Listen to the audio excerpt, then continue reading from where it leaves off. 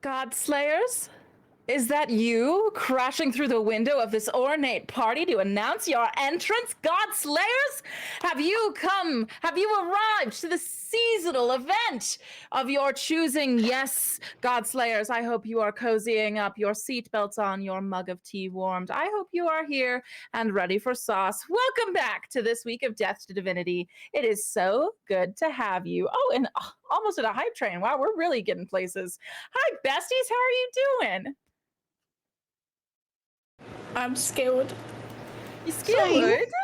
Winona, will you build your Minecraft bed next to my Minecraft bed? I'm so scared. Yeah, I think I'm gonna throw up. There's a creeper. Are you gonna hold hands from your separate Minecraft beds that are built right next to each other? Yes, our little block hands are touching. Minecraft beds would keep you safe. Yeah. That makes sense to me.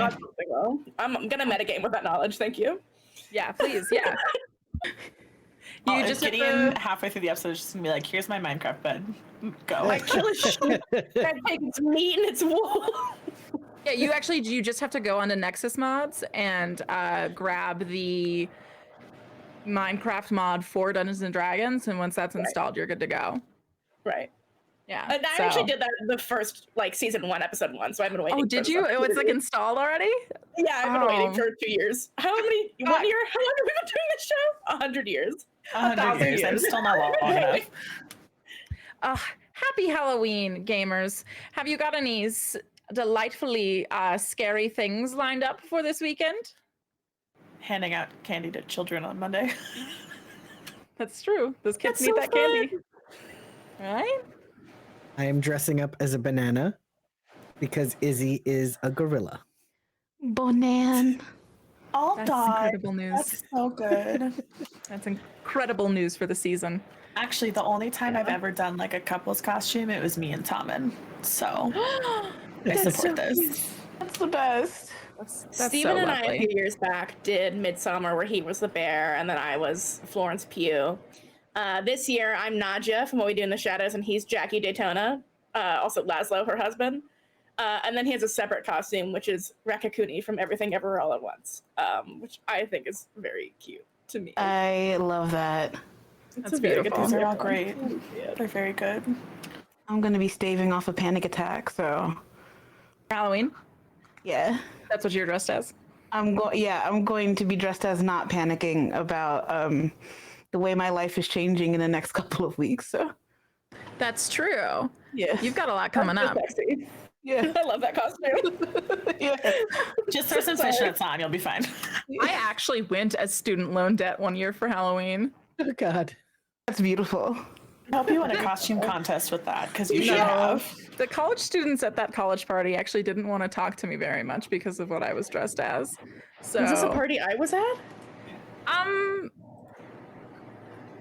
Whose apartment was that? I don't think you were. I was wearing your cape. Aww. You were there in spirit, Molly. You were there in spirit.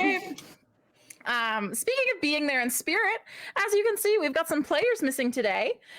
First and foremost, Lyrica is off having some late birthday celebrations. So have fun partying, Lyrica. You know, you gotta God slay hard, you gotta play hard, you know? That's what I'll never say it again. I'm really sorry. So we've also I can't believe we're 3 seasons in and I'm saying that for the first time, and also that it's the most heinous thing to ever exist. I'm so sorry. So we've got that. Lyrica, I hope you're having fun. And then Nico, you'll see Nico is not here, and that is because Nico is actually, we had a whole conversation about this, about like the concept of content grind and what it means to be a creator. And after that really long, hard conversation, we came to the conclusion that we want to be creators that prioritize like self-health. We don't endorse crunch culture. We don't endorse anything like that. So because of that, and after that conversation, we have decided that Nico is going to go ahead and take the rest of season 3 off to recover from their surgery.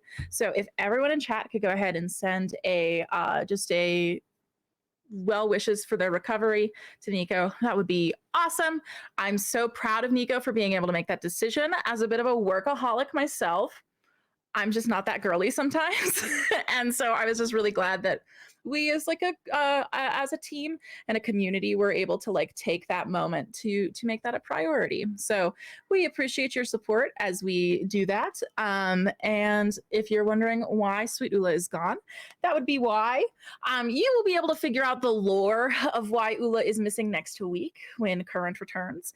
But for now, we love a little mystery. So those are my two big updates. I'm going to pass it off to Mantha, who's going to talk a bit about our sponsors and giveaways for tonight. Yeah, hi everybody. So first of all, obviously we just want to say a huge thank you to our sponsor, Die Hard Dice. As you know, we've been working with them since season 1 and they are phenomenal. They treat us very well and we are really grateful for y'all supporting them because that helps us too. So on that note, we actually collaborated with Die Hard Dice to release 6 character dice bundles for each of our PCs. Those were all curated by us individually to fit the sort of vibes of our characters. And those are available while supplies last. I know that they have been selling pretty well, which is amazing. So if you want them, get them before they're gone for sure. And make sure that you use the code Death2Divinity at checkout for 10% off. And if you mention the show in the comments about how you heard of Die Hard Dice, they might even throw in some extra stuff, which everybody loves free extra stuff, me especially. We didn't even know about that. Yeah, that's just like a cool thing. That was like a fun little surprise. That's that was like so a fun little thing that we they love do, them. which I think is great. We also want to give a shout out to One More Multiverse, which is the pixel art TTRPG platform we've been using for our streams. They are currently in open beta, so be sure to check them out for your own games. And then, of course, we want to say thank you to Mackenzie Mullins, who did the full body character art that you see on our stream graphics. And then just real quick plugs for us. Make sure that you check us out on Patreon, subscribe to our YouTube, follow us on Twitter for updates. We will also be releasing new merchandise this season, so stay tuned for that. And if you want to keep up with in-game lore, or you feel like you want to study up on the prophecies that are surely going to affect our players very soon, make sure you check out the brand new Death2Divinity community pages that our head moderator Liza put together.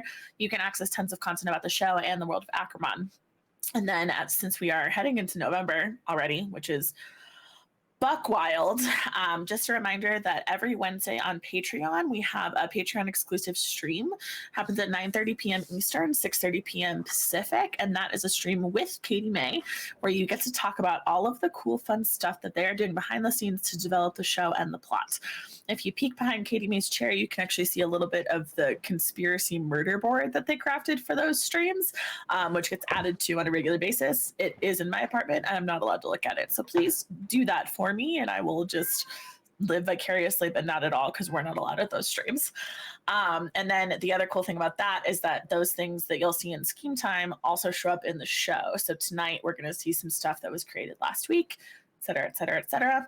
And by last week, I mean 2 days ago. Who knows how to speak.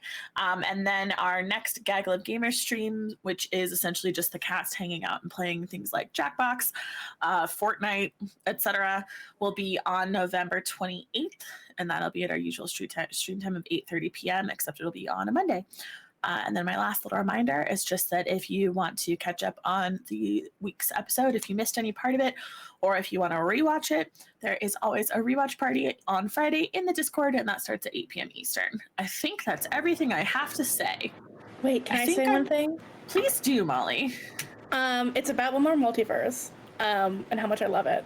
I'm DMing a game at home, and I've been using it, and it's been so fun making maps and stuff. And they just released, like a couple days ago, a Halloween bundle. And I have gone hog wild, spamming pumpkins on a little fall festival set. It's been really fun to use for my home game. All of my players I joke that they're all old men who don't know how to use the internet because they're very not online and don't know how to use technology, but they're still able to use it.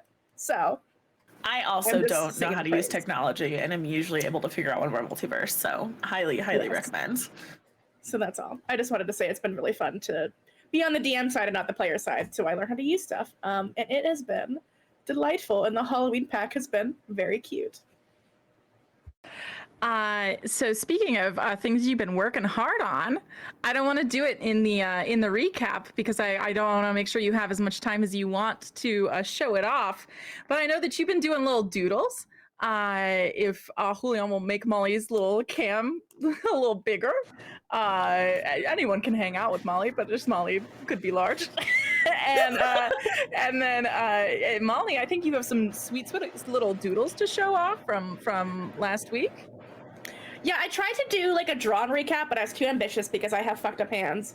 So instead, I'm just going to, like a child showing macaroni art, show you what I've drawn, what I've managed to do. So we have Current cutting off their hair. We have the cursed phone drawings, or pictures of Gideon and their family. I did a quick little drawing of the Rain Man. I imagine his ribs all twisty because he gets to spin around with his spine. That's just how I imagined it. And then over here, we have Brian drinking the tea and the Astera frowning. This I just did a couple hours ago. And then we have a crying Chade in the corner, which I don't know if you can see that well. There he is. There's Chade. I'll post this in the Discord so you can like actually see it.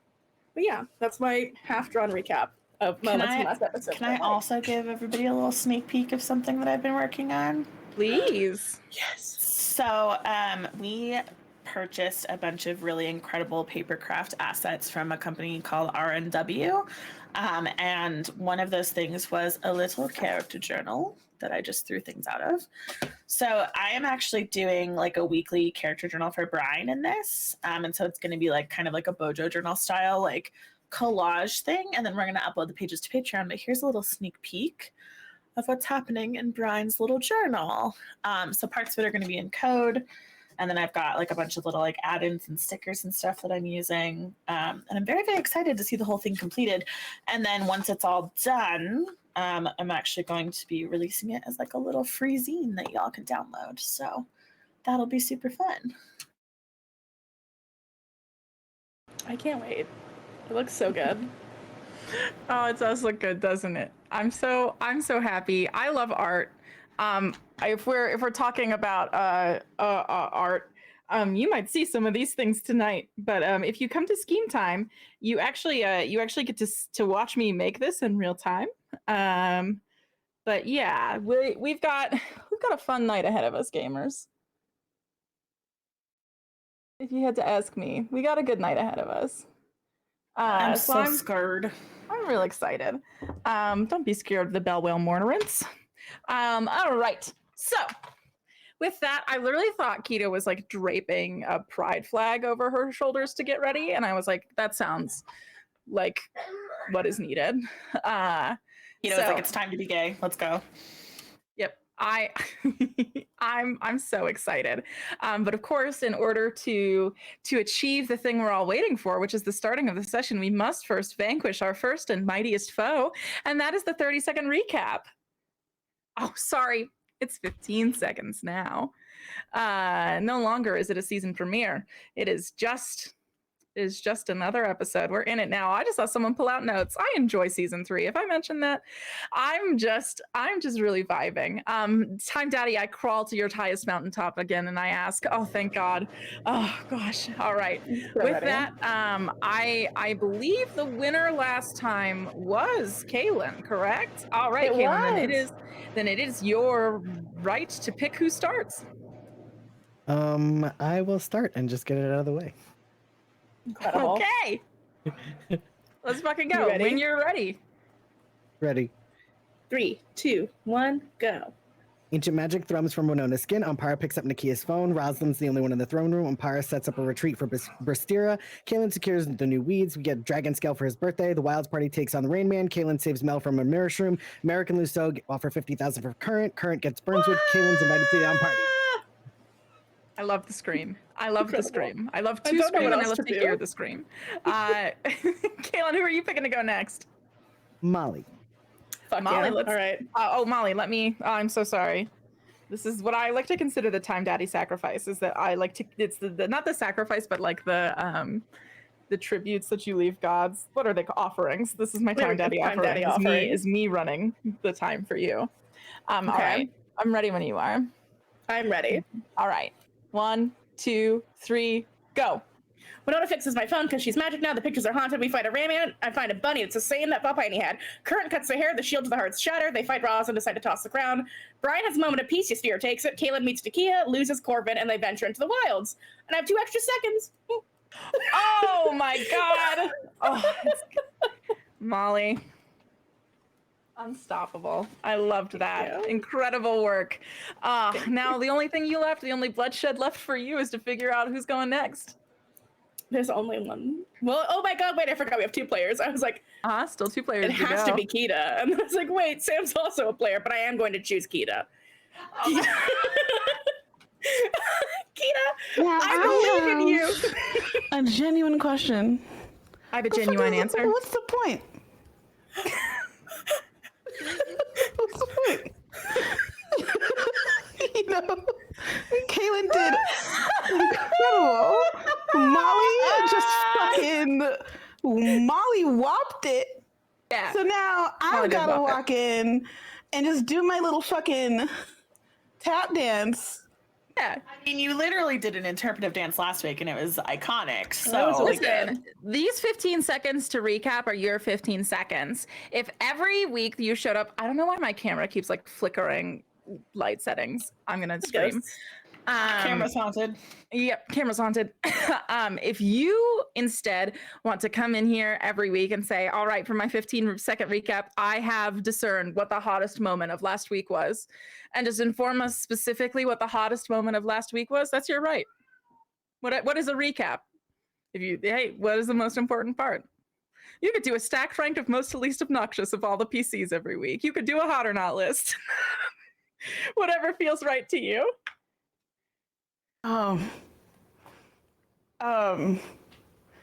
Okay. Cool. So I guess You got this, bestie. You ready? I just drank 4 shots of espresso and now I feel flustered. Okay, this happens every week. Time Daddy is not ready, though. Why do I always get so nervous for the same thing every week as if I don't know what's coming? All right, you know what? You're so ready. You're so got this. powerful. I believe in you. You're so hot. You're so powerful, Kita. Let's go. Ready? I love this because, like, by the end of the 15 seconds, the hardest part of your night is over. You know? I know. It's so embarrassing every single time to be like, can't handle the 15-second recap every week. The second I open my mouth for the recap, I forget every thought I've Black out. ever Yeah, had. same. Yeah. Okay. I feel that. 3, 2, 1, go. I have Omen Soul powers now, and I fixed Gideon's phone, and there's creepy family pictures on it. And then there was a Rain Man, and then Wild stuff happened, and then Current and Rosalind, kind of hot. I don't know. And yeah, you know what? That's it. Did anyone else talk about how hot Rosalind and Current were? Not yet. Points I from me. mentioned it, but not quite. Points from me. I'm saying you gotta stick to your strong suits. All right, I think Mantha, that leaves you as the last remaining soul to give their chance at the sacrifice tonight. It does, yeah. All right. I'm ready when you are, Molly. 3, 2, 1, go. Winona fixes Gideon's broken phone, and there are creepy family photos. There's a Rayman. I fucking hate it. Current and Rosalind absolutely should have made out. Brian and Ystere are on a couple's retreat, except bad. Kaylin's in the wilds with Nakia, and Nakia also got captured by Anpara. That's it. That's all that matters to me about what happened last week. That's not true. The other important thing that matters to me is the weird explosion that happened in the core, but that doesn't have to be in my recap. That was just a weird moment. That was a weird moment. You're right. I'm not stressed about it at all. No, of course not. Of course not. All right. Well then, mods, thank you so much for getting that poll up and running. I owe you my life. Everyone in chat, please give a shout out to our lovely moderators, our sweet Derby team, the most powerful Derby players on Acrimon. Here they are moderating for us. I love them so much. Thank you so much for being incredible at what you do. I love recaps. I'm so sorry that they're horrifying. We'll figure out a way to make them do it that doesn't make you feel like dying every week, Kita. That's, I swear it. But I am so excited to hop in to today's session. This is, of course, well, the last of the clock runs out. Your final chance to ask me any like stat questions, any anything of the like around like stats, lore, technical stuff, anything like that. Any questions? Just for clarification, we're jumping right back in. Like there has been no rest, right? So like whatever our hit points are is what our hit points are. Yeah. Okay, just wanted to double check. Okay. Keto, what's the point, Palooza? Looks like you get inspiration this week. Why? Because you called out the nonsense, Kita. You Why? spoke your truth. Nonsense. Listen, chat. I love you all so very much, but what? I will continue to be punished for being good, and you won't stop me from doing that's it. not how it should work. Y'all kicked ass, and I sat here failing to prepare every week.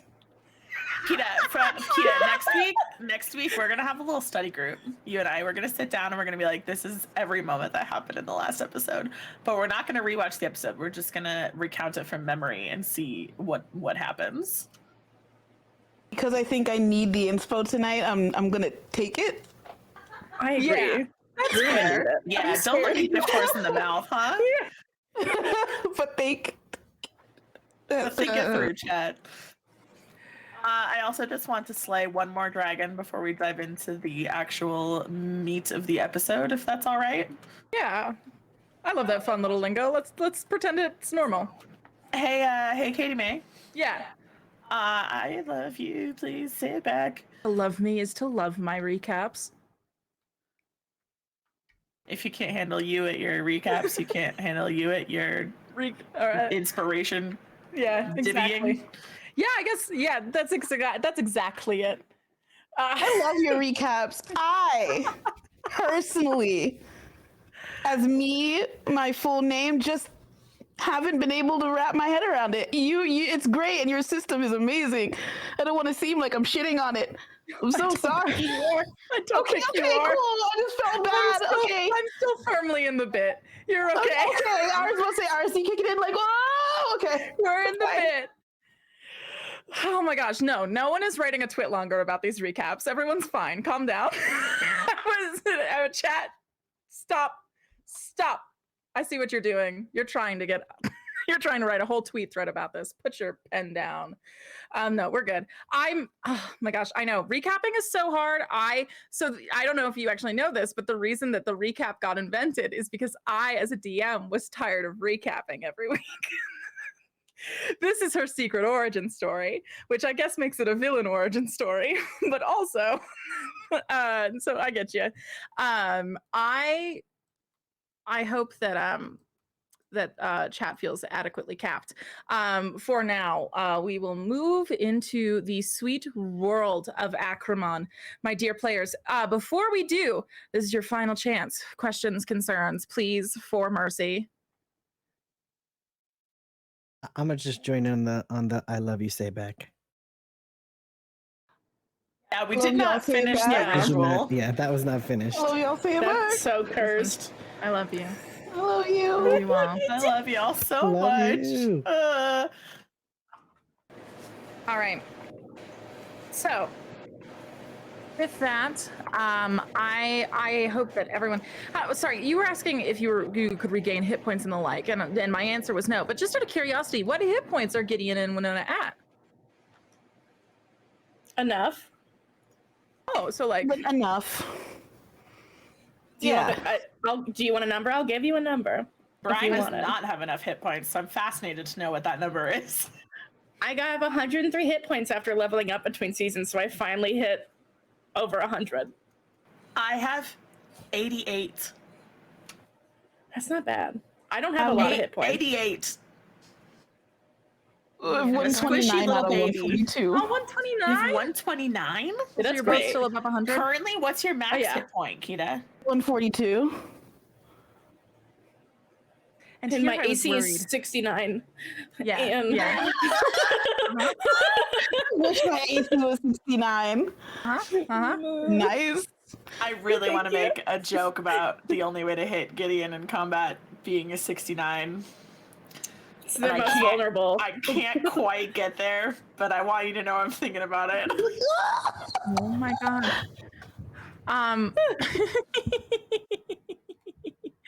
I always yeah, no, never mind. I'm not even gonna start. All right, so we're back here. We're leading to the okay, because if you really wanted to do it, the whole thing is you could make a whole stat where you would have to roll a 6 or a 9 within the number for it to count as a hit. And I think that's really fun, especially if you were a wild creature, right? And so we're going to talk about that at Scheme Time on Wednesday. But anyways, Oh, back good. to Let's give Acrimon. you more ammo. Oh, God. Listen, I love to ruminate. So with that, we head back in. We are here's the thing. You ask, have we changed? Have we moved ever anywhere? And my answer is absolutely not. And here's why. We left at too beautiful a moment last week. I I am so excited to pick up exactly where we left off, which is Morrow, Gideon, and Winona all lined up directly across from this giant rabbit figure. But just like the most pleasant looking rabbit figure as well. It's this tiny white little bunny with huge ears. And the only thing that's even a little threatening about it is Winona knows that this is a monster from the Stargaze Grimoire. Yeah. I do believe, and Gideon does not. Yes. So with that, we now pick up where we left off. Luckily for you, the storm does seem to be dying down. Yes, we actually do find ourselves returning to day. Hey. So It was so bright. I know it's like way brighter, huh? So nice, yeah. So with that, you see that Crovalone, Lildrir, and Chade are still kind of like their heads are peeking out from behind this tree, and it's just, and then the Felidar is still like loafing on the ground with his paws right out in front of it. And it's the three of you kind of lined up in front of this very pleasant looking bunny, big ears, bright blue eyes, the bushiest little tail you ever did see. And it's just kind of pleasantly, just kind of, well, the three of you are staring at it. Y'all back the fuck up. Back the fuck up. I back up. I listen to Winona no matter what. Yeah, just gonna hey, so Morrow, you wanna? Mara, you wanna join us? Backing the fuck up for a second? Yeah. Hey, sorry, my cats are being cats. The timing was incredible. Keep going. So that's not not a normal bunny. Back the fuck up, bunny. Oh, okay. It's That's a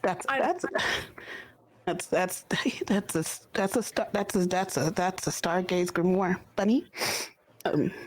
okay. So I think I am not one for killing innocent animals. But I don't think there's innocence in that animal. We have to kill it. We can just I don't run. know. Okay, or something. We can run. I don't want to kill it. But it's it. I don't trust it. It does keep moving towards us. Okay. And for some reason, I was like, I bet it can't cross water, but it's actively crossing water right now. Sometimes I tell myself that about creatures.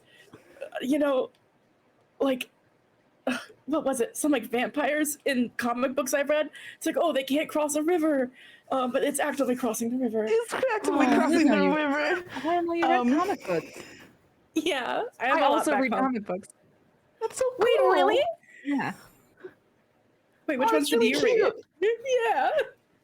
Oh, you know, I was a really big fan of the Knotgrass Chronicles. Those are good. And then the Aximar, which is the Aximar of axes that would come out of Axes for their hands. hands. Yeah. That was really good. Oh my gosh. Yeah. Do you have I actually could never find issue number 7. Did you ever track that one down? It's on Kurthis right now, I bet, under my bed.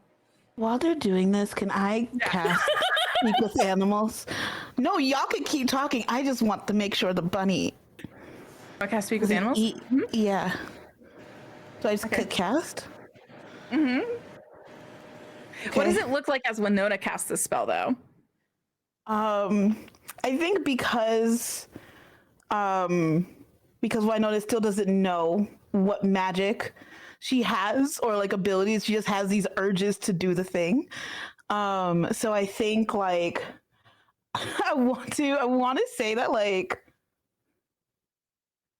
I don't like my gut tells me that like when she opens her mouth to speak to the bunny, like little like purple and like pink wisps kind of like come out of her mouth that are kind of like vapor.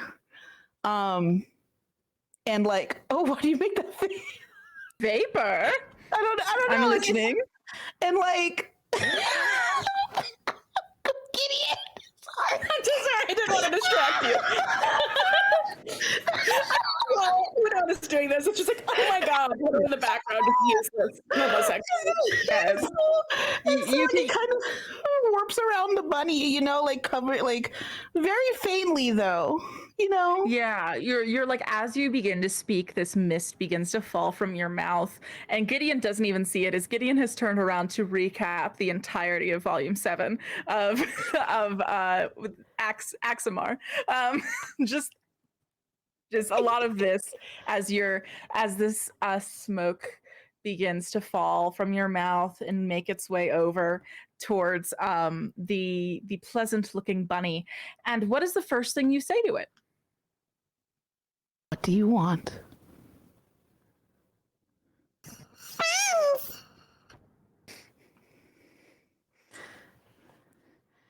Do you have friends of your own species that you can play with? That's what?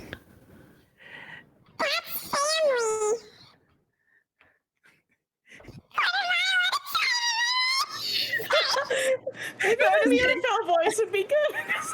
So high pitch, I heard Too high. I couldn't check it before I went live, and I was like, "That's not too high." So, just for example, this is actually as high as my Goxler can go. This is my example, Oh. and I went, "That might be too high." So I picked like halfway, and that was still too high. That's good. Perfect. Thank you for fixing it with me. You're welcome. Now, what do you want? To make friends.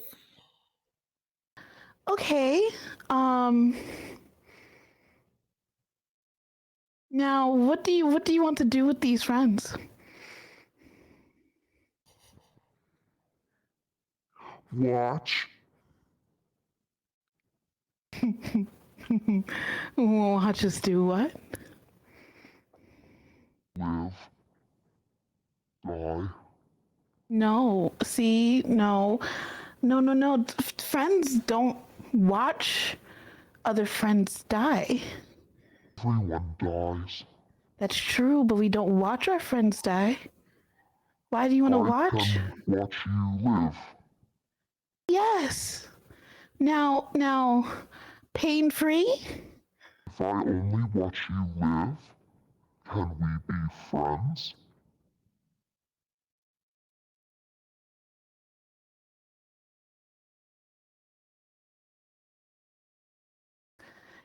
I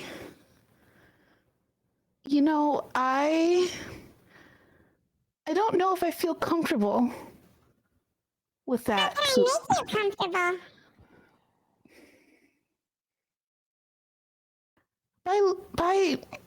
By letting me and my friends go on our merry way.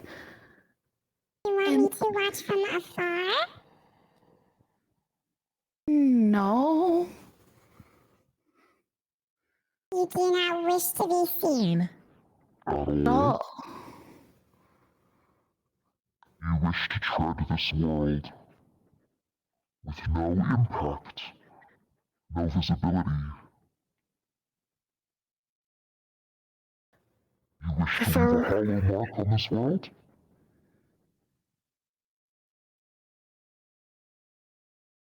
Now I'm gonna ask you one more time. What do you really want? Answer me honestly. A taste of your life. I'm sorry, I don't think I can give you that today. Oh, I think I'll take it.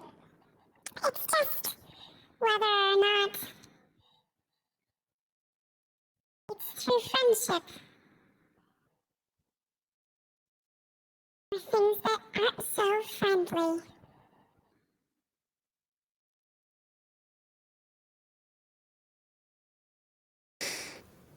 I think at this point, I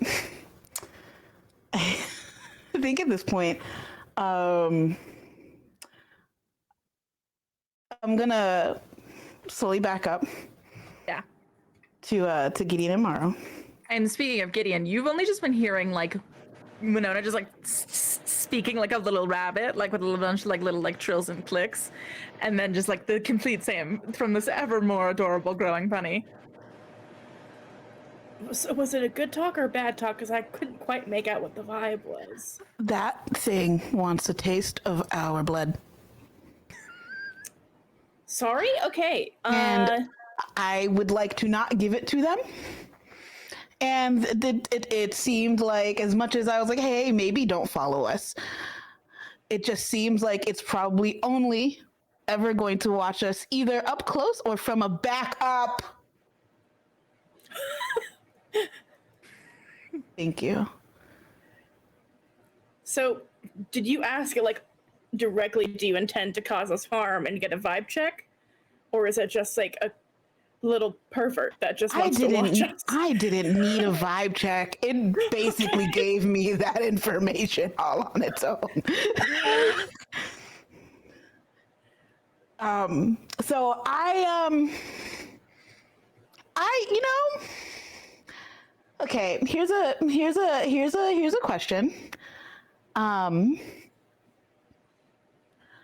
know that there is something with the Starry Gray's grimoire that we that needs fulfilling or needs doing. Can you or do you happen to remember like some of the little details? Like, are we allowed to kill them? Well,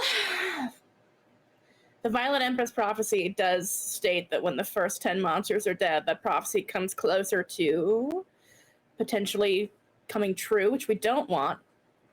Okay. So, I don't know which Do of the not want Stargates that. Grimoire monsters this is. I mean, there has to be a way to put them back in the book, right? So if we just get this motherfucker's page, maybe Yes. in the future we put it in the page and then it goes back in the book. And it stays there and it doesn't watch us. How do we I don't- negotiate with the fucking rabbit? I know where a page is. Do I understand it or did just Winona understand? Yeah. Okay, apparently, okay, you know, even though you're terrifying, I turn back to the rabbit. Even though you're terrifying, it feels disrespectful to call you out of your name and just call you a rabbit thing. Do you have a name? Yes. Would you mind telling me? You can call me Cinnamon. Cinnamon is very cute, also known as...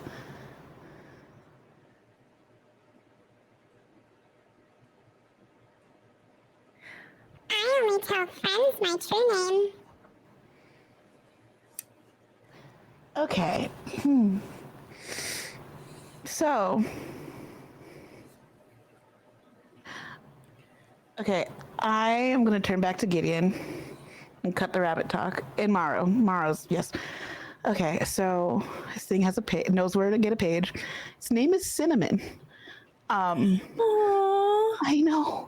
Cinnamon. And it only tells his friends where the page is. Be friends with Cinnamon if it just wants to watch us. I don't care.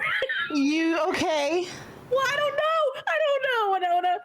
Oh, Okay, man. okay. I'm sorry. I should be more Okay, responsible. We no, should kill I it. mean- We should kill it. No, Or no, we okay, shouldn't. given we shouldn't. Given the fact that we were chill with Ivy a little bit, right? Like ish. Oh yes, Ivy was a monster. I wasn't there for that Yeah, part, but I so, heard you about it know- after. This bunny is terrifying, and my instinct, even though I don't believe in killing things, it instantly just kind of, we're in the wilds, and right? So, but I guess, and I'm gonna turn back to the rabbit.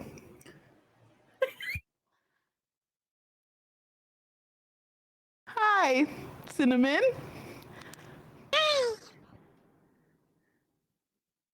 So, in terms of friendship,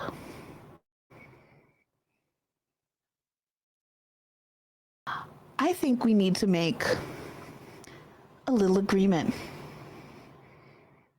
Okay?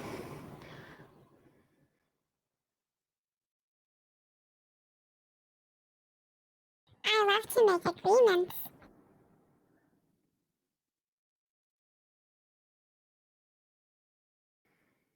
Let's make a deal. I didn't say deal. Are you not setting terms? Fair enough.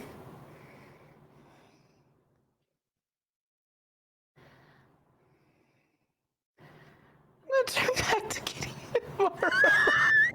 I wish all of you could talk to animals so you could just. All right, so here's the thing. I want to. I know we shouldn't be making deals in the wilds.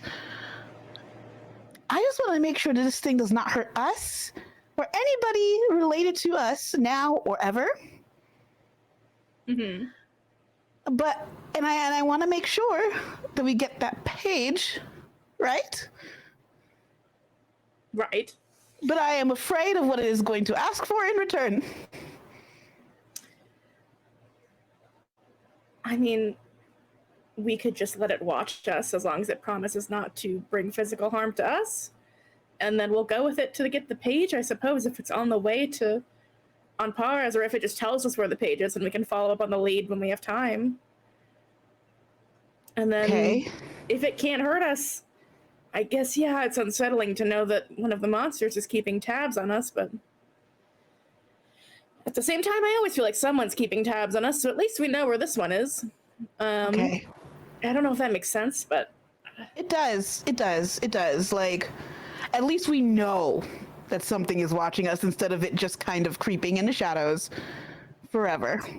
yeah. And if we find out Without it's like number consent. 11 of the first 10 of the monsters, maybe we can fucking, if it's All not, right. yeah, Okay. not to be grim, but hey. Hey. How tall is the rabbit? 4 feet. Okay. Jesus. Is that taller cute. or shorter than Bryce? That's 6 inches taller than Brad. Oh, so sorry. So sorry. I wanted to be at your level. How tall are you? She's 3'6". It's a 3'4" bunny. Okay, so Winona is going to just gently, just very like walk kinda, and just kind of like bend over to its level and stare at it in its eyes. Hi. Okay. So, you're muted, by the way, bunny. Hi. Hi. Hello. So, deals are not wise things to make, but I do have a request. Okay. I love to be helpful. See me and those two, and then those three over there, and that lion monster felladar. You don't touch us. And none of your friends, your other friends, touch My us. family. Your family. We go unharmed, unscathed, and so do the people that we care about. And you can watch us from a distance. Okay? If I'm taking you to the page, I can't be so distant, can I? Okay. My friends, which is my family, goes untouched. And that includes people that you have not met or seen yet. How will I know? You'll know. I'll make sure that you know. They go unscathed, we go unscathed. And you can stick with us and lead us to what we need. But that's it.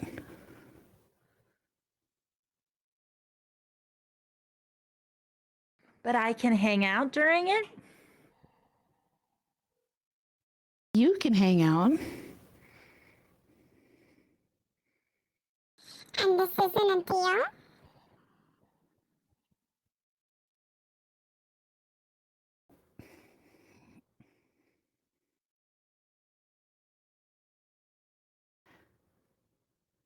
Would you consider this a deal?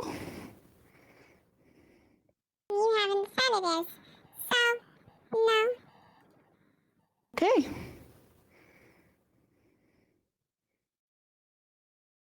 Okay.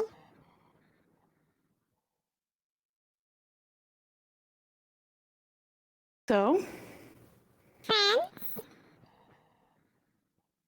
for now,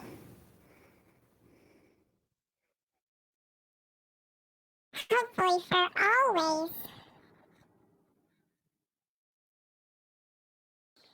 I will hang out. Tell me when you're ready to go to the page. And with that, the bunny just literally walks over to this tree and curls up and lays down. okay. So, I have told, and I, of course, I turned to, I have told Cinnamon and I talked. They're gonna lead us to the page where Cinnamon's friends for now, but they are not allowed to harm us or anybody else that we love and care about. And I told them that it'll be obvious who those people are. So, Do we know if the page is on the way to Anparas or close to it? that's a good question that I did not think to ask, and now it is asleep. Is it too late? Does it You can wake it up. understand the distance? Okay, all right. Your speak with animals goes for a couple of minutes, I think. Hey, Cinnamon. Its eyes don't open, but it goes. Yes. Now, my friends and I have to go to Anparas for a get together. In the sacred grove. Yes. Is the page on the way? The page is on the way. Amazing. Well, you take yourself a good little nap, and we will let you know when we're ready to go. What is a nap? You just stay there and close your eyes and rest. Yes. Yes. Rest. Mm-hmm.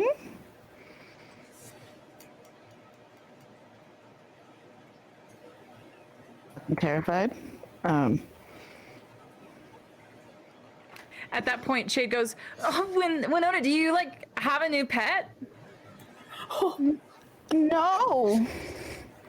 It's just it's in think about it think about this lovely little bun as a travel companion. Like me. Yes, only in bunny form. This little guy's me in bunny form. Hey, little guy. Hey, little Chade. Oh, careful. Don't do that. Jade, I would tread lightly. You're cool. You're so cool. Just tread lightly near the Walk cooler. Okay. No, Yeah, I no, totally have no, no. The way you walk is plenty cool. Oh. Oh, you meant like tread. Gotcha. Yeah. No bunny's ever like just a bunny in the wilds, right? Like sometimes it's like a Stargaze Grimoire monster, right? And so we just want to be like careful. And sometimes it's just a little guy named Cinnamon too, and sometimes it's both. Oh my god, thank God this is Blue Cinnamon and not a Stargaze Grimoire monster. Oh my god, I would be crying right now if it was. Yeah. Just don't get Yeah. Don't ever like be alone with it. Just like an advice. Just like don't be alone with it. Travel companion with the group. That makes sense. And Gideon, I know that like I just hope that you will take, after a while you'll forget what happened to the cat at the Arcanon and you'll trust me around Cinnamon again. What happened? Did Jade get the cat killed? Was that how it died? I'm sorry, what? New Jade Lord drop. Oh no! So now it's even more poetic. I just didn't know that they were supposed to have that food, so I'll make sure to check with you guys before I feed Cinnamon anything. I don't think you need to feed Cinnamon. Oh, cool. Yeah. What did you do to Castle Cat? You killed the cat? I just didn't know that cats, like some of the older cats maybe couldn't handle like a potion of giant strength. Yeah, and then the cat got like really big and then died, and then we had to cremate it in a large furnace. And some people really attached to that cat. And then some people later maybe pushed other people into the urn of that cat not that long ago. And I have some bad feelings about that now. But, to dust, am I right? So... Damn, you gonna say that after a cremation joke?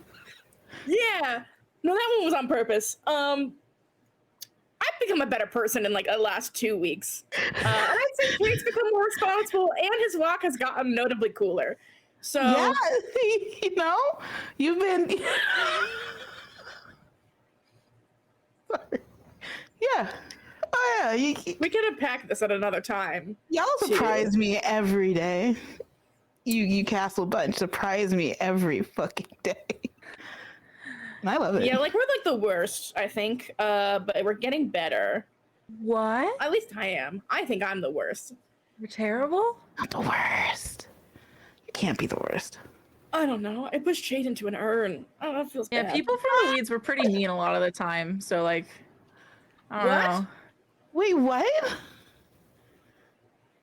I mean, I had plenty of bullies. I had bullies from the castle. I had bullies from the weeds. I had bullies from, Who bullied you from the weeds? Oh, I'm trying to remember. All I remember is the kids. There's a gang of kids from the Cobble Quarter that used to throw tomatoes at Jade whenever they saw him. And they were all like 12. The Tomato Quarter kids, yeah. Yeah, and like Churl would hang out with them. And I was like, how'd you leave the castle to even fucking find these kids? Yeah, no, they still hang out. Churls and the Tomato Quarter kids. I didn't know there were weeds people too. Where'd you go to the weeds? I don't know. I never even learned their names. They just kind of like threw stage daggers at me, And I think they were real until they weren't, I think, oh, a dagger's slaying me. I'm about to die. No. Jade, I'm so sorry. Oh, those kids are assholes. Yeah, you don't deserve to get bullied. Especially you don't deserve to get. They're wasting good produce. Don't. You're great, Jade. I'm so sorry. Hey, I think you're also just like really great, Winona. Oh, thanks, Shade. All right, Yeah. so I don't know why Karina said you didn't have stage charisma.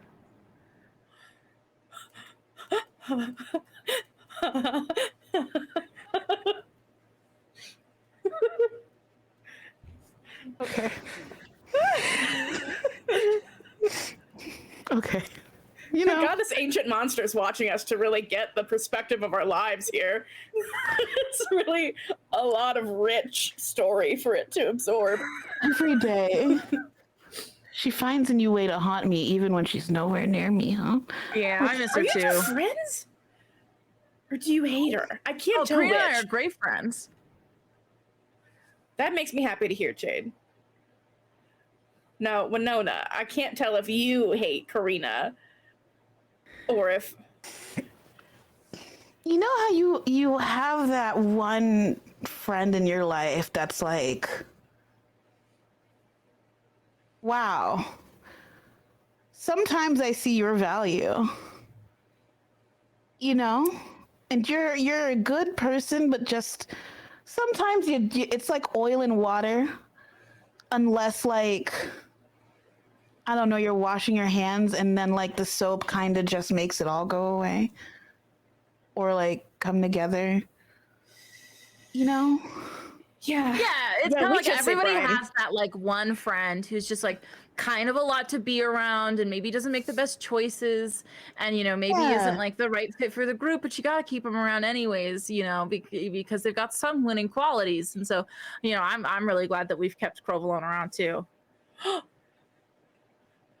Crowbone's my best friend in this world, Jade. I don't want to hear you disparage his name or come close to it ever again. Oh, I thought I swear. Provolone was like the that of the group. Am I? Jade, I think if you take the time to get to know Crowlone, you will find someone that makes you feel seen and heard on a daily basis. I think maybe you need more than anyone. I think Crowlone would be very healing for you, Jade, if you just give him a chance. Okay, I will.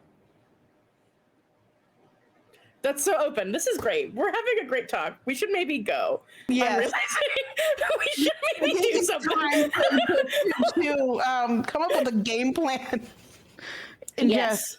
yeah. At that point, the little rabbit like tilts its ear kind of to the side, and it asks, Do you intend to hide for nightfall, or will you travel through it?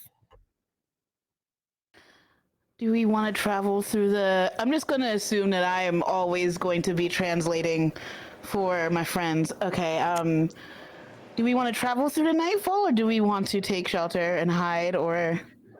Can I roll like a survival check just to like go back? I'm imagine like season 1 Gideon studying the wilds. Like, can I call back on that knowledge with a roll and see if I remember? Like, whatever you do, Can I don't also do travel. that? "Yeah, go for it." Okay. Character sheets, where are you? 22. I'm not going to roll. In the meantime, can I get a survival roll from Kaylin as well? Where is my character sheet? I might as well just ask for them all to be rolled at the same time. Scary. Hey. We're having a Oh, really there it is. relaxing start to the session. I'm having fun. Yeah, I just give you some Survival. nice. Yeah, just start with a little chat with the Stargaze Grimoire monster. You know how it is. So cute. The espresso's coursing through my body at an alarming rate. That's even better than me. 23. A 22 and a 23. Well, you both would know that there is a bit of a double-edged blade to being outside at night in the wilds. It is typically when more of your basic flux are going to be less powerful, right? Because Amparo is the god of the sun and is the current domain of the wilds. So they're just going to be a little less powerful at night.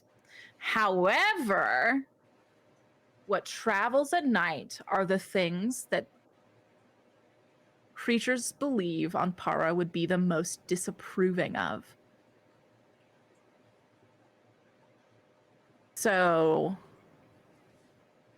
stuff that even a god wouldn't allow happens at night. Ampara's not great. He is class. to his cruelty and rules to his cruelty whenever it is doled. Those rules don't exist at night.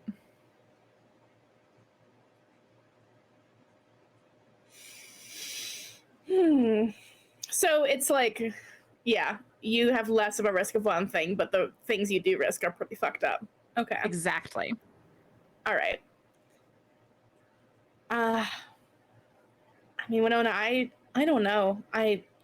There's something I want to try once nightfall comes, but I'd have to maybe hold still for it for a little bit. It won't take long. It's just So what if A we long shot? split the difference? Does your thing need to happen like at the dead of night? Can it happen like right after sundown and then we can take shelter for the rest of the night? Like, what are the parameters? If we go quickly, we can hit the shelter nearby the page's location before sundown. Oh, that sounds good. I just need to be under the light of Lizoa when I do what I do. It's just I don't even know if it's gonna work. So it doesn't have to be at any specific time of night, but we can. I mean, hey, fuck it. Let's book it to shelter now and get close to that page. And let's do it. That sounds smart to me. all right, I'm just glad I'm trapped in the wilds with you, Winona. I feel very safe. I'm glad I'm trapped with you two. We'll laugh about this one day. Maybe we will. Oh, we will. I like clap a hand on Winona's back. Yeah. Still, Jade says as he also claps Winona on the back, perceiving a social cue incorrectly. Me too, Jade, and I just go and mush Jade's hair. Yeah. Same. All right. So are you, Gideon and Winona, what do you say to everyone to gear them up for travel? I think I would probably say that, like, we are going to head towards shelter. Like, I don't know if I want to tell everybody. Well, Gideon, I'm going to pull Gideon to the side for a second and be like, should we tell everyone that we're taking the lead from a Stargaze Grimoire monster? Or would that incite panic? I can't tell. I think if we're asking them to risk their lives, the least we could do is be honest. Okay. But we could also say that yes. we struck terms with the bunny. Wow, that was a great sentence. We can say that it's agreed to not hurt us and is going to lead us to this thing, which is getting us to our ultimate destination. And if something turns, we can take it out if we have to. But right now, it just seems like it wants to observe, which is unnerving, but not an active threat. Yes. So we'll. I agree with that. So I think with Gideon's blessing, and of course, like in tandem with Gideon, I think we would say that, like, hey, here's this bunny that's also a monster of the Stargaze Grimoire. We have struck terms with said bunny that they will not hurt us or people that we care about, but they will help us lead us. Well, they'll help lead us to shelter and to the page that we need to do what we need to do, and we are prepared to fight it if things go south. Okay. Can I get you to roll a persuasion check with advantage because Gideon has helped you? Yes. I also want to check something really quick. Ooh, and I also have advantage city boys. Can I actually use this now? Ooh, go ahead and read that to me real quick. Advantage on persuasion and intimidation. I think it's like when It's when you're with people from the weeds. Okay, so I guess it would only work on Shade, huh? Jade is also not from he's not from the Yes, weeds. that'd be Karina, Mel, Carlo, the entire new rebuilt faction of the weeds. Okay, but those not are all here. the people that you would have advantage with. Never mind. I will save that then. Okay. Okay, so that's a 17. A 17? Ooh. Yeah. Okay, roll again. I'll roll again just for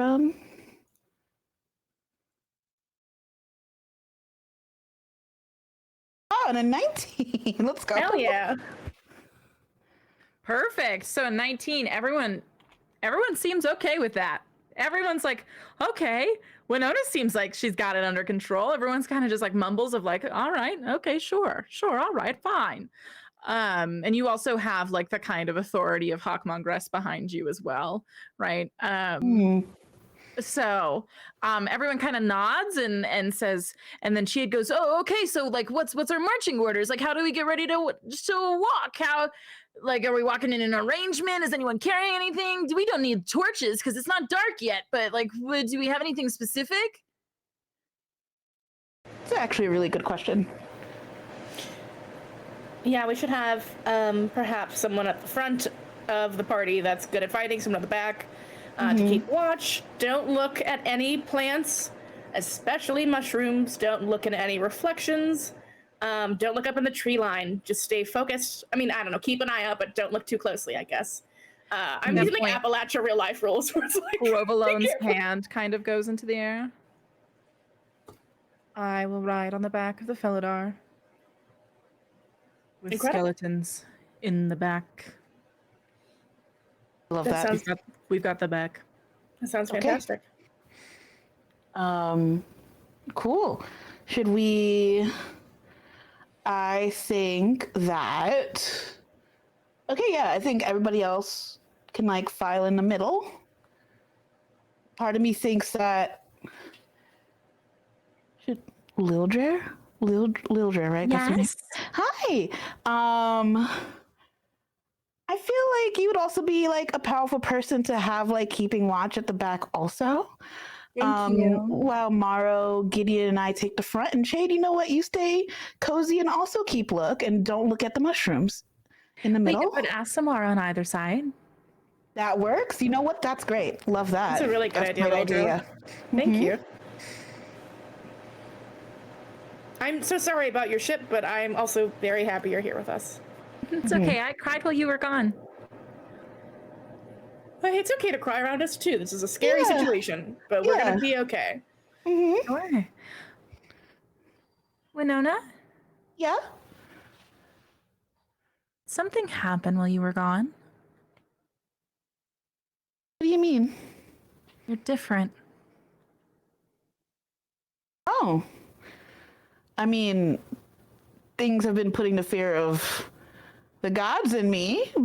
I think being down in the wilds for any amount of time would make any of us different.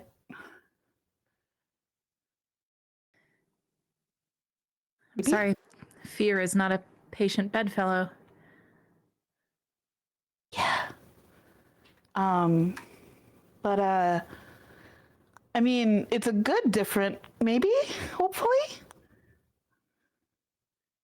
There is no positive or negative to different. It's neutral. It's normal. Yeah. It's normal. I hope you are a different you like.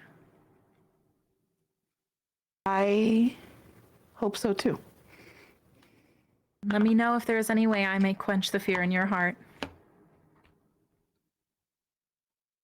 Thank you. It's very kind. Okay. All right. So, with that, so we have Gideon and Winona in the front, Morrow and Lildre are on either side, Provolone riding our Felidar bud in the back, with some skeletons at the ready, and then we have and then we have Chade and the bunny in the middle. That's the final loadout. I think Bunny. Yeah. Oh. No, please go ahead, because I'm worried about the bunny being near Jade, but Yes, I was gonna say Bunny should be like up front leading the way. I want to keep eyes on the bunny at all times. Bunny in front. Gotcha. I can even hold it in my arms if it lets me hold its soft little body. It will let you hold its soft little body. That's sweet. Yes, it is. This is a bad idea. So I'm just holding. You hold that bunny the whole way down. All right. Hey, Kaylin. What'd you get on that survival check? 17. All right. Kaylin, where last we left you, you were standing just a couple feet off from this alluring fountain with which you almost had your reflection stolen from you before Nakia intervened, shouting all the while. Shortly before, both Corvin and Nakia were swallowed entirely by a portal that left only behind an invitation. With that, you've been left in the aftermath of this. All I will say for you right now, I will not describe your friends, blah blah blah. I will not tell you anything, except for the fact that you know that the sun will be setting soon. And you know the same things that your friends know about nighttime in the wilds. That it has some pros and it has some cons. Whether or not you risk that out here tonight is up to you. But you are standing at what should have felt like a portal, but all that it is ground. What are your first moments?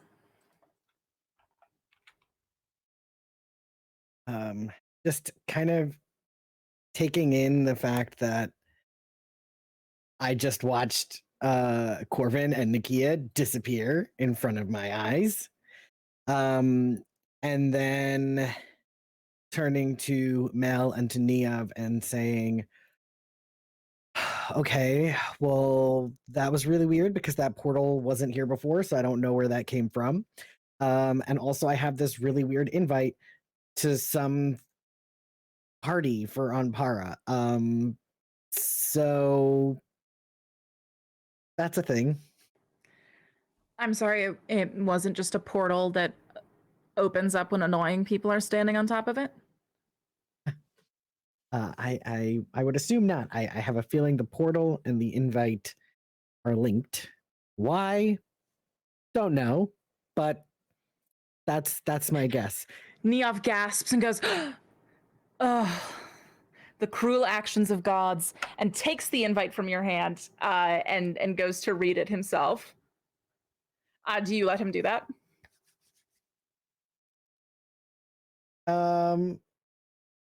Yeah, sure. So with that, he takes a second, he glances it over, and he goes,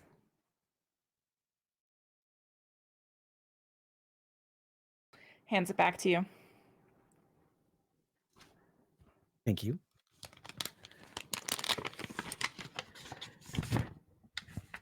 I have a question. Yes. What did it mean when he said your family has set you up to drastically fail your home? It's a great question. I would love to find out the answer. Mel goes, well, there might be more than one answer. Do you have other information, Mel? Oh, no, just the devastating impacts that a monarchy has on a civilization, Kaylin. You know what? That's fair. I'll take that. How much more of this walk do we have ahead of us? Well, we were theoretically only, 60% of the way done?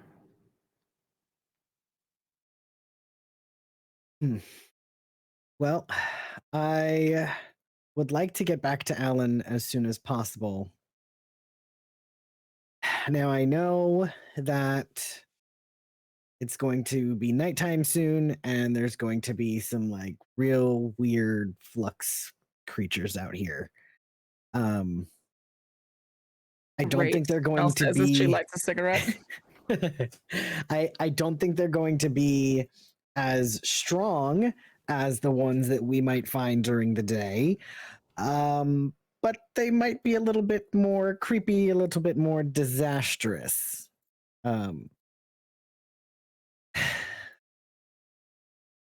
My feeling is that I think that we can probably take whatever comes our way. So if y'all are up for traveling through the night, I think we should do that. I've never seen you in combat before. I've had my fair share of run-ins. With what? Castle mice? No, I've actually I've had a good few encounters, especially as of late. And at that point, Niev goes, "Oh, yes, Mel, you should have seen the fight we had when I snuck onto his ship. I was caught in minutes." It's true, I did notice that he was not who he said he was, but that's neither here nor there, I suppose. And that Mel just kind of like looks between the two of you and goes, "Okay." All right, so And we're just gonna. Sorry, I thought that I wouldn't have the job of caring about the fact that a law mage just fell through a portal forever. Are we just gonna let that go? well, my invite says I can only take one person if I snap it and take it with me. So, and I'd like to not have to go alone. Ideally, I'd like to at least have Alan with me. So my thought is we can finish this walk and I'll go grab Alan and we can head out. I'm going You're to leaving? what else am I can't just pretend that I didn't see Corvin and Nakia just disappear in front of my eyes. I have to go and find them, and I'm still on a mission to figure out what the hell is going on in Kurthis. But it.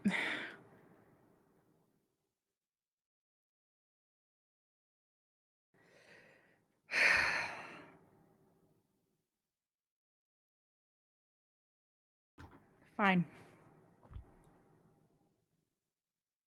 I'm going to leave you in very good hands. I know you are incredibly competent. I trust you I to am. handle security. That's why I'm going with you.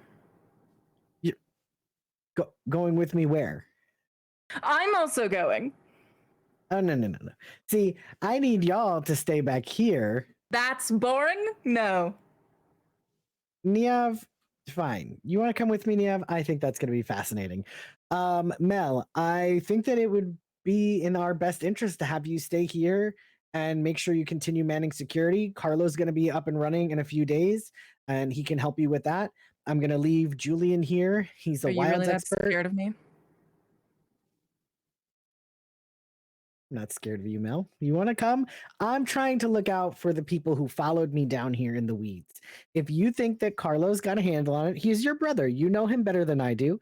If you feel that Carlo has a handle on it and can take care of things, and with between him and Julian as a wilds expert, and you think that the people are going to be safe here with just the two of them, and in kind of to lead, then that's fine. Come with me. Why not? All right. All right. I say we finish this walk as quickly as we can so that we have enough information to give to Carlo to make sure that he can adequately secure the new weeds.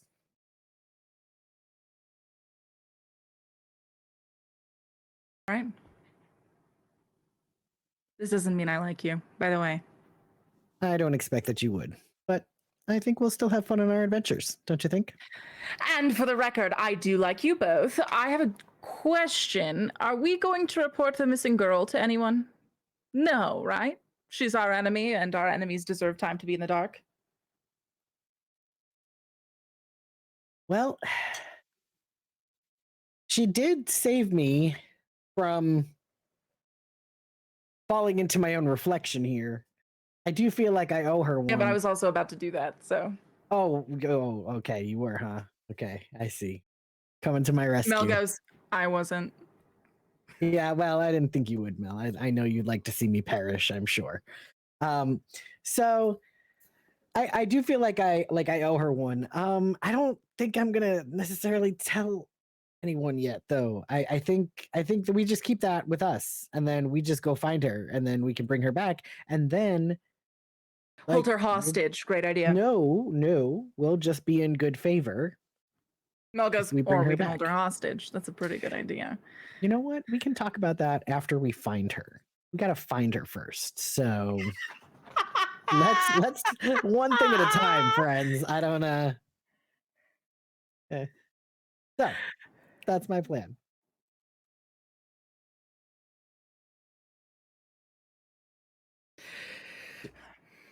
They both kind of nod in agreement.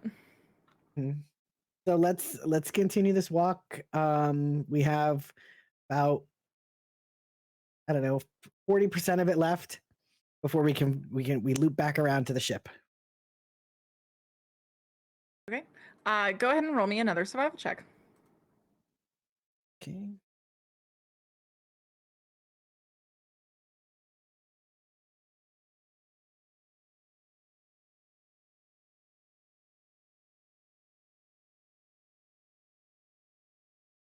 Nine, 23.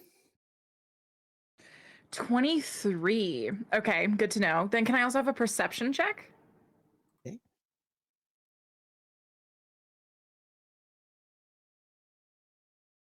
Ooh, a 6. I'll go with it for the sauce. I'm not going to use my inspo. Okay. Then I am going to go ahead and roll for your friends. Your friends got a 12 and a 7. Lovely. We're so perceptive. Okay. You are walking through the rest of this circle. Mel is complaining the whole time. Actually, she starts complaining about the fact that her note taker is gone. Do you step up to be her new note taker, or do you let her suffer in this moment?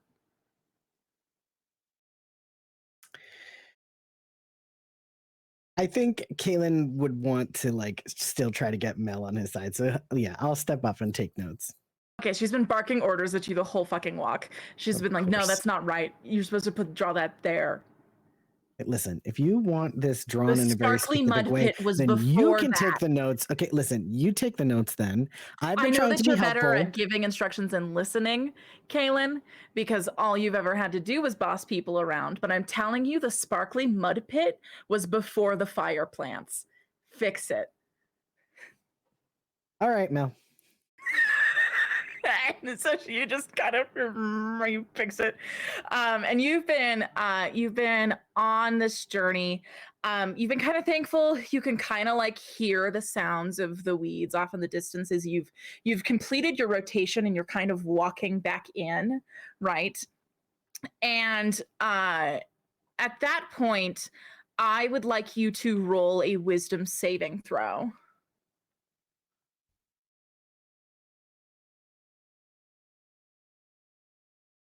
Oh, nat 20 for 21. A natural 20. Okay, let me roll for your friends. That's a natural 1. God. Oh no. Oh no. And an 11. Okay. Halen. You hear beautiful music. Toppling from the tree lines.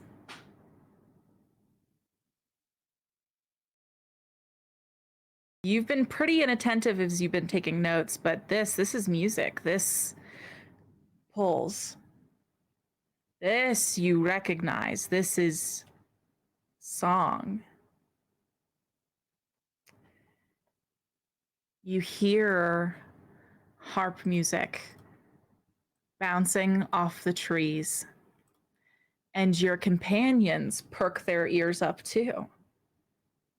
They've heard it as well.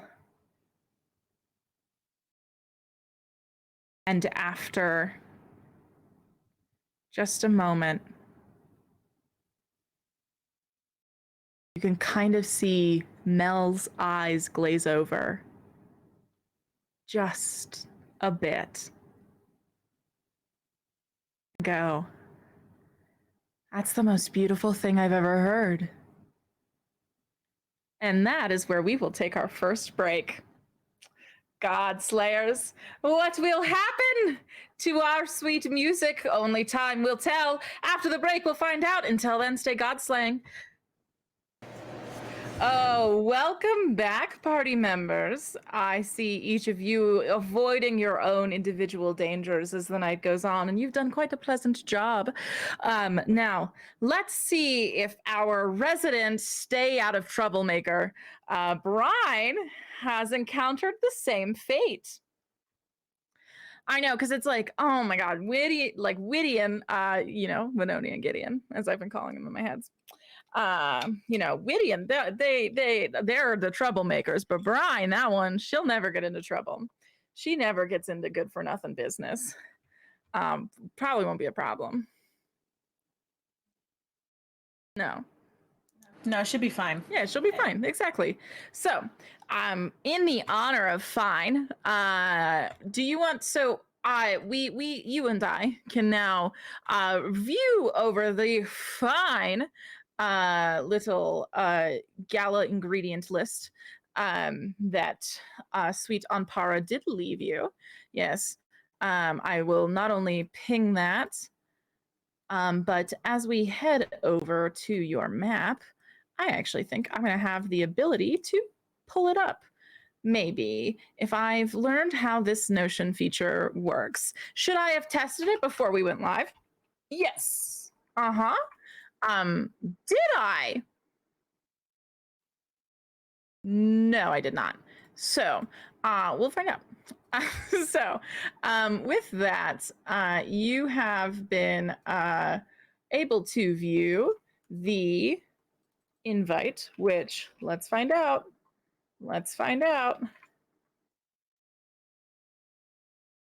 Oh, how alarming was it? It's not a lot. You can't see a lot of it, huh? But that's okay. Okay, so with that in the background, I don't even know what it looks like on stream. But you have been given the lover's list of gala ingredients, which can also be found on the wiki. And so first and foremost, go ahead and read those out loud to me. Sure. All right. So Brian and Ystira are looking for 6 ingredients. The first is 12 Fool Folly gems. The second is 7 bunches of young life everlasting leaves. The third is 9 lucky hand roots. The fourth is 30 stinking tansy stems. The fifth is 4 bellwhale buds. And the 6th is 7 shavings of green Andwaro bark. Absolutely. And so remind me, how did you roll on surmising what you do and do not know of this list? So I actually rolled, so Ystira said that she was familiar with a couple of them. And I figure Brian was maybe familiar with one. And so since it's a list of 6, I figured that we were, between the two of us, aware of maybe 3. Sure. So I just went ahead and rolled a d6, but I actually rolled the number 2 twice. So I'm just going to say that they were both aware of that one. Sure. Sorry. Still got so the cough. Number 2, you're first aware of number 2? Yeah, so both Brian and Ystira are aware of the life everlasting. And then I also rolled a 5. Okay, for what you know, which is the bellwhale buds. Ghoulish. Yep. All right, so then let's talk about what you do know. So number 2 is the life everlasting plant. Yeah, and just to clarify, we both know what that is, and then Ystira also knows about the bellwhale. Yeah, the life everlasting plant, which my ring light does not like, but you can see it here. It's this beautiful yellow, it's this beautiful plant that is long and has these beautiful white petals with these the yellow center. This is a sturdy perennial with cottony stems and everlasting flowers, bestowing good health, pleasant sleep, eternal youth, longevity, and immortality, some might say.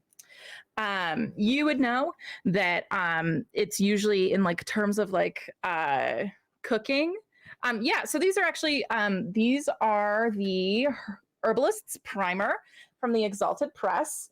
My Kickstarter rewards actually just arrived for it yesterday, I believe. So I went right into using this. I've been waiting for this Kickstarter like release to get here for months, just out of like excitement, not out of impatience, because it's just like this beautiful plant encyclopedia that's specifically made with real world plants, but it's made to be able to use in your D&D campaigns and all of your different, not like D&D specific, but your different TTRPG campaigns. So it talks about the magic uses that are like historically known for it. It's so cool. And so part of the Kickstarter bonus was this deck of cards, literally this huge deck of one of the cards literally almost flew into my matcha. I would have cried on stream, and then I would have ended up on Reddit. It would have been so scary.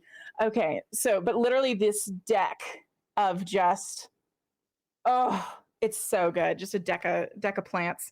So you know that I pulled that out for the gay plant plot line. I absolutely did. Okay, so you know for a fact that the Life Everlasting plant, of course, is usually cooked. The young leaves are usually cooked in a salad.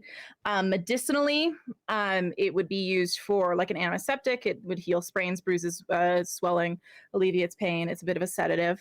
And then its magical reputation is known to be used often in potions and spells, etc., that usually have something to do with the attempt at immortality, longevity, and good health, restoring and prolonging youth, cutting ties between the material plane and the soul of the dead, bringing restful, healing sleep, and invoking the spirits of earth and water is usually what this is used for.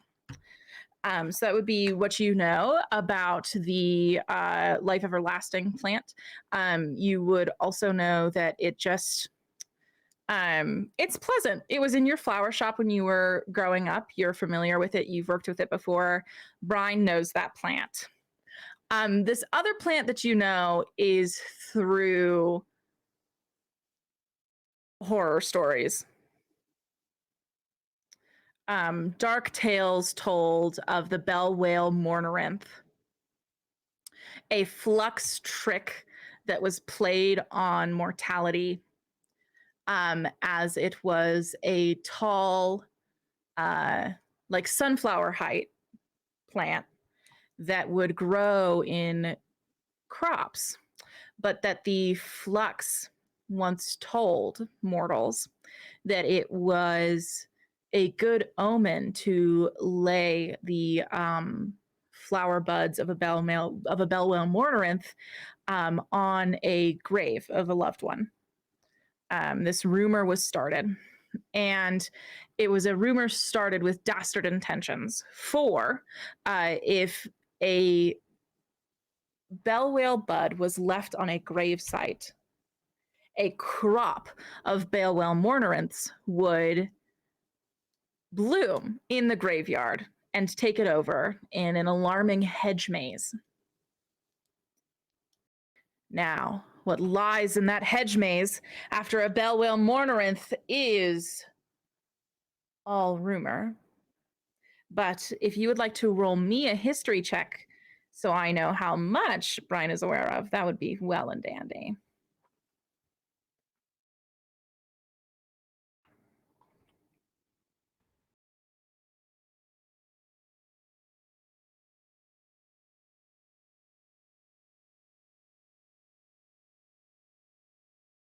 It's an 8.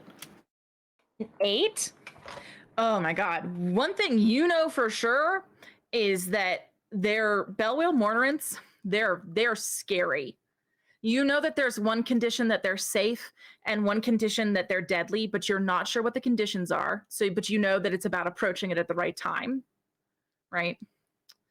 And you have heard horror stories that are told, I think like Zubifax, like they're going to tell scary plant stories for sure, right? That seems right up their alley. You've heard stories, maybe you've even told them of the vines of the bell whale Mornarinths that will crack their way into caskets to animate the forms of the dead in the graveyard to attack unsuspecting foes with.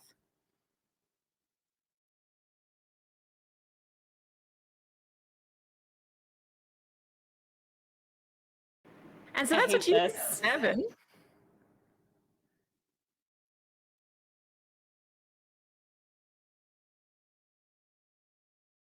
Everything on my screen just went a weird color. Hold on one sec.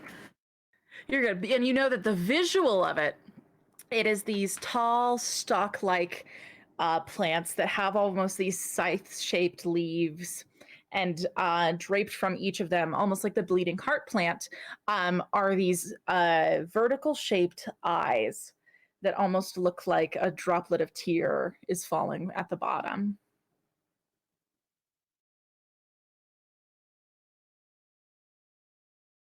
Cool. Okay. Yeah, so this is the list that they've received from Anpara, and I think once they kind of go over it, I think that Brian has maybe heard like mention of certain plants in the wild offering like medicinal properties, or like that they're considered delicacies among the different flux nations, but I don't think that she would necessarily know what they look like visually. And so I think depending on what Ystira knows about what these things look like visually, it may be something that she needs to sort of search the cabin that they're staying in for like information on, if there is such a thing. Yeah, so Ystira tells you, oh, one moment. I'm attempting something that might not work. It did work. Wait, does it show on the center of the screen? Is it like the exact Oh, I did it. Oh, wow. That was so hot of me. Stream, enjoy. Oh my god, how did I manage? We'll never know. So Ystira tells you that she knows about the first 4 and doesn't know about the last 2. In terms of just like what they look like visually, or like how to actually harvest them? She would know both what they look like visually and how to harvest them, but she is unsure of how to harvest the bellwhale buds or the Andura bark. Onduaro bark. So she only knows about the bellwhale buds, but she doesn't actually know how to like safely acquire them. Yes. Sorry, she only knows about the first 4. She doesn't know jack shit about the last 2. When I did the rolling, Ystira knew about 2 and 5. I thought that was I thought you knew about 2 and 5. Brian only knows about one of them, and so she knows about the second one, and then Ystira knows about 2 and 5. No, you can know about 5. 5 is more fun to know about. Instead, you can know about. Okay. Hey, you get 1 because you spent your life working in a fucking flower shop. That would be silly if you didn't get that. And then you can get the additional 1 of the bellwhale mourneranth. But you don't know how to harvest it. Okay. So neither of us know about the Onduaro bark. Yeah.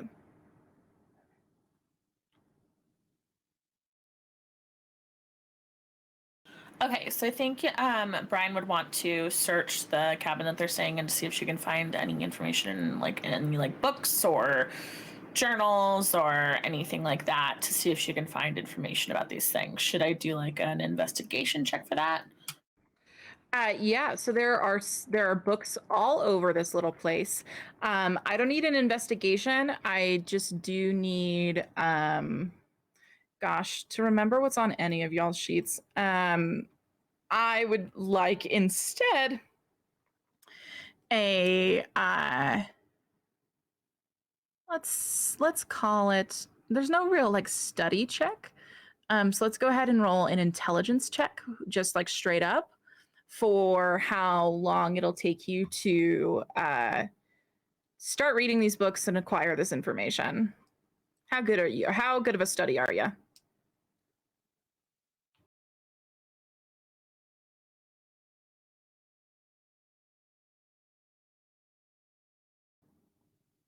That's a 4. So apparently Brian actually doesn't know how to read. So tell me why this goes so bad. So I think actually that any information that Anpara has about these things, he probably just kind of keeps to himself. So I don't know that he would necessarily keep anything where stuff is written down. I also think that or at least not like the specifics that Brian is looking for, like how to safely harvest XYZ plant, how to store XYZ plant, like, you know what I mean? So like there's probably information about like what it is, what it's used for, but I don't think she's able to actually glean the information that she's seeking, which is how to safely harvest things without her or Ystere getting hurt. So sorry. So this is Ampara's fault? If it's Ampara's fault, I'll tell you why it's Ampara's fault. I think that's how Brian justifies it in her mind. Okay, sure. Does that make sense? Sure. But so I think she kind of like searches through all these different books and things and just like doesn't find what she's looking for.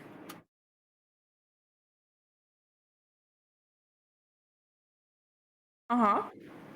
And then I think it's an issue where like she kind of takes this upon herself to do this like attempt at research, and then I think she turns to Ystere and just says, I can't find any information on how to safely harvest these things, and if we can't safely harvest them, I don't see the point in trying. You're giving up? I didn't say that. I'm just saying, what do you know about how to pull these things out of the ground? I can handle the safe acquisition of the first 4 ingredients. I'm still lost on the last 2. Yeah, so am I. All right, then we should probably just give up. I don't think that's the right answer. You said yourself that we have to play by his rules, and his rules say that we need to complete the list. So my best guess is for us to take these little pictures, and then I think she takes the book and like holds it up and shows Ystere like what the Andorra bark looks like, or the Andorra like thing that she finds. Mm-hmm. And then I think she says, you know, I know a little bit about bell whale buds, but it's mostly from horror stories. I don't know that I've ever known anybody to go hunting for them. You know what I mean? Icing. So the best thing I think we can do is to look for them, and then I guess just use our own experience to see if we can pull them up in a way that doesn't kill us. Sounds fun. We could do that. You have another idea? Well, I have a better idea. Sure, let's hear it.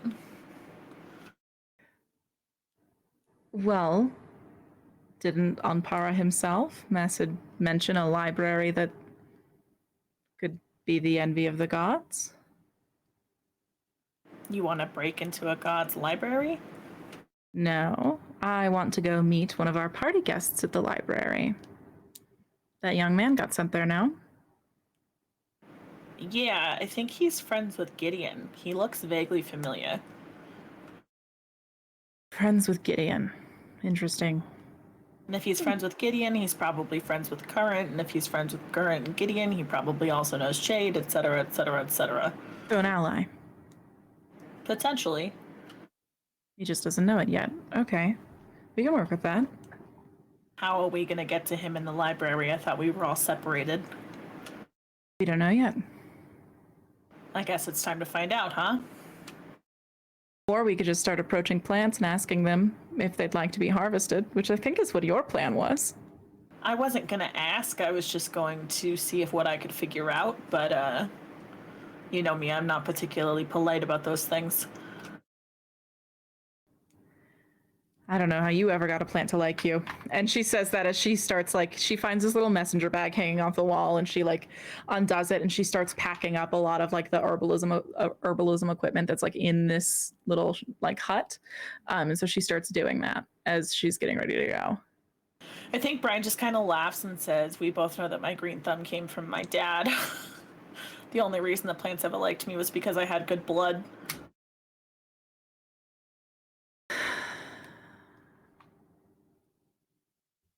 You're a lucky one, that's for sure. And how are you getting ready to go? So Brian, I think, is checking her actual little bag that she always has on her to make sure that she has everything. So like her, I think she's a little surprised to find that like her daggers and stuff haven't been taken. But those are still on her person.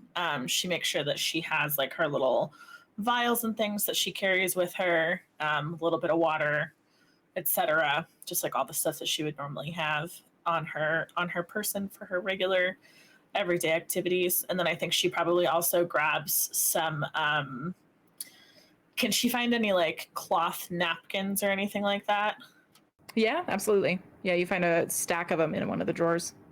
I think she grabs a couple of those as well, just to like kind of put clippings in between to keep them safe in her bag. And then she probably fills up that water skin that she's got. Yeah. And I Okay. think that's it. Perfect. As you're getting packed and ready to go, you guys are kind of quietly like just packing up alongside each other. There's a hint of normalcy to it that is alluring. She goes, I just have a favor to ask you. Okay. And then she kind of turns to you and she says, if I tell you to run, it is because I mean it.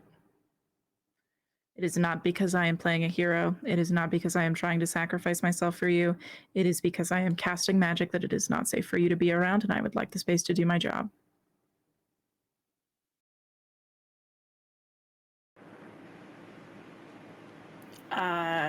Yeah.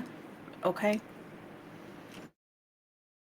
If things just go wrong, we'll find each other here, okay? Okay. All right, then. That was easier than I thought it'd be. Off we go, then. Brian follows Ystira. I think she's taking her promise to follow Ystira's lead very seriously in this situation because she wants to make sure that they both make it out alive. Yeah. And so you kind of fall in line with her, and you guys step out into outside of this hut, and you can kind of get a feeling for this what can only really be described as a palatial neon rainforest that you are surrounded by. This palace that is just completely overgrown, full of garish colors that are just tiring on your eyes. Just the absolute abundance of life, the overwhelming of life. The sun is still so bright out. And everything just seems good. Everything feels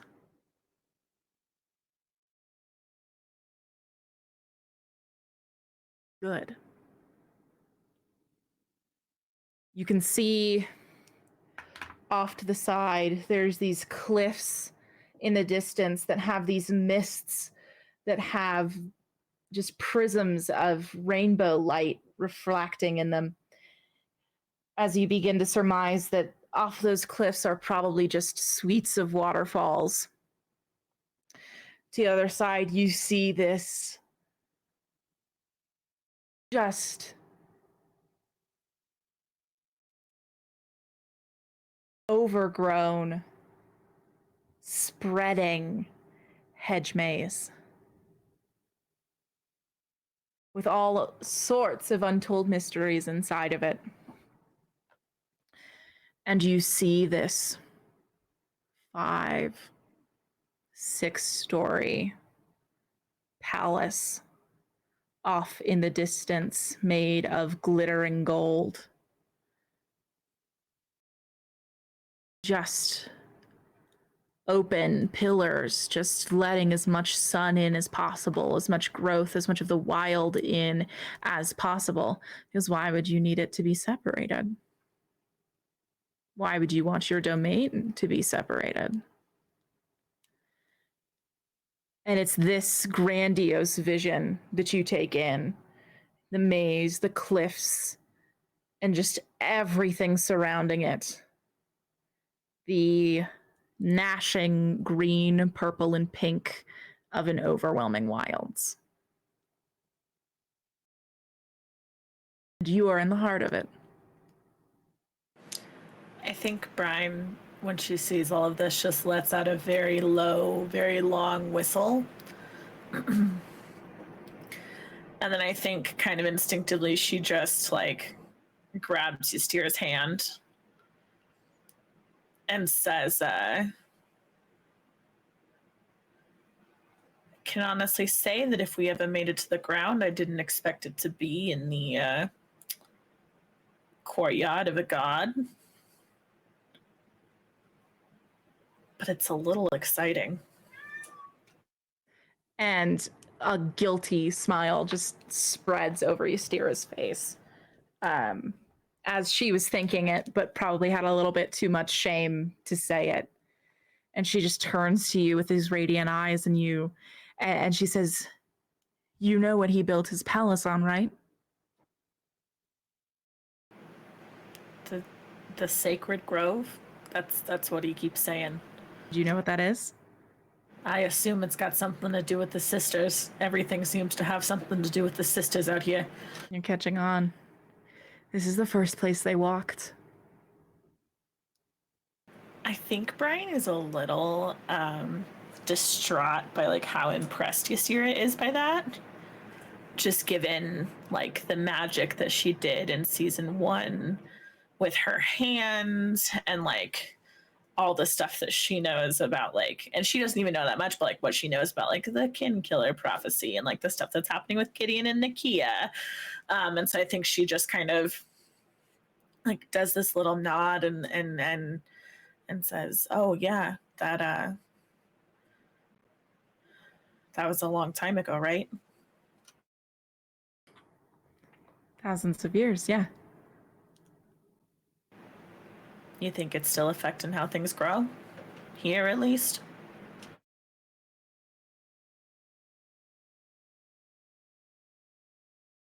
I don't know. I think it would seem that Ampara took the beauty of this place and made it his own. But I don't think anything would grow so grand. Not for this place.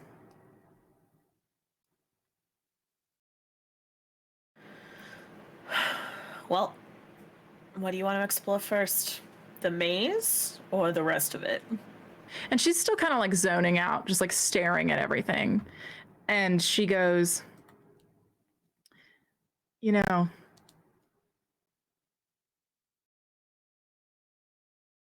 the legends are true if this is the first place they built.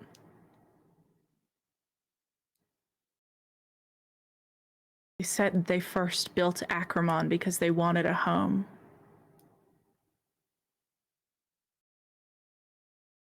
I wonder when we're walking. Of course, I mean, it's easy to tell what Ampara's idea of home is, she says as she gestures to the 6-story palace. But I wonder if we'll see any ideas of home from the Apotheon sisters.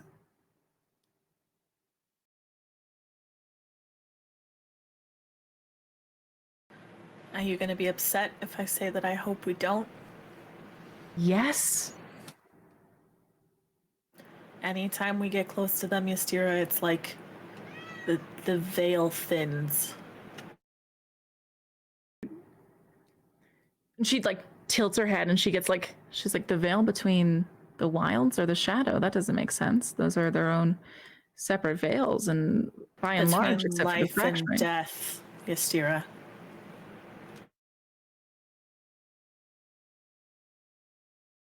Oh.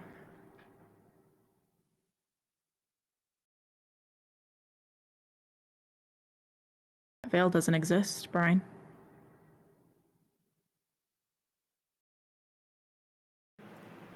What do you mean it doesn't exist? Of course it exists.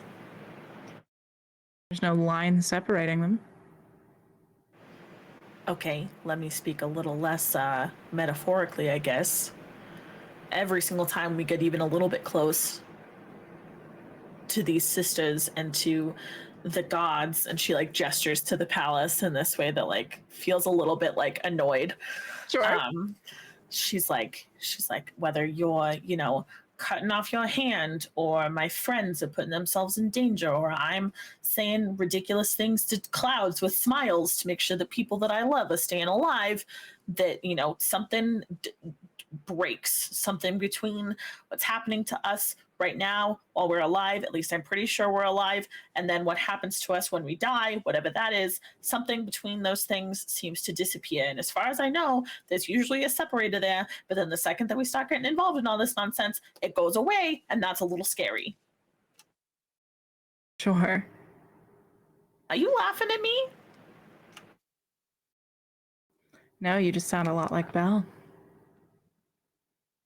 I think Brian makes this like kind of like pinchy face. Scared of anything that's not within 3 blocks of your house. That's not what I said. That's exactly what you said. This is obviously more than 3 blocks away from my house, Ystira, and I'm fine. I'm standing here and I haven't run screaming. No, but you're scared. Yeah, I'm fucking scared. These things could kill us. Do I want to die? Probably not. Do I want you to die? Definitely not. Am I here because I wanted my friends to stay alive? Yes.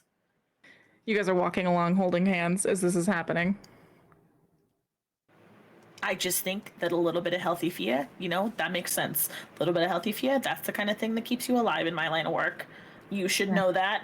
You're an assassin. You've killed people. You're right. This time they felt a little bit of fear.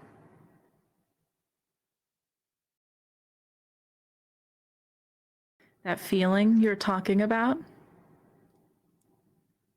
it's every time that you got close enough to realize that you're not playing your own game, Brian.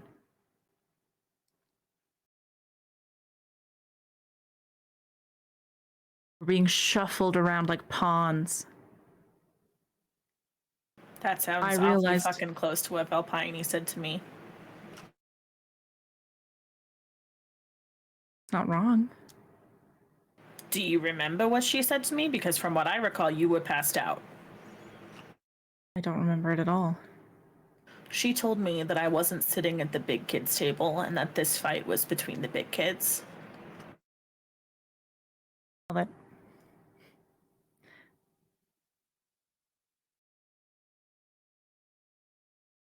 you're not. Doesn't mean you should count me out just yet. No, that's what I'm trying to tell you, Brian, is that they have no mind for mortals. But it's mortals who deserve that power.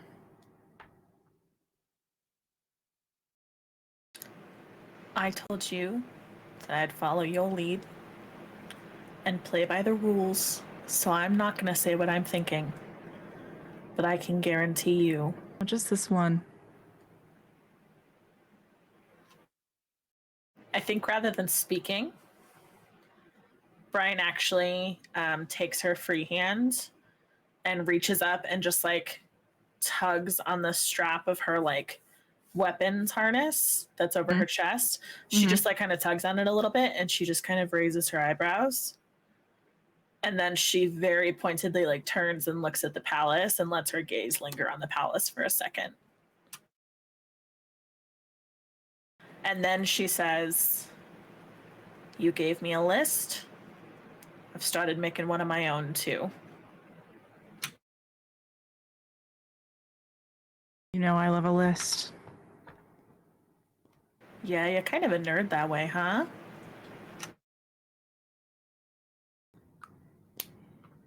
You need power to cross them off. I'd worry about that first. Guess it's a good thing I'm with you. Yes, it is. And then Brian's gonna nod towards the hedge maze and go, "So that's where we're gonna find the bell whale buds, which I have no idea how to harvest.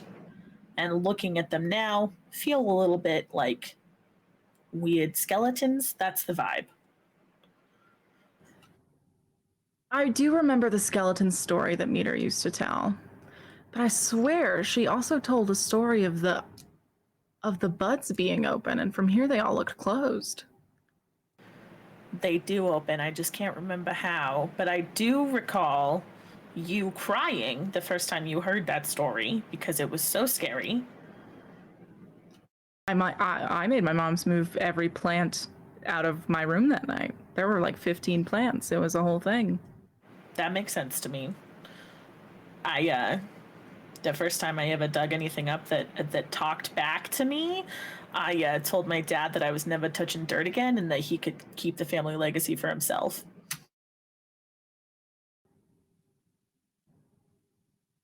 Sounds like you. It did not work. He was not impressed. And I think Brian just gets like visibly fucking sad. Like her whole face just kind of turns down. Ystera kind of shakes her head and goes, I made sure he was safe in Kurthis, Brian. I knew that he was in Empara's cell, right? Yeah. He might have been safe in Kurthis, but he's not safe wherever he is now. I'm sure he is, Brian. I'm positive he is. Why? What evidence do you have of that? Because he's not interesting if he's not fine. Anpara's not going to spend a tool like that. Not this soon, not this early. Will he use it to hurt you? Yes. Is it in his interest right now? No.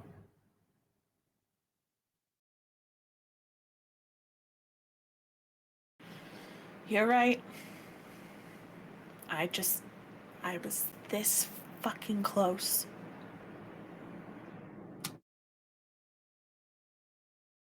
I won't let any harm come to him. I promise. I promise. I promise. You can't do that for something you have no idea how to even go Feel about the doing. wind pick up. It is already a promise made in 3.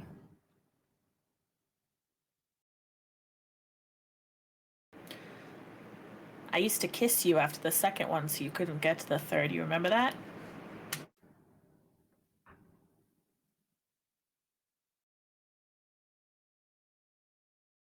Mm-hmm.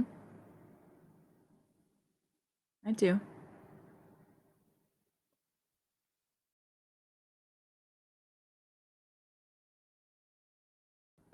You should be careful about how you're throwing around promises down here. It's a little bit more dangerous, I think, Buttercup. I'm careful with everyone but you. Can I not have a moment of frayed edges? Not a single promise. If I can't make that promise, what promise would I make? That one's worth it. Come on, we have a library to find. Before she, walks off, I think Brian says, well, if we're playing by those rules, then remember that list you gave me? Don't you dare. I'm gonna strike it off. Every single one. I promise. Roll a dexterity check. Saving throw or just a check? Hold on, I have to pull up her stat sheet because she's going to take combative action to make sure that this doesn't happen.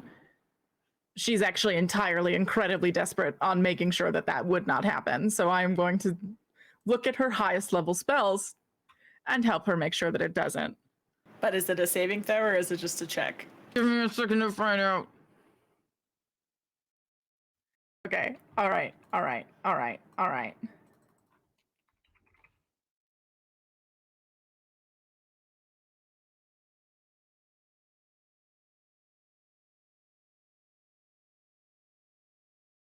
Oh, I actually don't need anything. All right, sick. You say the first I promise, and Ystera, it's vocal and somatic. You see her say a few words and go like this in a circle, and you see this magical orb dome produce, and you just go and then silence from your mouth. I'm gonna use Thieves' Cant to finish it. Fuck. All right, you get your second promise. That's 2 promises. However, she is going to roll a combat roll to try and grapple you. So let me pull up the fucking grapple rules. I think that's a deck save, if I remember correctly. I think it is 2.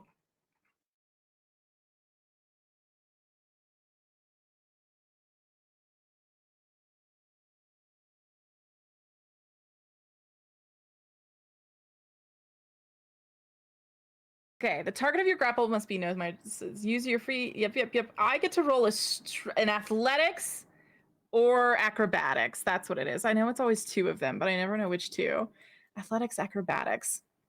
And then hers of those aren't good, huh? Those are like the 2 things that aren't her strong suit. Everything else, it's fucking stacked. But this one's not good. Okay. Let's just put you both out here. And then I will have Ystira roll a dexterity check with only a +2. Not great. Is it just an attack roll, or do I have to roll? You have to roll you can either roll in athletics or acrobatics. Just a good old contest, huh? Does it matter which one, or can I choose? You get to pick. And you have to beat a 7. That's okay. Leon's Well, gonna that's give a me his... 9. So... All right. You have the opportunity... Okay! You have the chance to make this promise in 3. After she does the second one in Thieves' Camp, she's going to give Ystira this very significant look. And then, like, gesture to her mouth. As if to be like, take the spell off. You see her, like, clench her fists in anger, but the dome slowly goes. I promise.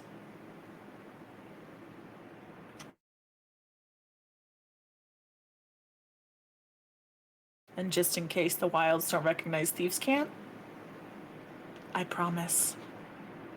Go ahead and roll a persuasion check. As I figure out if your girlfriend's gonna beat the shit out of you or not. A 10.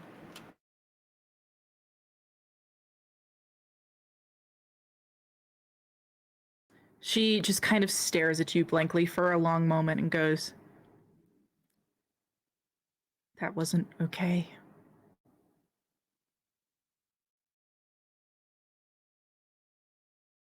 That wasn't okay, Belle. Why? Because you could die. Didn't we already establish that either of us could at any moment? Yes, in the abstract, in that I would have to die before I even thought about letting that happen to you.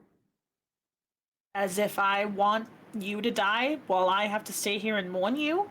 You... This goes both ways. No, you stayed in Zubifax. You picked a good life. You deserve a fine life. I didn't pick a good life. I left the love of my life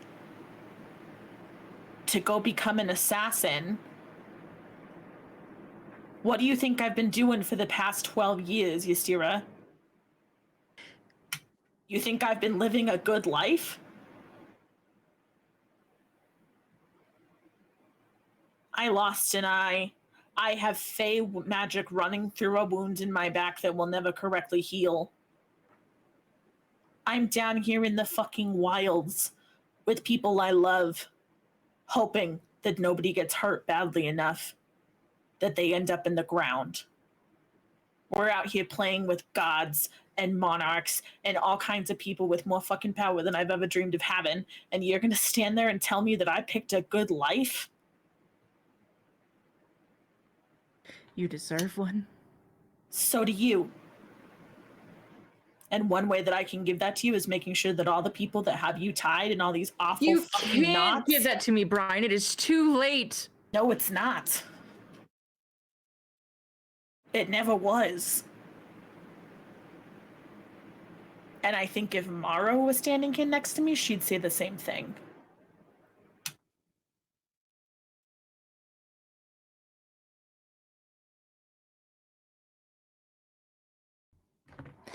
I'm glad you know Corvin so well. He can help you find your damn plants. And she lets go of your hand and turns to go back into the hut.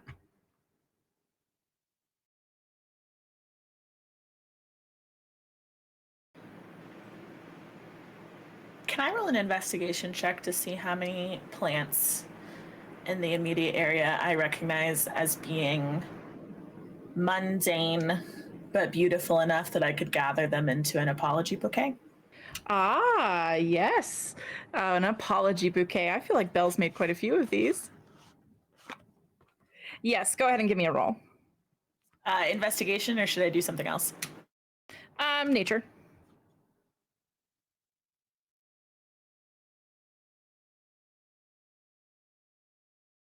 That's a 16. Okay. Let's see. How about some amaranth? Primrose. I'm going to write these down. Give me one sec.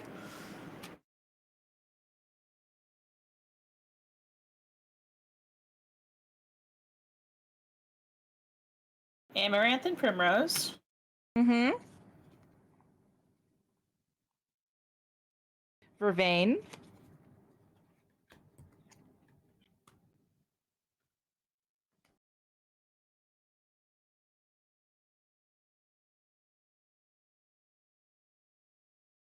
Oh my god, have you seen snapdragon seeds? I can't show them to you. You would weep.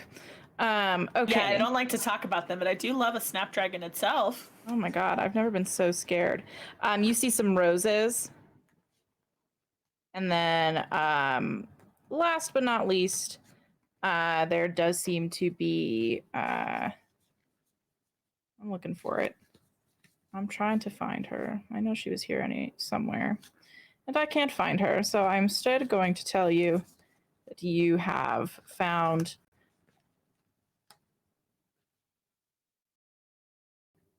some. Oh, I'm not going to give you a toxic plant. That would have been so problematic of me.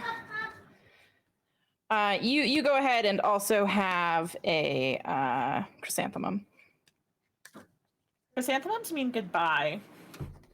Okay, then you have something less sad. You have chamomile. Anywhere?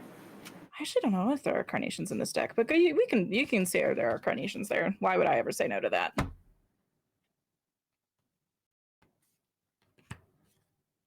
So you've got rose, primrose, amaranth, vervain, and chamomile, And carnations. Carnations. Yep.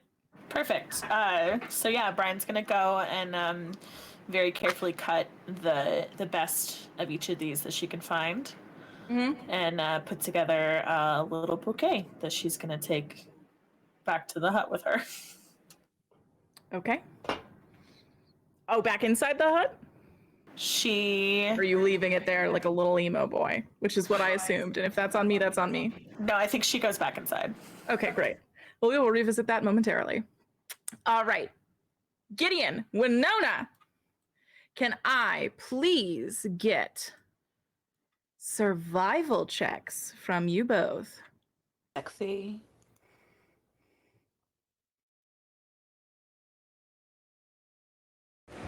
Good 15. math. 21. A 15 and a 21. Damn. All right. This is great. Y'all did wonderful.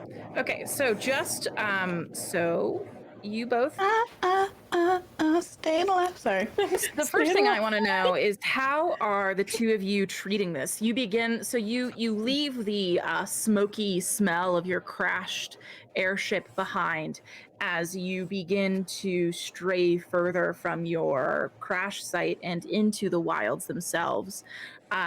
It is like a sensory nightmare in that like you'll get like a whiff of like I almost said cinnamon, and then I was like, that word's different now. Oh no.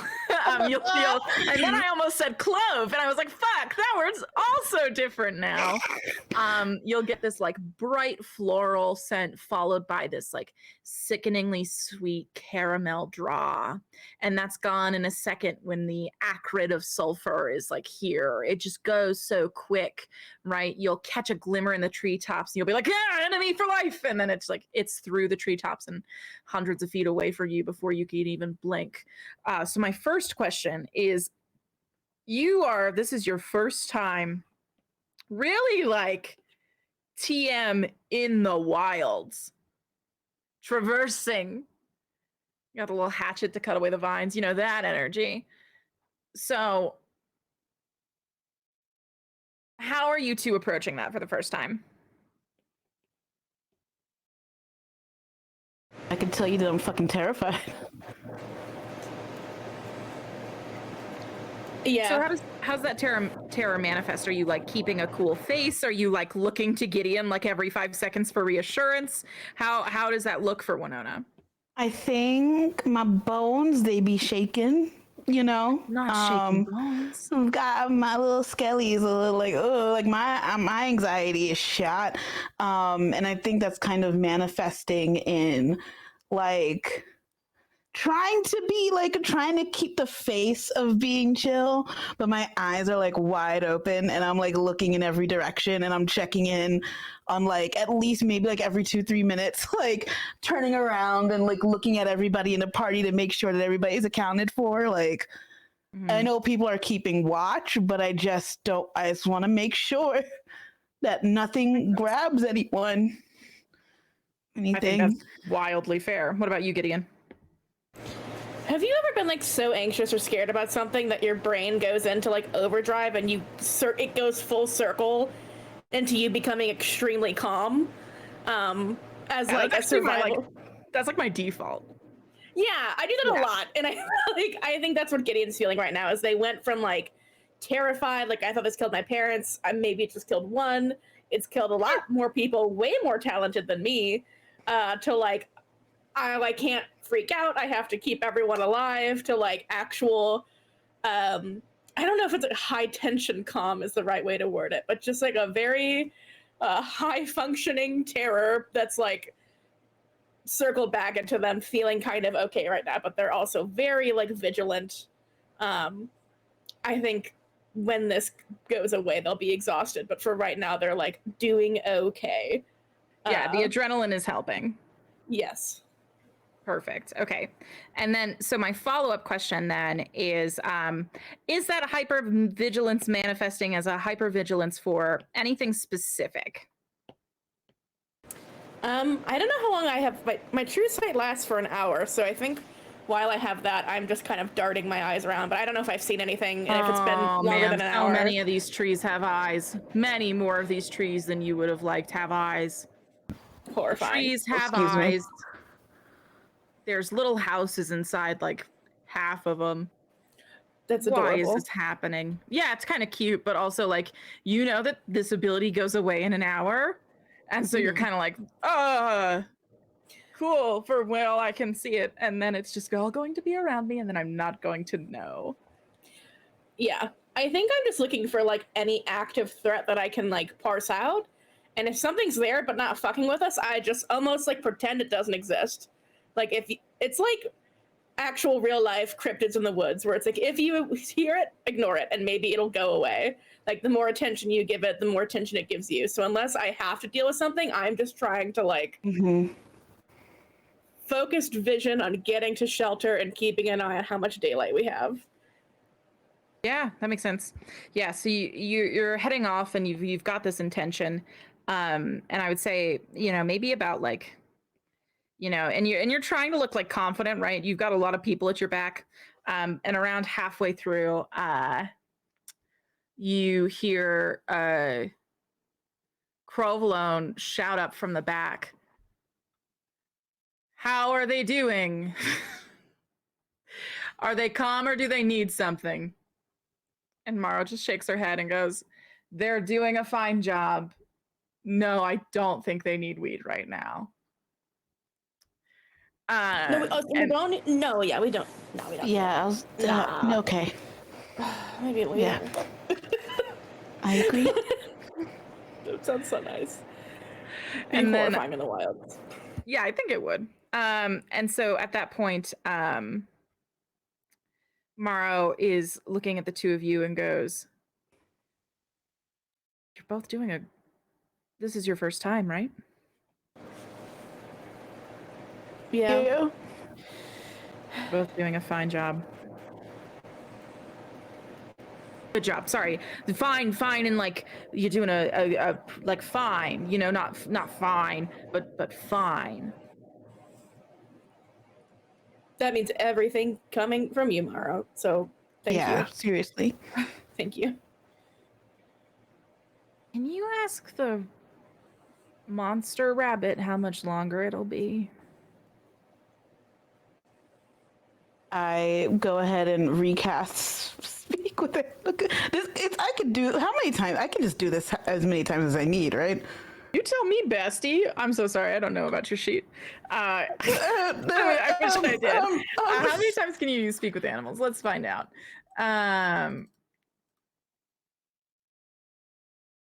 Oh no, I don't know. Speak with animals. No.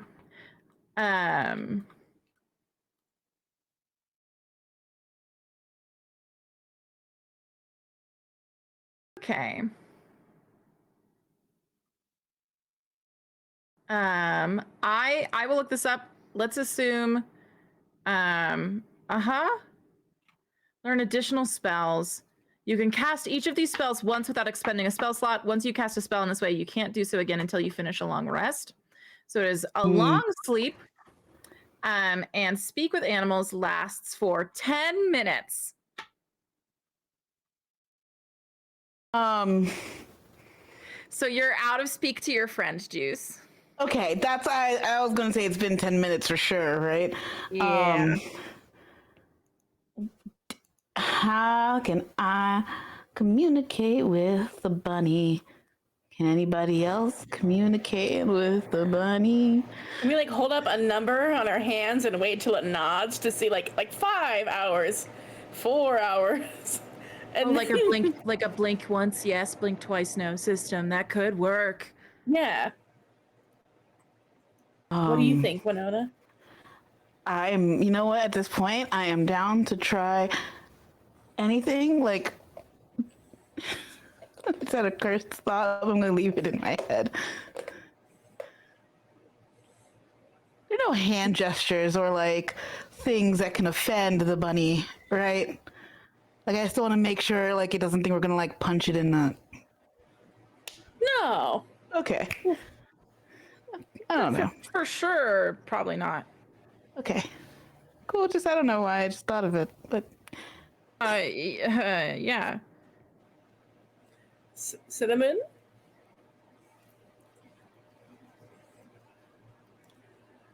How long until Winona, do you mean you're used to talking to the bunny? Do you know how long until and then I turn Cinnamon towards Winona? And since Winona can't she tries because she's still getting used to her magic, she's like, oh, I can't. Huh? And so she's like, time?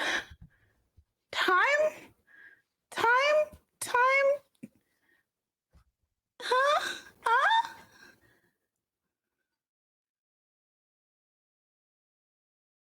What kind of system are you trying to communicate to it with it? Charades. Like a hold up a number and then shake your head no until we get to the number of hours. Okay, yeah.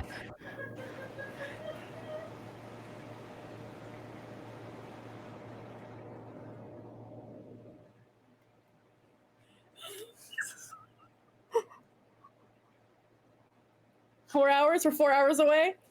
Hours away. Thank you. And then we continue walking. This is the happiest I've ever been in my life. Stargraze, Grimoire monster. Yeah, keep going. Smooch the monster. Smooch monster check. Great job, besties. Pack it up. Go home. We did it. Sorry, I'm so girl. Perfect. I love that for you. Are you okay? So you guys just keep on hauling. Yeah, I'd do a check-in to see how people are feeling, and Yeah. I give Chade my lambus bread. I don't know, like we keep going. She goes, I mean, like, I'm a little hungry. Like, I could do with like a snack, but that's only if like other people are also hungry. If I'm the only one that's hungry, I'm not hungry. I'll eat a Cliff Bar with you. Not sponsored. I don't know. do we not have provisions? Do we have snacks? What's in your inventory? Whoa. I got excited and I got not excited because I'm not sure. Hey, you know what? How many Dungeon Bees do I have? Not the Dungeon Bees. I know. Oh no. Listen, if I've got enough for everyone, this could actually be helpful. 10 minutes to chew, but gives you advantage on the next dexterity-based roll. I think that you have, let me double check. I feel like I have 12 or something like that. It's made my computer angry. One moment. Not the Dungeon Bees making them angry. Yeah, she's made my computer quite angry. She said, I won't look her up. How dare you? I'm going to assume you have 6. And Okay. then I might you at least have 6. If it turns out you have more later, I'll send out a press correction. All right, sick. And how many people we got? We got 1, We got 6 2. people. Got 6. Perfect. Each person. Unless we have other snacks. I mean, I think we could eat both, but it's a little gummy, you know, and it's like chewing gum. It's gonna take a while to chew, and it might fake you feeling full for a little bit, and I'm gonna backtrack that that statement, but it might, you know, make you feel nice and sated. Bouncy? Well, no. I mean, yeah. I just got these from a vending machine somewhere in Terrapine. And, Oh, cool. Oh, I forgot about that. Oh my Yeah. god. Me After you too. got- okay. And then I Totally forgot about that. Holy shit. I was just feeling in my pockets to see if I had any candy on me. It turns out I still have those Dungeon Bees, and I have 1 for each person. I'll If take y'all one, would sure. like to. Yeah, something to let's snack get in. on. Yeah, there you think. I give everybody a little Dungeon Bee of their flavor choosing. I do have rations, but I'd rather eat these, to be quite honest with you. Yeah, yes, absolutely. Candy. Yes. I'm pretty sure these are like it's a Terrapinian food. So I know Crove knows it, but there's these things they're called gushers, and it's like there's a little sweet candy in the middle, and it's Ooh. yeah. Wow. The one I'm- sad thing is that the Ursimo Union did produce them, and so it was like the one good thing that the Ursimo Union ever did. Listen, I guess it's one good thing instead of you know what? I don't know where I'm going with that. Have a here. Thank you. Incredible. Yes. And so you dole these out, and I love that. Okay. No longer have Dungeon Bees. Goodbye, Dungeon Bees. Thank you for I your know. Dungeon Goodbye Bees. to the goodbye to the Dungeon Bees. Never forgotten. So with that, you all kind of settle into a silence again, unless you're doing a particular thing. Are you doing anything that's like morale minded? Are you like contributing to morale? Are you kind of letting everyone kind of like walk in concentrated but somewhat miserable silence? What kind of morale are you trying to cultivate for the people around you? I'm thinking maybe it's like, I don't want to say necessarily full silence, but like I think it would be like at least for the people, like, like I'm trying to think it out. Like I want it to kind of feel like we have trust in each other and we're looking out for each other, and like we're not gonna do this alone kind of energy, but like so it's like focused. I think at least from Winona, I feel like focused silence. If that makes sense. Yeah. What about you, Gideon? I think Gideon is occasionally just like telling stories to try and get like a quick laugh, and then maybe going back to that comfortable silence, so we're not goofing off too much, but we're also not just like sitting in quietness, and so that way we can maintain like that like trusted the companionable silence that Keto was mentioning, but like in between, like so in Kurthis, there were, like something that maybe they would find interesting about like a place they're not from, or like a goofy story about when they were a kid with Current or something, like anything really. I love that. Yeah, at some point, Maro you're telling a story about Kurthis, and Maro's kind of like laughing along, learn all this stuff, and then Maro kind of like tilts her head to side and goes, "How does Kurthis stay up in the air?"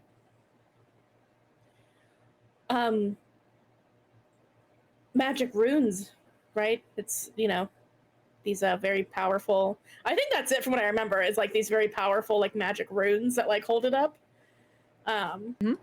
You're right. Okay, you yeah. are right. Yeah, You're right. God. I was like, I swear that's it.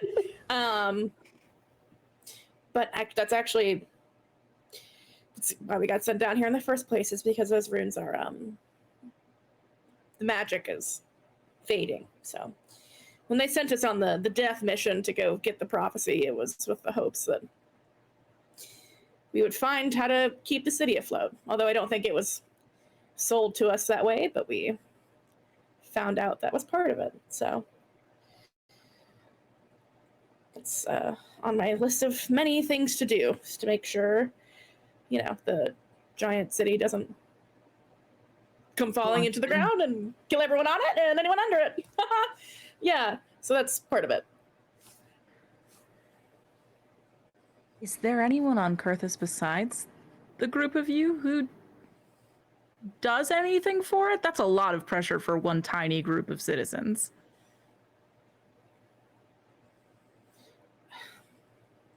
Well, he sacrificed a couple sets of us, right? Yeah, there was the Kiara Lockley. She's the one who put an the S tier guild listing out. Kiara Lockley.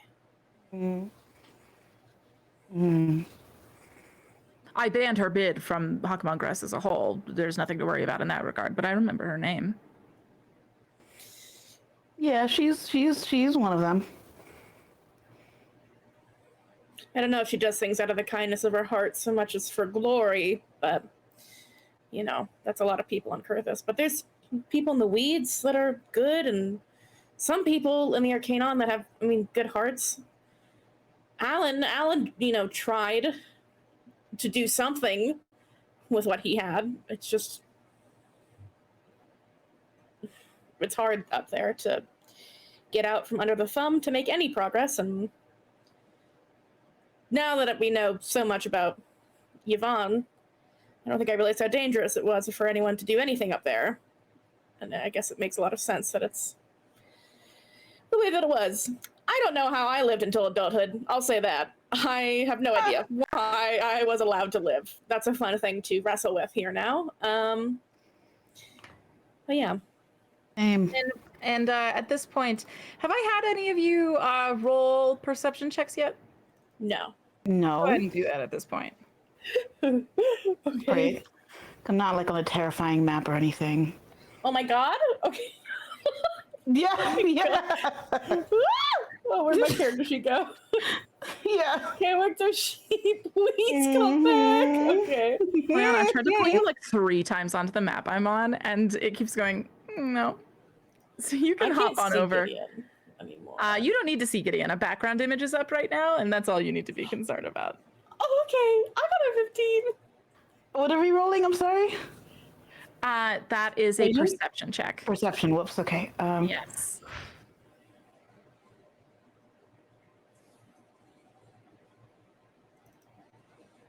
Did I roll 18? Nice. Oh, cinematic mode. Look at us in the corner. Yeah. I love it.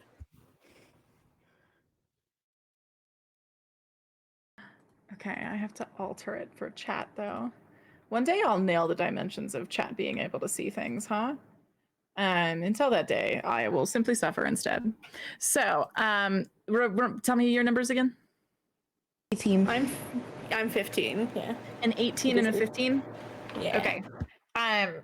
Winona, you are listening to Gideon talk about the crown, and you probably have some different opinions. Read stronger opinions when it comes to the things that Gideon is talking about. And they're maybe not even opinions that you're sharing right now. But you are walking deeper into the woods, and though the sun is still shining, and though the no harm bunny has assured you that you are still 4 hours away from your location and that you will get there before sundown, the shadows feel larger here.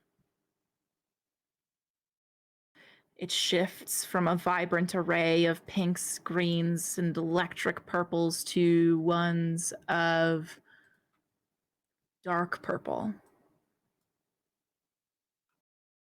This looming darkness that you are trying to take in. Moment of truth. Perfect. Okay. I think chat will be able to see that better now. Yes, they will. Perfect. Okay. So, you are listening to this story about Yvonne, and you are thinking of all the power in Kurthis, of how, quote, dangerous Gideon didn't quite realize it was. And there is a part of you that always knew how dangerous it was. You knew how dangerous, you learned the hard way how dangerous it was when your parents died. And you were only ever told it was due to unfortunate circumstances. And you're reflecting on this, and a glimmer of gold light catches your eye. At eye level, you look to one of the trees and realize that it seems to have grown around this gnarled piece of metal.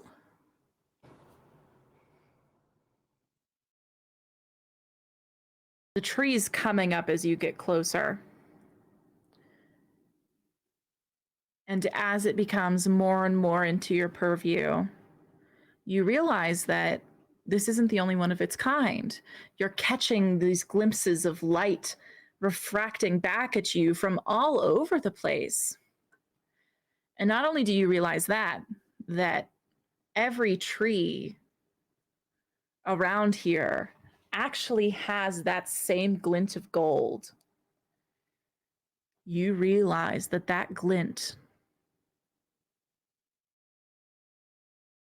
each one different,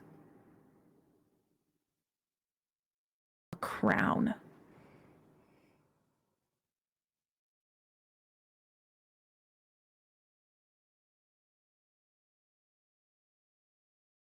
Hundreds of crowns surround you.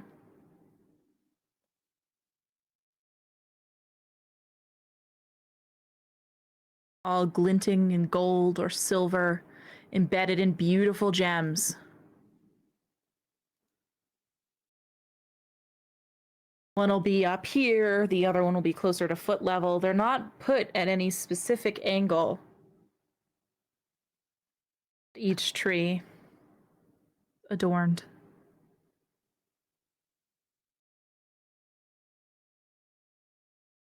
And Gideon, would you roll a 15? Mm-hmm. You start picking up on this as well. You're just a bit slower on the pickup than Winona.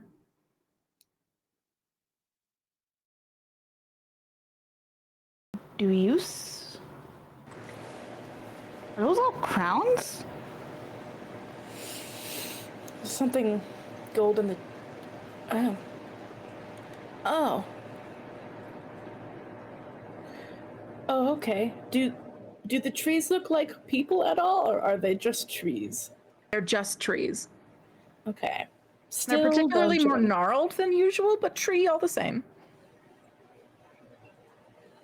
Is this some sort of graveyard? Or A mass graveyard of kings? Certainly something we'd find in the wilds. I mean, there did used to be quite a few, countries and whatnot before they were all devoured by the wilds. should we? This doesn't feel good. Should we investigate, or should we keep going? I think we just should leave keep it alone? moving. Okay, I'm yeah. not gonna touch one of these fucking things. Yeah, no, I'm not touching shit. I just wanted to look around. Maybe we can get like a closer look at one of them and see if it has active ghosts within it that want to leap out at us or something. Can I like investigate the nearest crown and just see if there's anything like hostile? Yeah, roll an investigation check. Okay. Or Arcana. Oh wait, no, I have proficiency in both. Just kidding. What did I roll? A nat 20? Fuck yeah. This was Doug's Yeah. crown, and he died 6,000 years ago. I'm so scared. Oh god. Why are you making that face? Put your tongue back in your mouth. Oh. There's nothing outwardly dangerous to these crowns.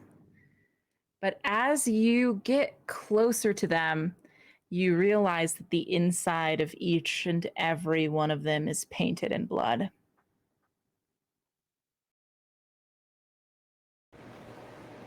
Let's get the fuck out. The inside of the crowns is painted in blood. That's metal as hell, Katie May. We keep moving. I love that so much. We keep on stepping. I agree. It goes, these are cool crowns. We should all pick one out. I cut off his hands. I'm just kidding.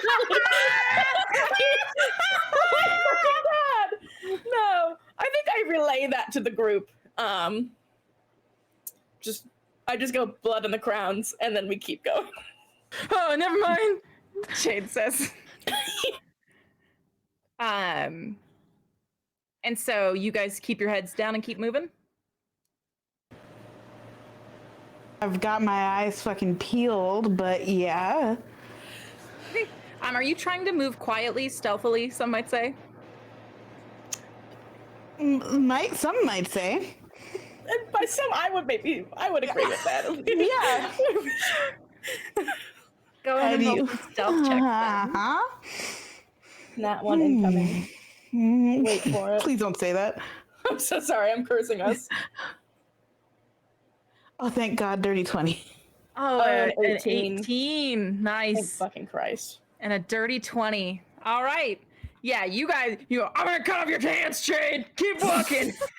Whisper. It's like an angry mom whisper at the grocery store when you're fucking around, where you get like an inch from their face, and it's like, Shade, I will cut off your fucking hands. I will cut off your fucking hands if you touch these crowns.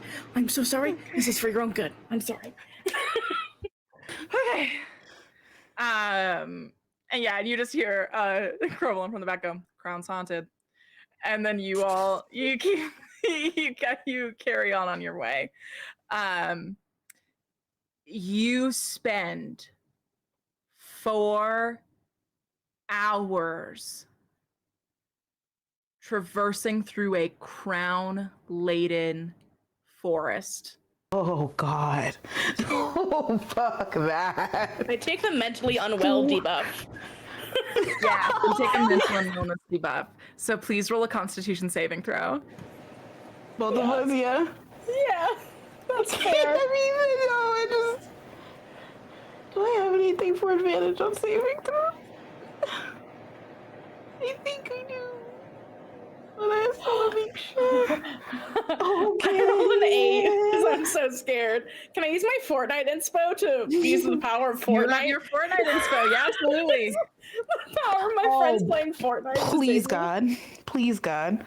Please, God. I didn't know my extra was that good. A 16. A 16. Winona, tell me how you can. Oh, both Gideon and Winona. Okay, tell me how you both are fine. Tell me how you stay fine during this adventure. I'm just. Well, I roll for your friends.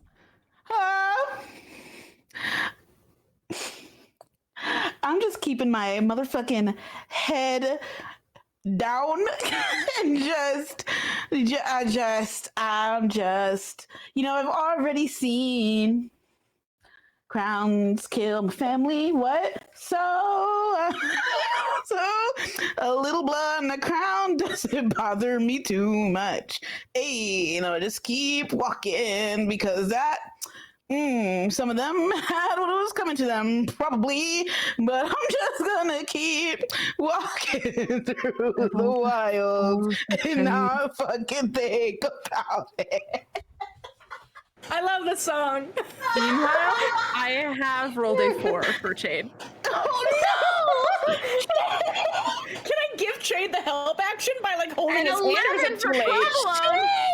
Provolone. Provolone, come on. No Provolone one got too high and it bell curved into fear. They have all failed their checks except for then this is Maro's chance. Where Maro has fucking stacked con. Yeah, that's enough.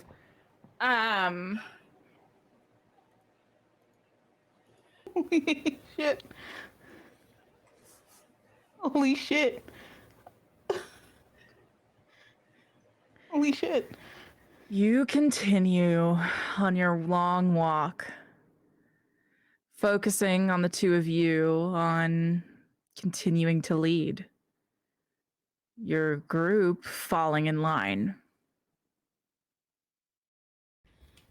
It's 4 hours, a grueling walk. It stops being exciting at some point and just becomes the grating terror of what it takes moment to moment to stay alive. I hope your constitution lasts long enough. At the end of that 4-hour mark, you finally begin to emerge into what looks like a clearing. In fact, ruins. This beautiful castle up in the distance. Hello? And Hello? let me put your friends on your map for you too. Hello?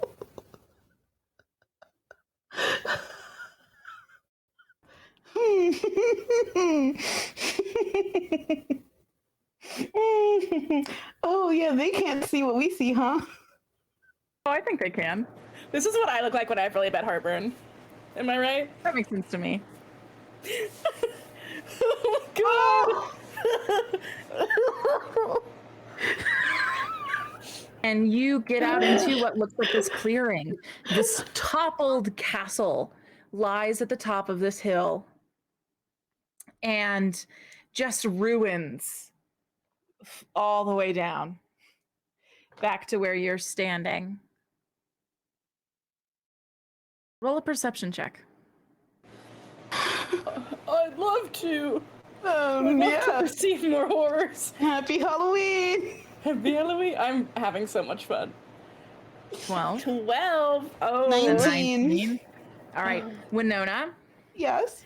I'll tell you what you see second. Gideon. Holy shit.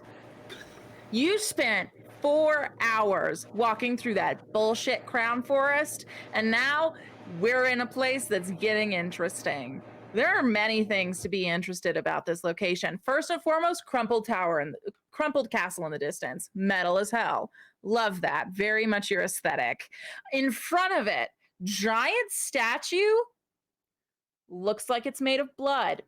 Creature with these huge wings. Still pretty metal. All right.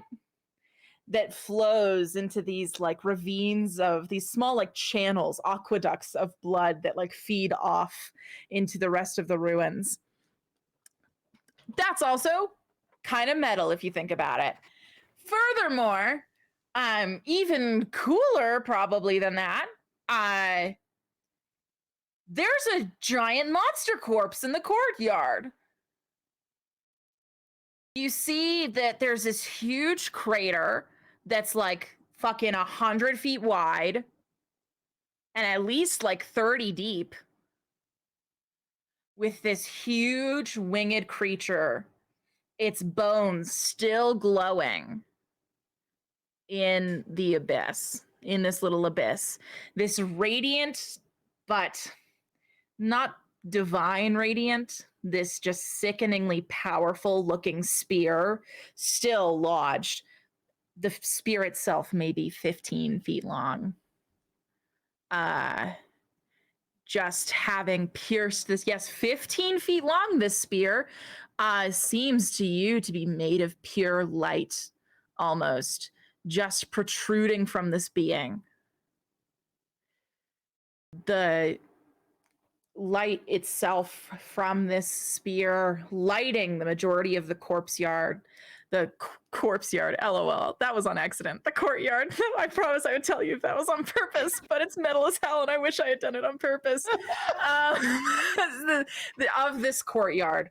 Besides that, it looks alarmingly not wilds eaten. Of course, that is besides the blood fountain. Cannot state that enough. But besides that, it just seems like some ruins, as you would imagine them to be.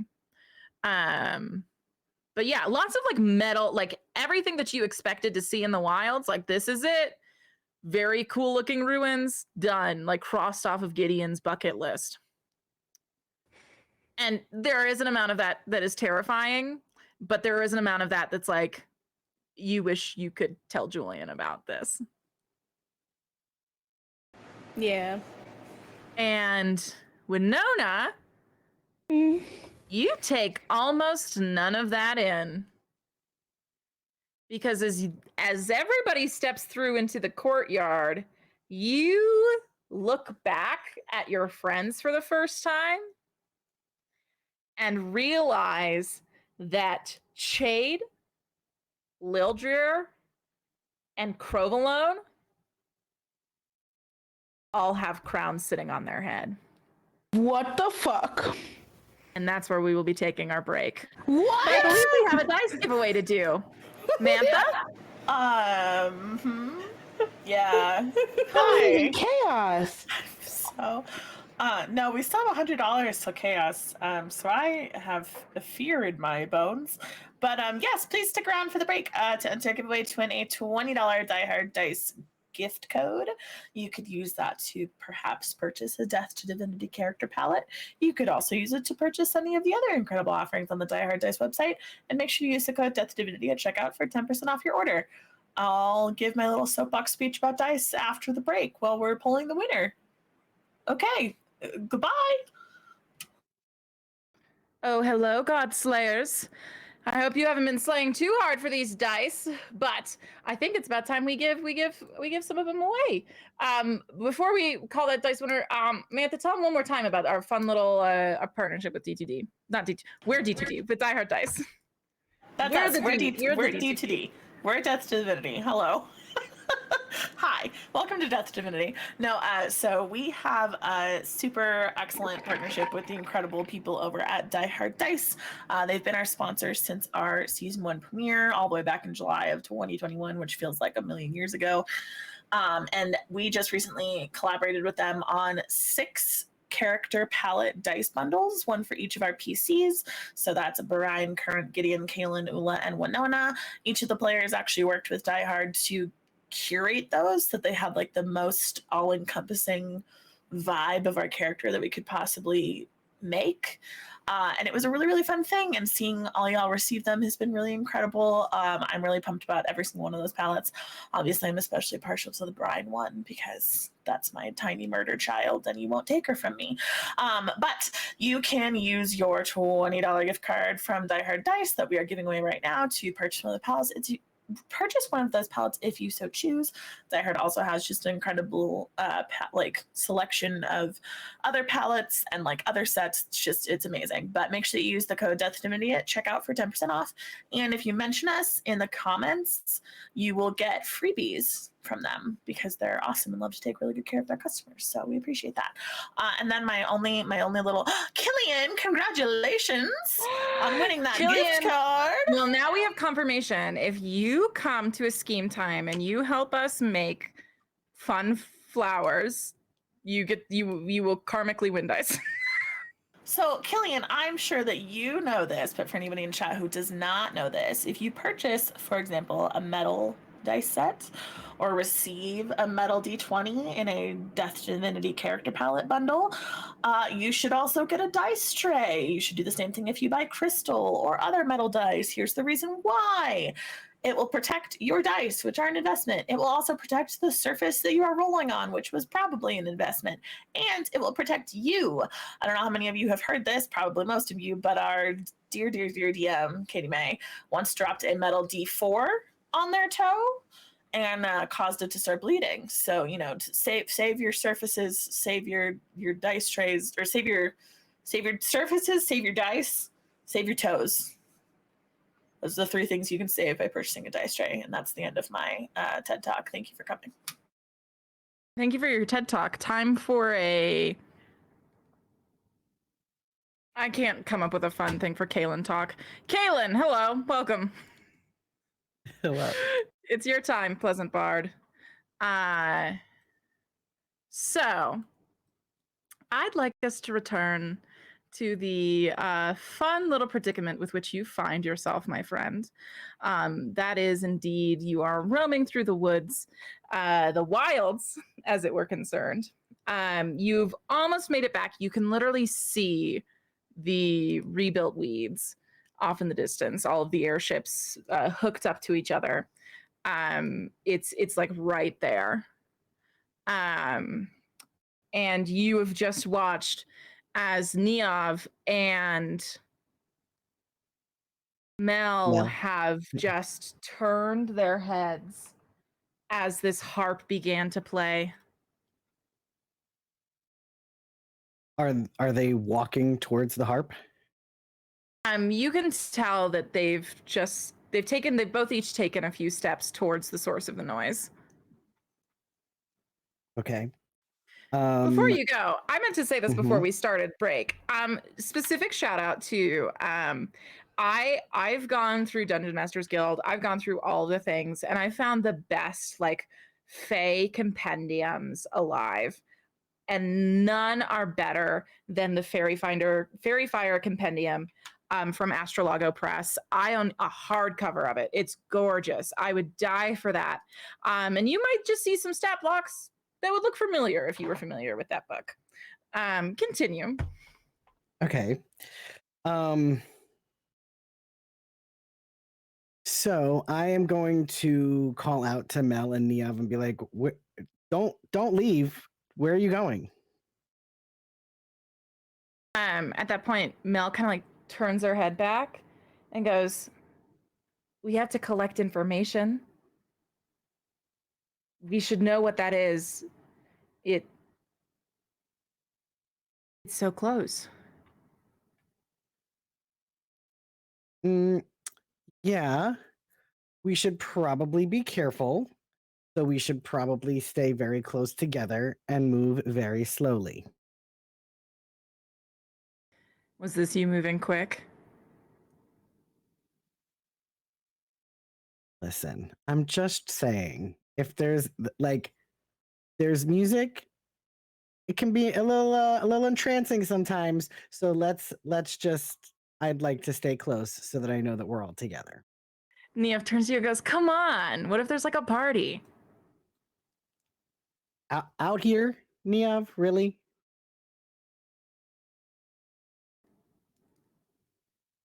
Yeah. Sorry, I didn't realize that was an actual question. Yes. Yeah, of course it's Yeah. a question. Niev. You think flux parties are going to be indoors? They hate that. Alrighty. Well,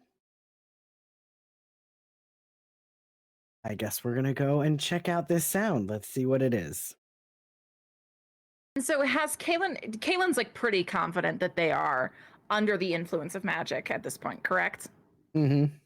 Okay. And you still follow them towards this noise. Great. I love that. Don't come to my level yet, by the way. I'll pull you when you're ready. With that, my questions are as follows. Are you letting them lead the way? No. Okay, you're leading the way. I'm I gonna love lead that the choice. way and make sure that they're behind me. Perfect. Or, okay, or so you're perhaps not necessarily behind, but like in my peripheral, so that I can see them if they start to want. perfect. Okay. With that, what are you looking out for anything in particular as you approach? Yeah, I mean, I'm gonna be looking for like trying to see if I can figure out where the source of the music is coming from. Okay. Then go ahead and roll a perception check as you continue into the wilds.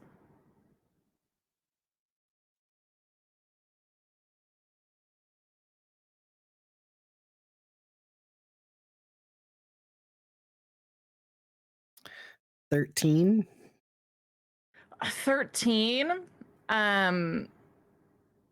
It's so you begin heading in the right direction. And you feel like you're getting closer and closer. But you're starting to realize that at a certain point down the direction that you're heading, it stops being like ground to walk on. You realize that there's a cliff face that's running this direction that you are approaching the edge of.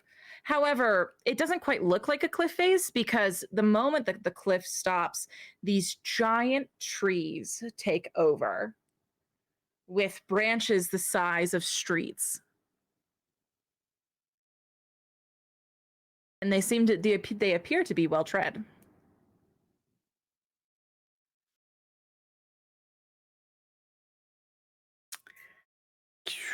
Can I do some sort of nature check to see if they are sturdy enough to walk across? Yeah, absolutely. And you're also pretty confident the sound is coming from that direction as well. Okay. I realized I didn't quite say that outright. Oh God. That's a 6. A 6? Yeah. Oh God. Yeah, those look absolutely good. Not only do Hmm. they appear to be well tread, but it's like you probably don't even got to be careful about it even. I think that he's probably still gonna be careful about it because he's like, Sure. right. So he'll Yeah. go over to the tree, keeping a close eye on Mel and Neov. And kind of like just put like he'll step on a tree and see if it can like hold. You like, put your support foot it. down and it like doesn't even creak. Okay. This branch is the size of a road. It's not going to buckle under your weight. Okay. And can I do an insight check to see if there's going to be any like vines or things like that that are going to come up and trap us? You can roll a perception check, but your nature roll was a 6. Ugh. Okay.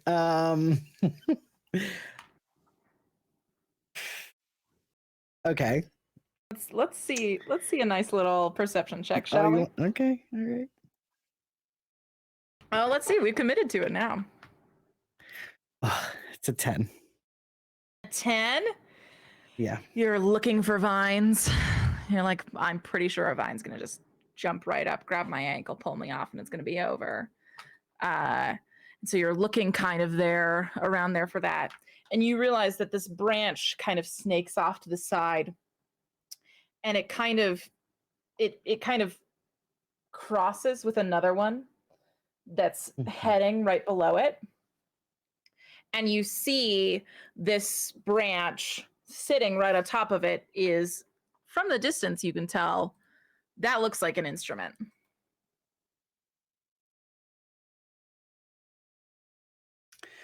Okay. And approximately how far is that from me? 200 feet.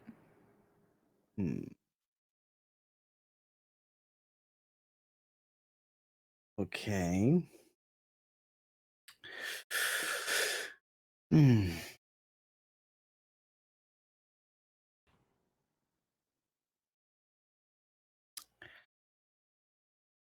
All right, I guess we're gonna walk towards this instrument. Okay. Do you have any marching orders for Niav or Vo, or Niav and Mel, or are they just like kind of walking behind you? Do you have any specific instructions? I'm going to assume, unless stated otherwise, that they're just walking behind you.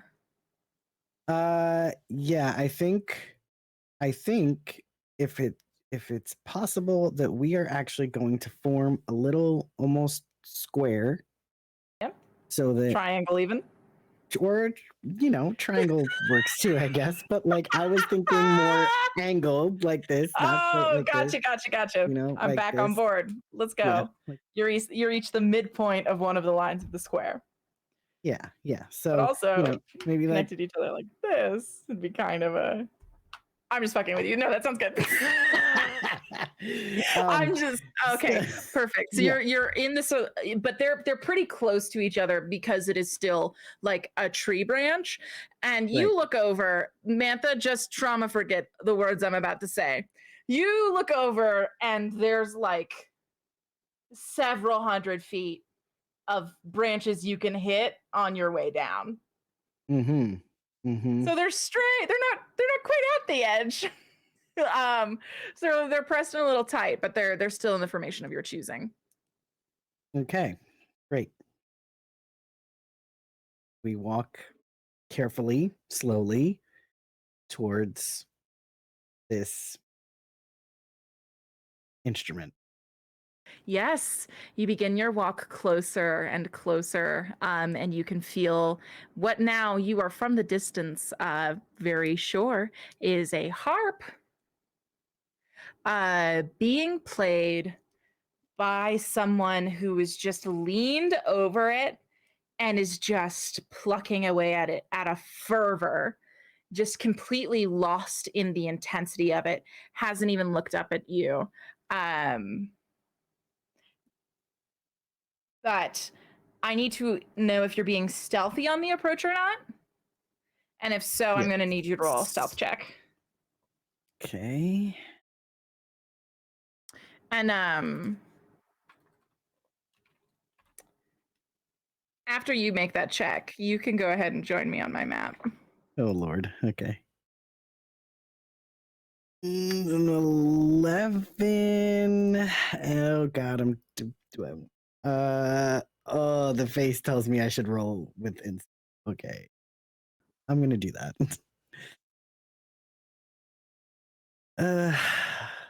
Not this being one of my worst stats. What's your worst stat? Stealth. Oh yeah, because because it's under Dex. Dex. Under You're Dex. so right. That's not any I'm glad better. you're bad at one thing. Are you just like fucking loud when you walk? Are you like what? Probably, yeah, probably just a little loud. Oh my god. Oh god. You're just wearing like just like the wrong kind of jewelry and it's kind of like clanking. It's so funny. Well, if you got a 7, I'll take your highest. An 11? I'm not going to make your friends roll because Oh god. you've done enough. You've done enough for, for everyone, Oh, I think.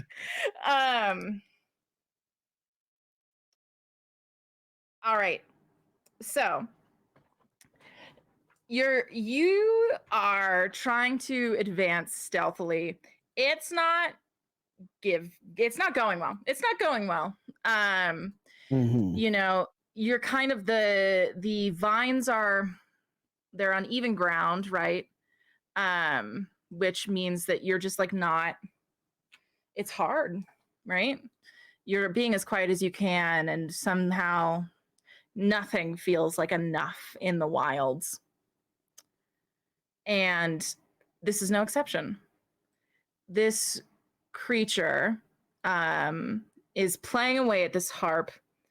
And you notice that like on one of the times where you step down and you what part of your body is what a weird thing to ask someone. What part of your body is the noisiest? Your equipment setup, your everything. What's blowing your stealth game right now?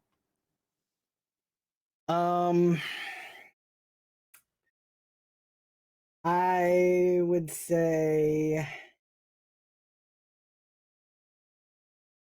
probably maybe I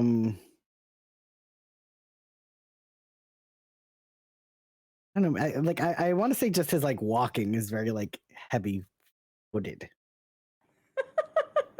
Okay, I can work with that. Don't you worry. You're Okay. listening to this song play and you're very adept with music. So you hear this subtle shift. You hear the time signature of the song change and morph until it is completely in beat with your footsteps. And that's the only indication this creature gives you that it is fully aware that you're there. As you get closer, this seems to be some sort of spectral humanoid.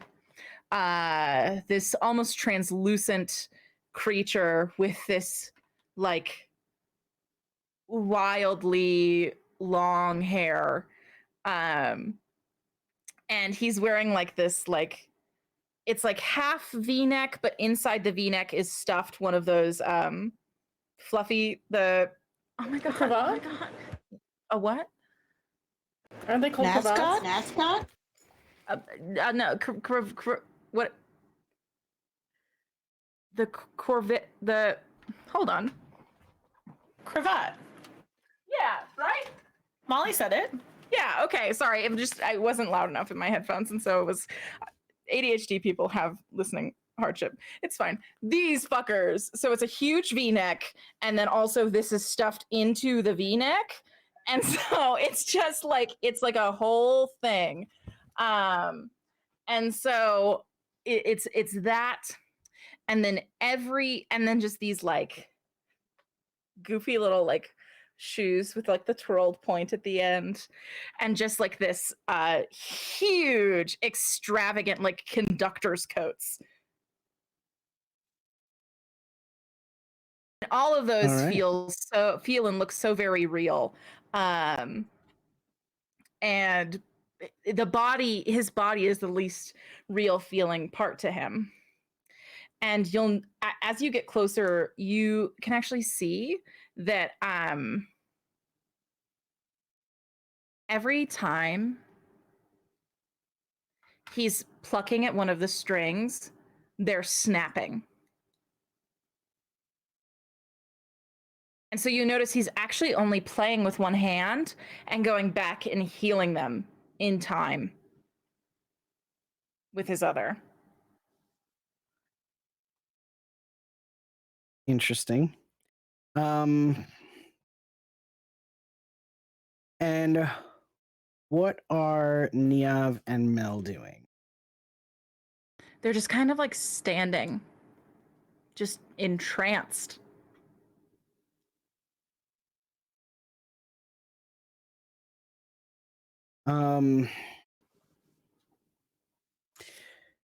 And all right. So this is presumably in the way of us getting back to the ships. It's not. It's not. Okay. It's the ships are actually behind you. Oh, all right.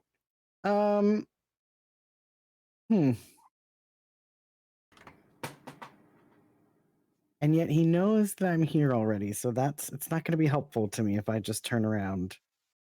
You could always try. I could This isn't a try. video game. You don't get locked into levels.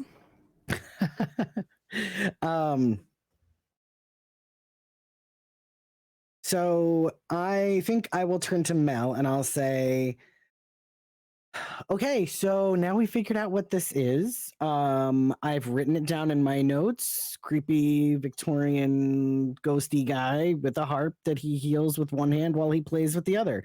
Great. Do we need anything else, or do you want to head back to the boats?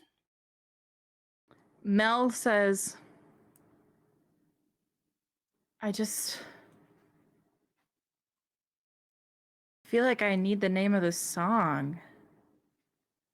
Like if I don't know it, I won't be able to get it out of my head. It's called Victorian Spectre, and yeah, there you go. That's the name of the song. I can play it for you when we get back to the ships. Oh, okay. Yeah, so If you promise that's the name of the song, we can go back then.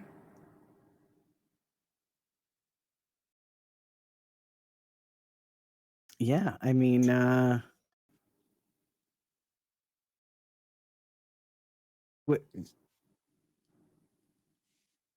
it's definitely the name of the song. Absolutely. Go ahead and roll a deception check. Sure.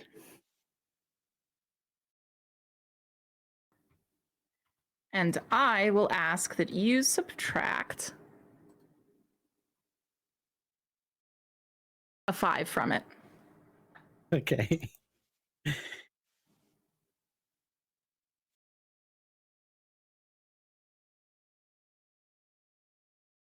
Okay, so it was a 4 plus my 13, but anything with deception that's under a 9 counts as a 10. But if you want me to, so that's a 23, so but minus 5 is an 18.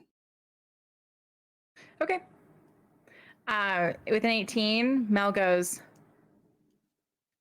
yeah, okay. Yeah, if that's what it is, that's I'm good to head back then. Okay.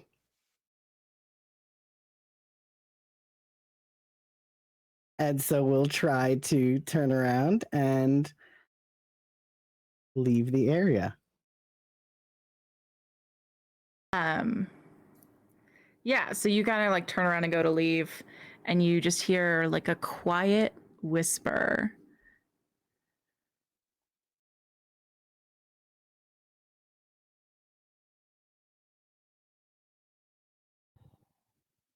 It is not often I see another musician.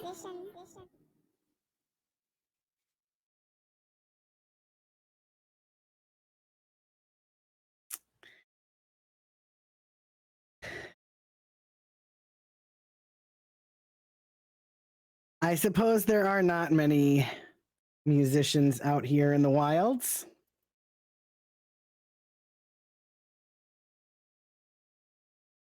Might I hear your song?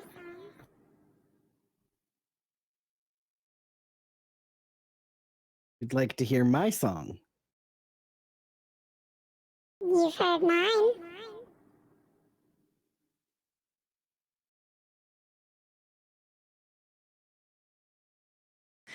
All right. So Kaylin will pull out a variety of instruments.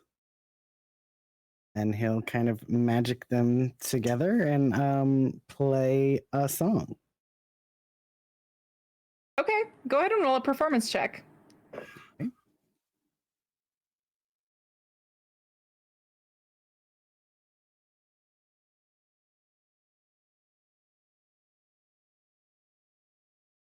$31. Tell me about this 31 of a banger. So I think that this song starts off kind of it starts off really like just slow and very melodic on just a piano type instrument, and then slowly brings in a guitar, some percussion, and the song kind of just like really builds and builds, and then gets like just like full on just rocking out to this song. There's a wicked key change there. It's like You win it's Eurovision. that's what was in my head. So yeah, and he just kind of plays, and as he's playing, every time a new instrument, like each instrument has its own color, and so like you'll like in the air, it's like a mixture of all of these different it's not like smoke, but it's like just what's an I don't know. It's not smoke because it's not like that, like, but it's like just an aura, I guess. Yeah. These Dancing different like lights. each. I get you. Yeah. Mm-hmm.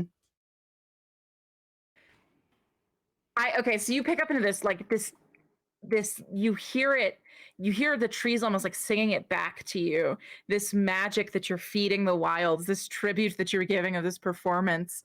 It is profound. It is also the first place you've played as like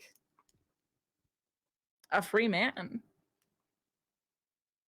you know. There's so much space here for your music to fill up. It doesn't feel as empty as the sky. This feels like purpose. This feels great. And you watch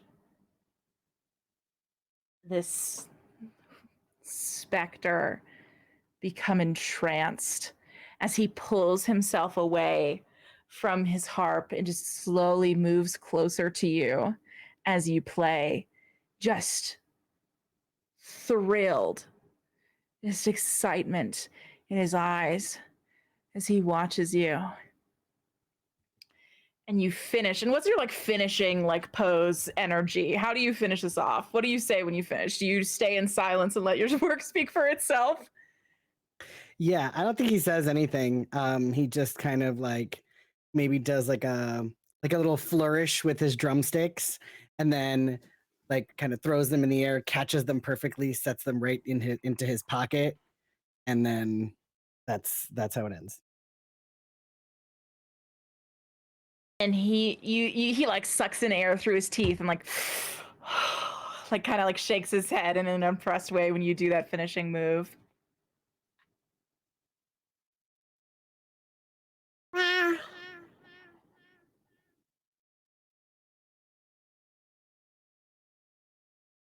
Do you know who I am? Can't say that I do. Roll a history check for what he tells you next.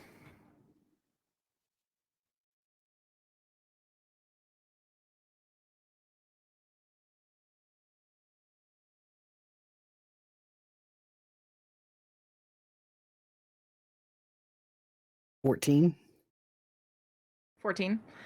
So you will recognize this when he says the following. He goes,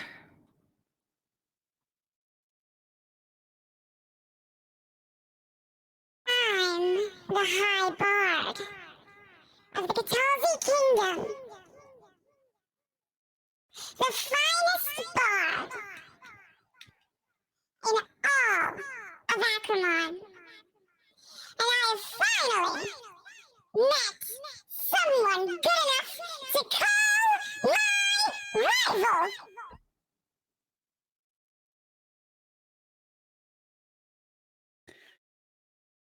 I am honored. It will be an honor to destroy you. Till then, So, no foe may defeat you, but me. I give you my blessing. And like literally like from his arm, like he's pulling out a vein, he produces a single like lute string.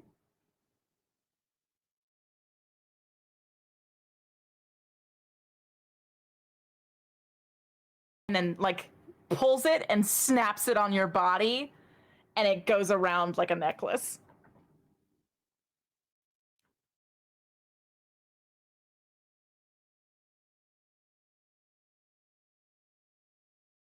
okay, so this okay, that's something. Okay. So this is a protection? Is this a I would hardly protect you, my okay? rival, Uh-huh. but I will ensure that no one defeats you but me. I see. Okay. So there you have the malchance jinx. Chance. Excuse. Okay. Well, thanks, I think.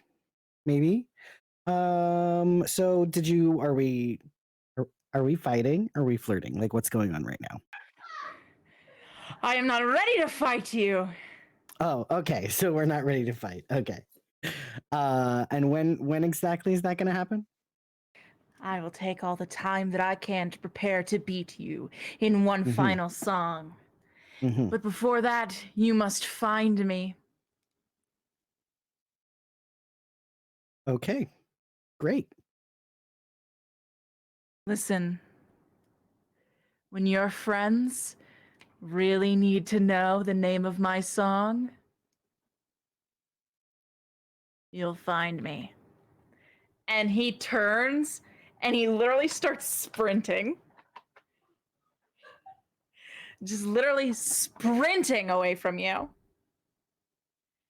And he like jumps and dives right before he hits the harp. And you watch as his ethereal body gets cheese grated through the harp into like 20 distinct ham slices, and then just melts into the bark below it. All right. Cool. Great. So and what exactly are Mel and Neov doing right now? They're actually like humming to themselves. His song. Mm-hmm. Mm-hmm.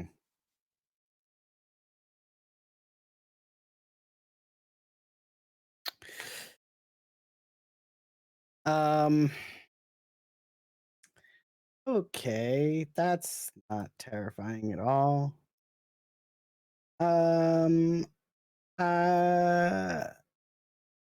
Oh, what can I do about that? What can you do about that? You know? Alrighty.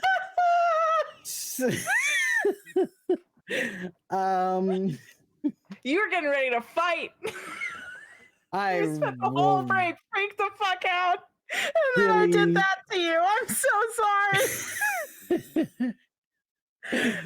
See, I knew you weren't gonna let me turn around and leave, but this. You could have just said no song, bye. I He could have. He would have let you go. I could have said that, but you know what?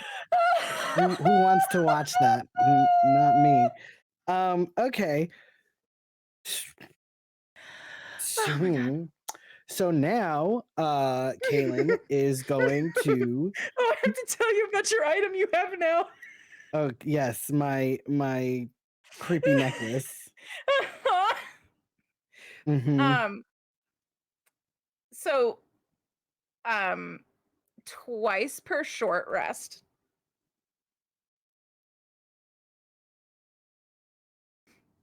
You may now jinx a foe, which means they're going to have to take 1d8 and subtract that number from what they rolled. You get to use it as a reaction. I will get you an item for it in between sessions, but you can now impose a negative 1d8 on any of your foes' abilities, attacks, or saving throws.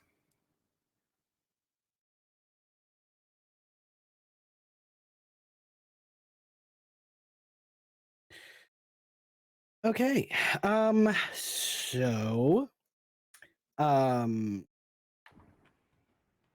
he's going to turn to Mel and Niav, knowing full well that they are still in a trance. They and actually seem to have like the majority of their like capacities about them. They just seem to be pretty Okay. like preoccupied mhm. by the song. Okay. Kalen's going to be a little bit offended at that because his song was way better. It So he's a little bit. It He's really a little was. bit mad You know that they're that. not humming his song. Like he's just Yeah. a little, but he'll let it go. And so then he'll, okay. So let's get back to the ships. And he's going to direct them back towards the ships and seek out Alan to ask him what the fuck just happened and how they can, and hope Alan has some answers. Yeah, let's do that, huh? Yeah. Yeah. So you get do that. back to camp Uh-huh. without issue. You get back to the camp without issue.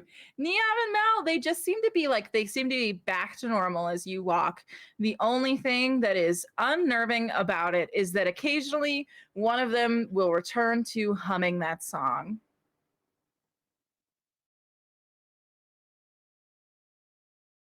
Okay.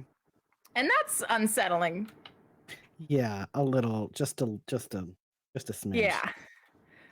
But eventually you get back to the host of the Weeds ships, which have been knotted together. Are you just heading like straight toward Alan? Yes. Yeah, so you eventually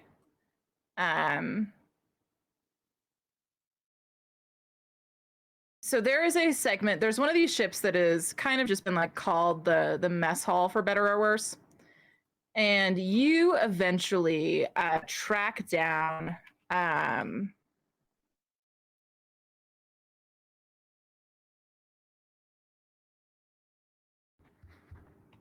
sorry, I'm pulling everybody onto your maps. So you eventually do manage to track down Alan. Surprise, Samantha, Julian's there too. Remember him? You're here. Excellent. I'm ready. Okay. Let me just switch gears mentally. Yep. Less lesbian. Please don't expect me to control him in multiverse though, because switching No, characters is still my downfall right now. I will Okay. God bless. Okay, carry on. But yeah, so you eventually track them down, you and Niamh and Mel. The only thing about them that is any amount of interesting is their occasional hum, and then Mal's occasional accusation that you took notes incorrectly. She'll just be like, "And you're sure you got that? You moved the mud pit in front of the fire plants." I did. Okay. Mm-hmm. And you got all of the notes that Corvin would have had, and now that we don't. Yes, I got all of the notes. We're all good to go. Mm-hmm. Okay. And that's the handwriting you did it in? Yeah, here, you can fix it if you want it. And she just kind of keeps walking. And eventually you find that you are in the sort of mess hall of your Weeds ships. The ship has kind of been like carved out. You can see that this used to be the place where a bunch of like, the night, the hammocks were all like kept. You can see that there was a lot of like remnants of like clothing. This ship also may have housed like a smuggling operation. As you can see that there's like now broken off hinges of a bunch of secret panels in the floors that have obviously been gone through by people from the weeds to, well, everyone was taking stock, and they kind of left it a little bit broken so that you could be like, oh yeah, okay, we've checked that one, that's fine, right? Right. So it's just like a patchwork of these shattered floors in this room that are covered by all the rugs that people could find around in this inside of the hull of the ship. And then these big mess hall tables have been set up, and no one else is here but Carlo, Alan, and Julian. And they seem to be chatting amongst themselves with a piece of paper in front of them, kind of just sketching out thoughts and notes. They're clearly in some sort of intense conversation. The first thing you notice about this, though, is that Carlo seems to be looking much better. Whatever potion you were given by Thievius seems to have done a great deal of work. Great. So I will approach and I'll say, hey, we just got back from our walk. It was mostly fine. But Alan, what do you know about a Victorian looking bard that plays a harp? Should I have Julian roll for this too? Yeah, go ahead and both roll a history check. I will say, did you pull his name out from the words I said? No, but he does like to interrupt conversations, doesn't he? No. So yeah, he said that you now have Malchance's Jinx. Yes. If you pull from that, you can probably guess that his name is Malchance. Malchance. Okay. Well, Alan got a natural 1, so he's starting well. Oh no, not that. No. Julian got a 14. Okay. Maybe a 14. Do I need to give Alan my inspiration? With a 14, yeah, why the fuck not? I mean, 14, you don't know a ton about this, but you do remember the legend of a bard who was like the best bard in one of the kingdoms, who was the prime bard of the Catalzi kingdom, and when the wilds fractured, was found and cursed by one of the Iron Eater Enclave members themselves. And the curse was that he would never die and that every string he touched would snap. Which is why you saw him healing right? And so just but like genuinely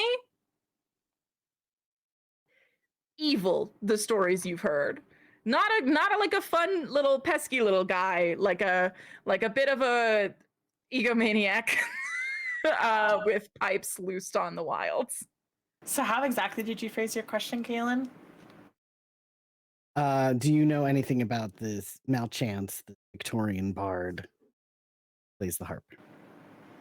I'm sorry. You faced off against an immortal, cursed bard, and yet you are alive. He's immortal, you say? He's immortal. That's immortal. Cool. Yes. That's cool. Yeah, I got a necklace. I'm pretty sure I can't take it off either.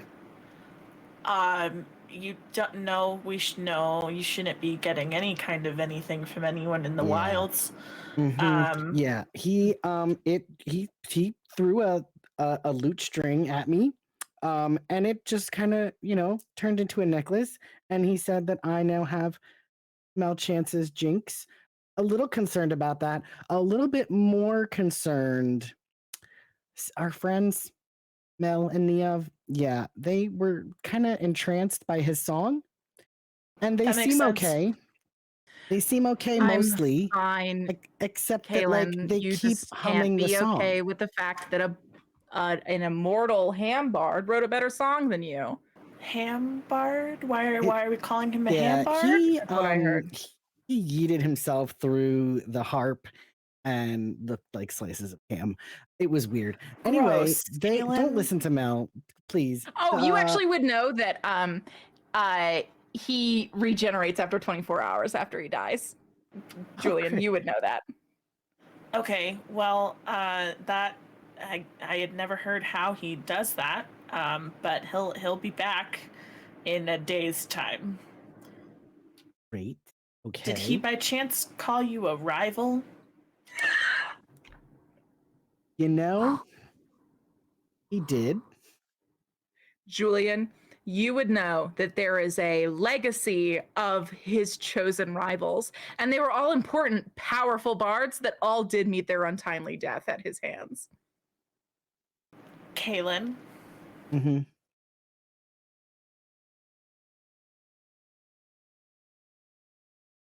But it's literally like Prince, David Bowie, Billie Eilish, like Ringo Starr, all murdered by the same guy.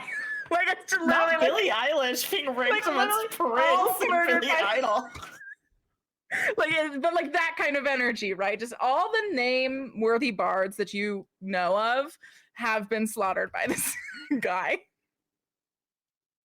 So, do you remember when we fled Kurthus? And I said that you shouldn't get into any entanglements with creatures in the wilds if you wanted to live long enough to potentially actually claim your birthright and rule Kurthus. Do you remember that conversation that we had? Mm-hmm. Mm-hmm. Yeah, I do. Mm-hmm. Okay, so Mhm. every bard that's ever been named a rival to this immortal cursed creature Mhm. has died. Mm-hmm. Mm-hmm. Yeah. That's Wow, today keeps getting even better. Bloodily. not great. So not what I was hoping to hear was okay. Helen goes, we cannot you- let a ghost bard kill you, Kaylin. No. Did no. you think that a string, a lute string, being permanently fused around your neck was going to lead to good things? Here's the thing. No. Did you engage in a bard battle thinking that you would win and that nothing would happen to you as a result of that? You know. Did you think that through at all? You know, probably not, huh, Kaylin? Mm-hmm. Okay. Yeah, And Julian, yeah. I think, is like pacing up and down, like as he's like ranting. Yeah. So okay. I would like to. That is very concerning. Right. And so now that we're done with the good news, right. I think you should tell them about the bad news. I think you should tell them about Corvin. What happened to Corvin? Wait, but okay. Where is Corvin? Okay. Corvin was with you when you left. Yeah. Okay. There was a lot. It was a lot. It was. Listen. Did you let the immortal bard kill Corvin, Caitlin? No. But prior to running into the immortal bard, so here's what happened. So we were out. We're trying to do our recon of the place because Mel wants to know, Get to the point. what's around, right? Get an idea. Get to the point. Yeah. So I looked into a pond, and then Nakia came out of nowhere. Shouldn't look at ponds. Shouldn't look at ponds. You didn't look at anything reflective in the wilds. Yeah. Did you not look at my notes that I gave you? I gave you notes about this. I read them, and then then just forgot them conveniently. Hey, you let him tell his story. Alan says, pointing at Julian. Julian takes a very visible deep breath, and then puts his hands in front of his chest like he is meditating. So but here's the thing. Okay, but Nakia was like, "Hey, don't do that." Okay, so Nakia came out and she was like, "Yo, okay, don't do that." I'm like, "Okay, great. I'm not going to do that again." Okay, but then really weird thing happened. Corvin and Nakia started to walk away, and then all of a sudden, a golden portal just opened up out of nowhere and swallowed them both up. And I got this invitation from Anpara to some kind of Party? Gathering? It's not a party. Mm, That's yeah. a death sentence. Well, Could be a party. here's the It thing. could be a party. So I have it. It's probably not a party, though, is it, Alan? They have to be related because it happened at the same time. Yes, So I would imagine so. yes. So my feeling is that Corvin and Nakia, both fell into a portal that took them to Para, I guess. So Ampara so there's still that too. But walks also this realm. And remind me, Nakia is Nakia is related to her generosity who runs Cairn Coast Village, siblings with the little hand ghosty girl Mirafel. which means Also that Gideon's she's also Yeah. Yeah. Yeah. How does Alan look when he finds out that there is another Osmond sibling running around? I think Alan maybe already knew? Question mark? Question mark? Did Alan not already know? About Nakia? I think that conversation happened. I think that you told him everything, and then we had plans to write it out and release it as a Patreon bonus. Am I? No. I know that we told him about Valyria, but Julian's just learning about Nakia right now. Sure. Yes. Okay. This could be Alan- new information for Alan. Alan might have I don't know that he would have we put knew it that she together, had but another sibling, but I don't think we knew that her name was Nakia. Yeah, because I remember That's what it when was. last time when Nakia came to the ship, I sent cursed name Chade's brother that I can't remember now. Churls. I sent Churls to go tell Alan that this tiefling had the same. Yes. Right. I'm remembering. Okay, so sorry. Okay, but I don't think Julian knew that her name was Nakia. So, okay, Yes. cool. Great. Okay, so Nakia, Gideon's younger, I assume, sibling, is now in the clutches of the sun god on Para, who's also the god of betrayal. And I think he kind of looks at Alan for like confirmation of this. And lust. Great. And also Flux, I believe. Correct. And you received an invitation to a party, and also I did. Corvin was kidnapped. Yes. What does That the is invitation all. say, Kaylin?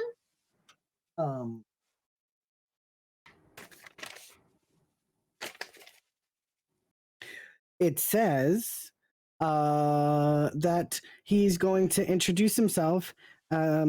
He introduced himself to the revolutionary leader of the last mortal nation. Is that what he called you? Yeah, I guess so. And says that my family set me up to drastically fail my home, which also kind of ominous, not great. Well, I mean, you left one of them to the Void Ghouls, but okay. Well, here's the thing. There's a lot of yeah. He wants to sink Kurthus, which I don't want to happen.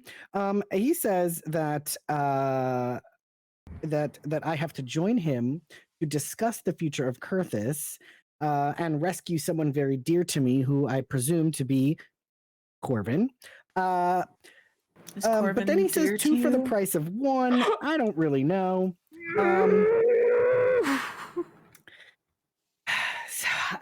Here's the thing. Two for the price. 2 for the price of 1. Yeah, I don't really know. It's a little confusing. Julian rips the invitation out of Kaylin's hands. Reads the rest of it. Uh-huh. And then just kind of holds it at chest level and looks at Kaylin and says, "And when did you receive this?" A couple of hours ago. Okay, so we still have some time before you're expected to arrive at the Palace of the Sun God? Yeah, he didn't really give me a specific time. Also, I was invited Sooner. to dinner in Cairn Coast, but that seems neither here nor there at this point. Oh, you wouldn't go to dinner at Cairn Coast to begin with, so it's hardly a... Yeah. So here's You're the so thing. popular, Kaylin. Just really wanted by everyone, aren't you? I would love for it not to be the case. So here's the thing. I'm concerned about Mel and Neov because they seem to be under some sort of trance. Concerned about Corvin and Nakia because they're kidnapped. There's a difference God. between someone who was kidnapped, Kaylin, and someone who finally heard a good song because you're the only one who's around playing. So As I'm valid as that fine. point is, I do think we should maybe consider that having the immortal, very cursed, very evil egomaniac bard put a lute string around your neck that is fused in some way, and then plant a song in the two of your heads so that you can't stop humming it. That feels problematic, perhaps. Yeah. So I'm very. It's not me. I'm not humming the song. Those two are humming the song. No, you're his rival, so that Oh, means that you were able to escape the song, I assume. Yeah. Yeah. So I'm concerned about those two. But here's my thought. Okay. So clearly, I have to go figure out what the heck Para wants to get Corvin. Oh, sure. Just and head right maybe there. Go straight to the Nakia? palace. Why not? Who needs preparation before you roll into a god's domain? I didn't say Certainly I not wasn't gonna you, prepare. Prince Caitlin, rival of the immortal bard. You can do anything you want. You're perfect. It's fine. Julian, All right. Alan says. No, I'm tired of this. He comes into the wilds completely ill-prepared after leaving his sister to a bunch of void ghouls, and then keeps stumbling into trouble and getting everyone that we know kidnapped, killed, imprisoned by gods. Listen. And the nothing you've been doing is better? I have been trying to prepare him to the best of my ability. It is not my fault that And he you've prepared seemingly him and he's cannot absorb failing. You information. are his mentor. This is a failure on your teachings. You're mine. So what does that say about you? I know that I could have done better for you and Gideon. Do you? Yes, I'm well aware. Thank you, Alan. It is fruitless to fight amongst ourselves when the outside world is aiming to fight us as well. It's doing their job for them. Keep it in line. Fine. Kaylin, how would you like to triage this situation? Well, I don't think there's much I could do about the necklace at this moment, so I'm gonna think about that later. I would like to see if we You have can. 24 hours till he's resurrected. Is he gonna come for me right away, though? I mean, I don't know. Is he? Yeah, I don't- That's He said he probably needed something we time should to figure out. prepare. Yeah, he's gotta take some time to prepare. So maybe I don't know how much time he requires to prepare. My song was pretty banging, so he's probably gonna need a long time to come up with something better than that. True. I would like to make sure that Mel and Neov, I'd like to try to get them unentranced or what have you, so that they stop humming that song. So if we can work on that, that would be really great. And then, see, here's the thing. So my invitation says that I can't, or does my invitation also say that no plus ones? Yes. Okay. There's like a little like fine print on the back that explains that you can take this as an instant portal with you, but it's not you, but it's only you, no plus ones. There is a potential flux loophole in that where it's like you could bring a plus one, but you can't teleport with it, huh? Right. Can I So possibly just cast Dispel Magic on Mel and Neov? You can. That is, however, not a remove curse spell. Okay, so it is a curse. I think he would try Dispel Magic anyway, just to see if it would work. Who do you try it on first? Which one is standing closer to me? Would look like. Mel's right next to you. Okay, so I will do it to Mel. Mel just kind of looks at you and goes, "What did you just do to me?" attempted to I'm dispel gonna whatever kick your magic. fucking ass. What did you just do to me? Attempted to dispel the magic that was placed on you. Okay, well, don't do magic again on me, nerd. And she smacks the back of your head. I think Julian takes a step forward and then turns and just looks at her and says, I'm never giving you a light ever again. Do it yourself. Don't have fire? Not my problem. I don't need you. She kind of says as she starts patting around for her lighter.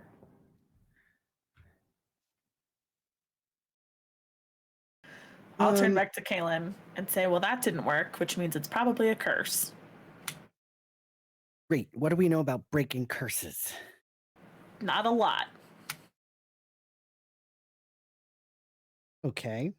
Well, so here's the other problem. This invitation that I have from Anpara, I can use this as an instant, like, get right to his soiree.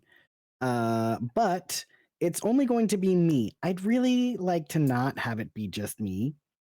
So I'd like to get together an expedition of me and Alan. Mel says right away. Mel and Niav wants to come as well. That's me. Hi, I'm Niav. We've all met. Thanks, Niav. That was unnecessary. And so I would like for you and Carlo to stay here and you as wilds expert and Carlo as leader of the weeds to keep things going.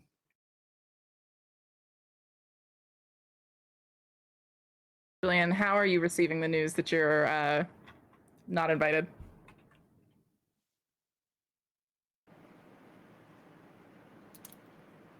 Sure. Kaylin, I'd be happy to stay behind and take care of the weeds.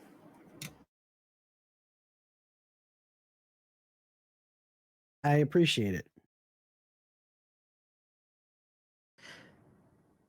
Alan offers up, if we need to switch positions, we can. Nope. That's fine. You'll be better suited on an adventure through the wilds anyway. And I think when he says it, you can tell that there's like a hint of like sadness in his voice. Like he's a little bummed that he doesn't get to like go.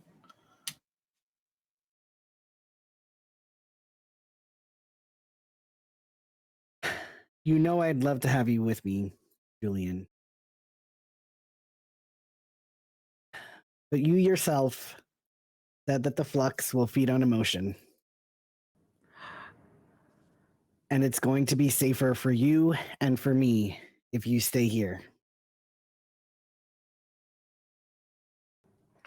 Why is it safer for you if I stay?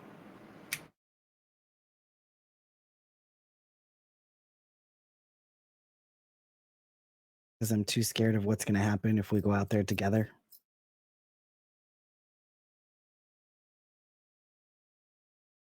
And what if this becomes an undefensible position?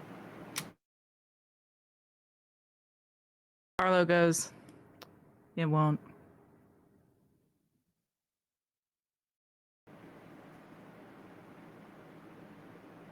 Next time I see you, you better not be ham slices. I won't. I promise. As long as you don't make that in threes, I'll take it. You got it? Oh, and Kaylin? Whatever song you use next, don't use the one that you wrote for me. It wasn't that good. And then he kind of winks at you. Ah! I wouldn't dare use that song for anybody. It's only for you. And then his little cheeks turn red and he ducks his head.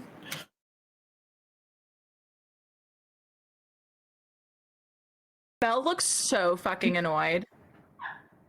And Alan looks so pleased. He's trying to be very responsible about it, but he's kind of like, Just very like he knows like he just had to discipline Julian. He's trying to keep the children in line, but also he's kind of like,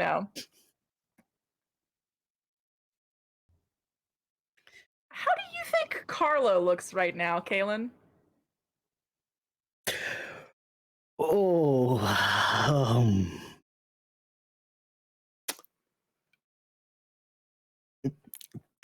probably a little annoyed. Perhaps? Yeah, and I think that like you only know that he is that annoyed because you know him well enough to passing eye, he just looks blank. But you can see that his mouth is kind of pursed, and he is a person who is always like eyes up, engaged, fully there, fully present. It's part of the reason people love him so much. But he's just kind of staring off at the table.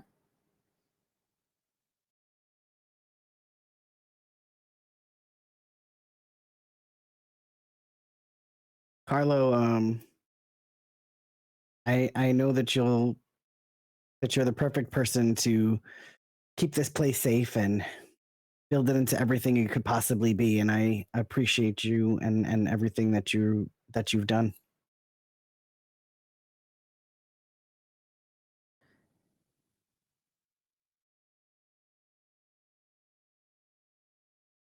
Yeah.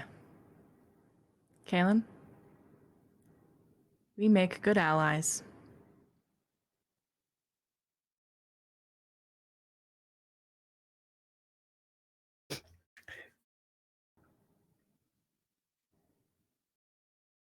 We do. And sometimes more than just good allies. Oh my god, in front of your dad. Oh my god. Julian goes, Listen.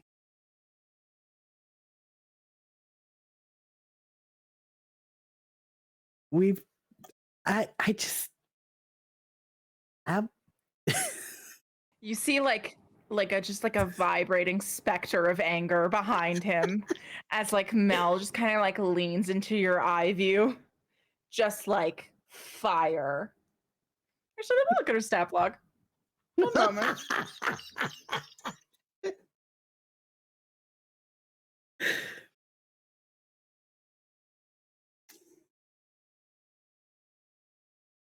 Oh. Kaylin, you feel like a rubber band is tugging at your skull. And this is a feeling you've only felt a few times, but when you feel it, like it is a nauseating familiarity. You know immediately what it means. Someone was trying to poke into your mind. Can I tell who? You can roll a perception check, and they can roll a stealth check. Okay.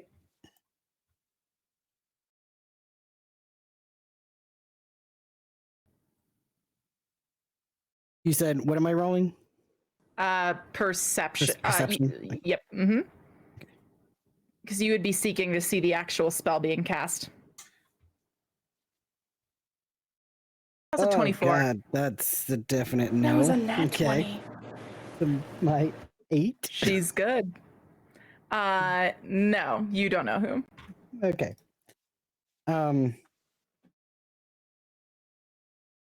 So I would say, well, if there's anybody at this table that would like to ask me a question directly, please feel free to step forward and do so. There's sort of like a quiet. And then Neov turns to Alan and says, Alan, I just realized the most startling thing in the world. Alan like doesn't know this fucking guy and is like, what?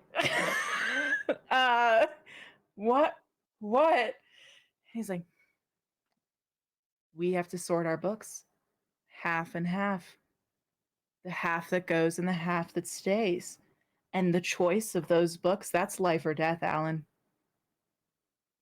And Alan goes, you're right. I should get started. When do we have to leave, Kaylin?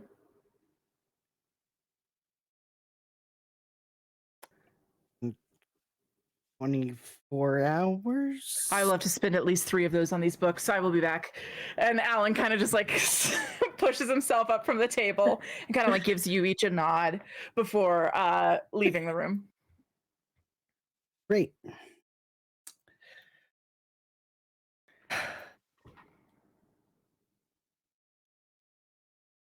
I And then at that point, you watch Neov disappear behind the bar. Oh, okay. Right. Bye, Neov. And then I will say to Carlo and to Julian, I have complete faith in the two of you to maintain things here in the weeds, and please, you have my Sympax number. If there's anything that you need, let me know, and I will do whatever I can to get it to you. Julian, how do you react to that? Julian? Sorry. You're also, yeah, no, it's not Brian, it's hard. Can you repeat that last bit for me, Kaylin? Yeah. I have complete and total confidence in the two of you to lead things here in the weeds. And if there's anything you need at all, you'll have my Simpex number. Please reach out to me if there's anything, and I will get it to you however I can. For what it's worth, I was leveling Julian up so that I actually knew what the fuck he was working with. Sure. Yeah. Don't battle any more bards. And mind your P's and Q's when you're with Onpara. He may be inviting you to a party, but he's a god, and the wrath of the gods is terrifying. I'll make sure to be more Don't careful. look at any surfaces. That includes reflective mushrooms. Do you want to just take my notes with you? I know you'll be with Alan, but I would feel better if you had something. I mean, won't you need your notes here? I recreated them once. I can recreate them again. I'm hoping Gideon has them wherever she is. Maybe you'll run into each other. I kind of hope it's not at Anpara's palace, but anywhere else, I hope that you cross paths. Okay. Yeah, I'll take them. Julian hands over this stack of loose leaf paper that you have seen him drawing on and like doodling on and writing on for the last, since you got here, a couple weeks. It's gotten pretty thick. It's a pretty decent stack of pages. And I think when you go to take them from him, he like hands them over, and then once they've transferred grips, he like grabs your wrist and he waits for you to make eye contact, and then he says, if you die out here, I will find you, resurrect you, and kill you again. I promise I won't let that happen. And You I gotta promise stop you making this. promises, Kaylin. And then at that point, Mel goes, well, I promise you this, Julian. If something kills him in the wilds, it's going to be me. And I respect that, Mel. Godspeed. She just kind of nods at you. And at that point, Neof comes over with this bottle of unmarked booze and literally sets it down with 6. There's Kaylin, Julian. Yep, 6 of you. 6 cups down on the counter and says, all right, going away party it is. And he starts pouring. Great. What is this exactly, Neov? Mead.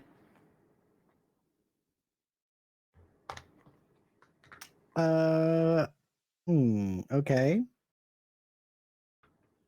And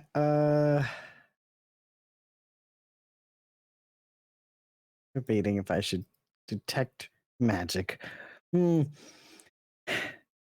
Yeah, I'm going to detect magic. There's nothing outright magical about this. No. Maybe it's particularly potent, but it's not outright magic. All right. Julian just holds up a hand and says, I need to keep my wits about me. I promise drinking this won't make you less boring. Does that help? It's not the boring I'm worried about. It should be.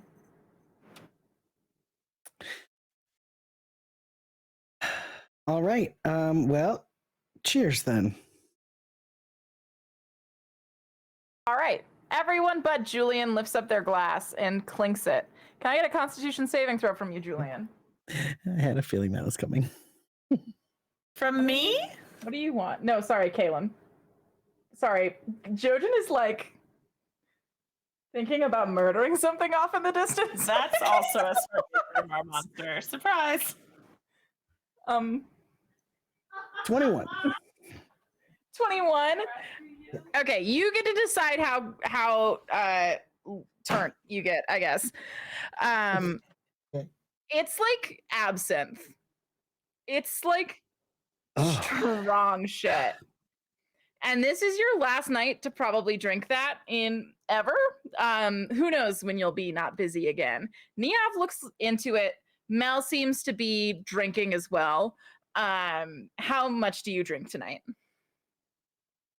I would probably just drink 1 glass. A single glass. That's fine. So then you two tell me, you sober little fuckers, what happens on the last night that you're here? Oh. Julian would probably try to take some time By yourself? with Kaylin. Okay. We don't Paint need me to a picture. roleplay that. Like take some time or like Like, cry take in some- each other's eyes? No, cry like, take some cry in each time. other's eyes. I meant to say arms. I'm too Not concussed for this. cry in each other's eyes, please. No, but I am gonna write down that Stargraze Grimhar monster, huh? That sounds horrifying and I hate it. God. Would you quit the No. show if a monster cried into your eyes? Genuine Oh question. my God. Yes. Okay, that's all I need to know. No, I think Julian would probably at a certain point, like once everybody had kind of started to split off to do their own preparations, would kind of take Kaylin aside and ask if they could have a little bit of alone time before he goes off into the wilds and possibly dies, possibly at the hand of an immortal bard. Yeah. So that's exactly what Kaylin would do. Okay. Good to know. Yep. I Wow. think in whatever time he had prior to Yes. that happening, he would take a minute to just like read over Julian's notes to kind of prepare himself. And also talk to Carlo to kind of like increase the morale a bit, or at least try to. The morale is getting drunk with Mel and Neov. Great. I love it. So that's what they're doing. Well, Fantastic. so you can go try to have that conversation while he's a little tipsy, recovering from being bitten by a void ghoul. The odds of it going well is probably not good, huh? Yeah. I'll just, I'll say goodbye to him in the morning before we leave. I will say, Kaylin definitely picked up on the fact that Neov was a little bummed when you bounced. Okay. Well, Neov's coming with me on the trip, yeah? On the trip, sure. Okay. So prior to leaving, I would say to Neov, I would just say, I'll see you in the morning. Well, We thought Gideon had a lot of fucking boyfriends. Oh my god. Yeah, no, that's great. Good for you. yeah. We've got plenty of time together. I really need Gideon and Later. Kaylin to compare lists at some point. Yeah. Perfect. So I would say that eats up about like 12 hours of your 24 hours to leave. What are those other 12 hours spent on, Kaylin? I think I would just take some time. I would go around. Sorry, Molly has ruined me. I like Zara, I'll say it, but please continue. Yeah. Say it out loud on the podcast. Say it. Say it. I like say Zara! No, say the thing you said in chat so it's kept forever. I said I'll collect Oserovs like Infinity Stones. Okay, keep going. I'm fine again. Yeah, Gideon and Kaylin together have 4 hands, so I'm just saying. I don't know. So in the last 12 hours, Kaylin, I'm going to just kind of do a once around, double check everything in the weeds, make sure that all of the guards and everything, all of the like armed fighters are gonna, are rested up, good to go. Everything's still kind of in place so that I can feel confident about leaving and feeling like they're gonna be safe. I will talk to Carlo and make sure that he's all set.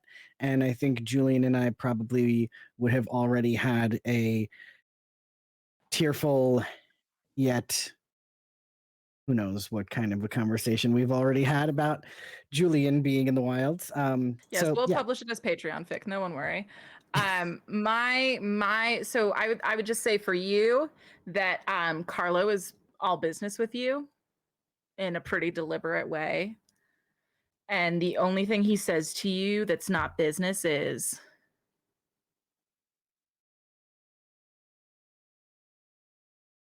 I know you don't like her. That's my sister. Keep her alive. Of course I'm going to keep her alive. And for the record, she doesn't like me. I have no problem with her.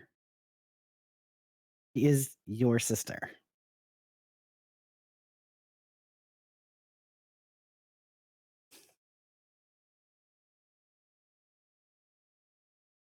I'll see you when you get back. Stay safe. You too.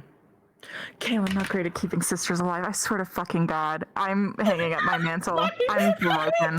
I'm a shattered corpse. I'm gonna have to minimize chat from now on. I'm always gonna psychically damage me into the grave. Oh my God. Clowning in chat. Holy chat. But am I wrong? We got a 1-for-1 on the dead sister scoreboard. My sister got kidnapped, and it was like, whatever. It's not a good sister caretaking track record. Nakia, look out. Please, everyone, be careful. I'm so sorry, Julian.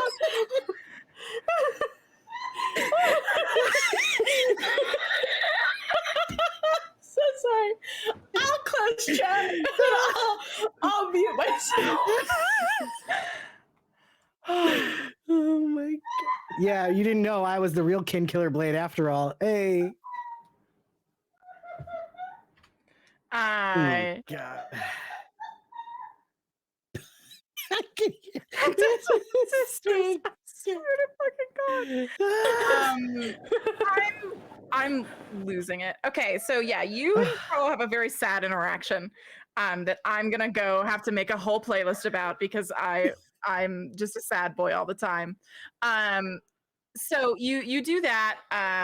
Alan comes to you like 8 times about like, do you think we should take this book? And you're like, it's a book at this point, Alan, please. So Alan's like consistently checking in with you. And then also you notice that he spends some time like specifically in that like mess hall ship that you were located in, trying to bake something? Question mark.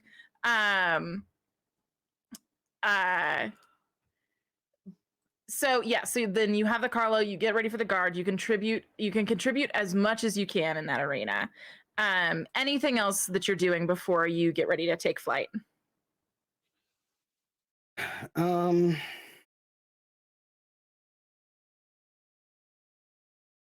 don't think so. Okay.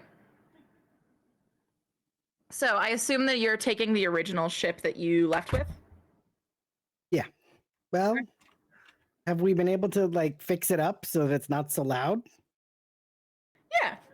Yeah. Okay. Yeah. You could have Alright. asked the set department to spend some time on it. Yeah. Okay.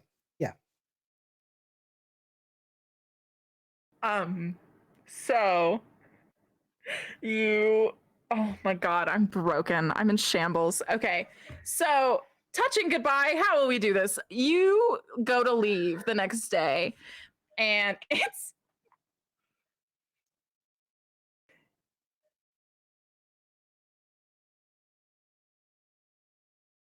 I'm gonna come back to you. Gideon! Okay, great. I'm laughing so hard. Oh no, Brian!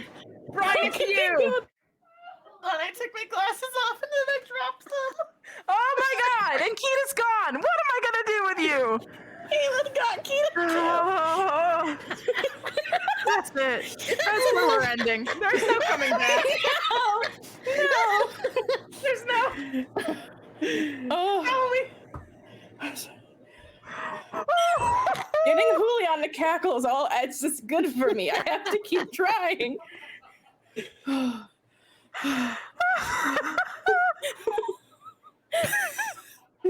This one wasn't even in public chat. It was the cast show chat, and I didn't start it.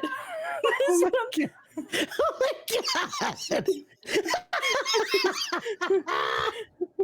Oh my fucking! I cannot now look at the fucking cat.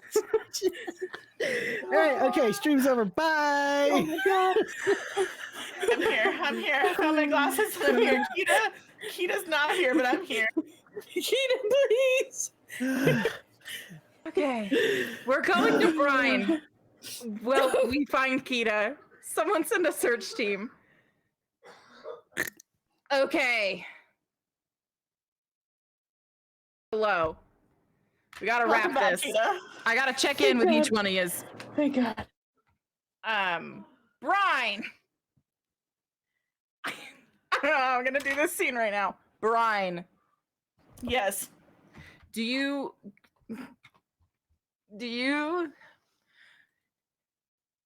go back into the hut? Yes.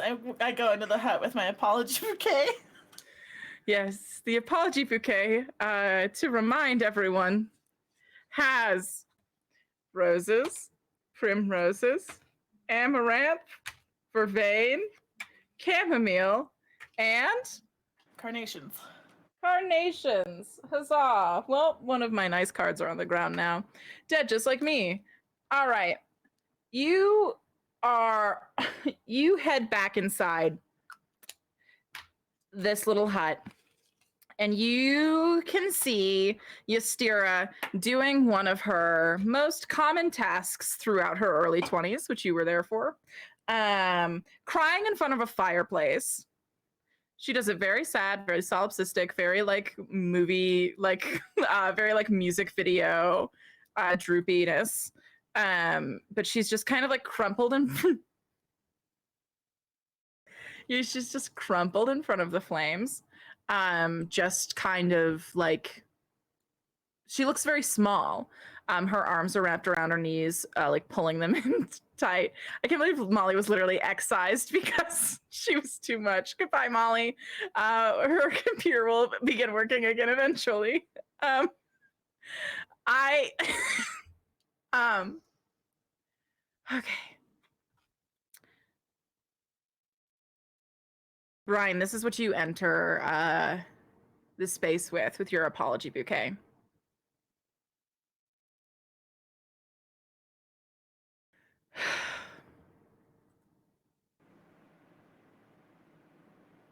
I mean, if you're gonna leave me alone out there, yeah, I might come back with one of these every day.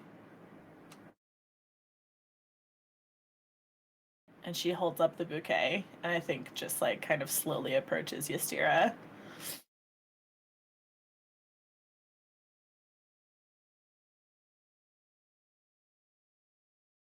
And she kind of like rubs a tear out of one of her eyes, which as she kind of like turns her head, you realize that those tears are not clear. They are an iridescent lavender purple.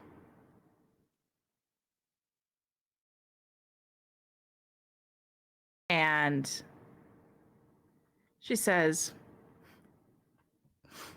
"Is it silly that I kind of missed seeing your arrangements?" Kind of missed putting them together for you.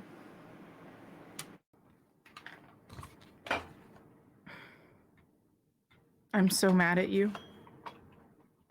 I know.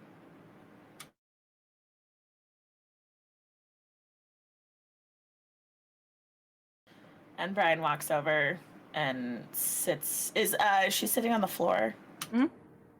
Brian's gonna walk over and sit down next to her and hand her the bouquet. And she says, "You know, for all the deadly and terrifying plants that are on the palace grounds, and Para's got an awfully pretty selection of flowers too."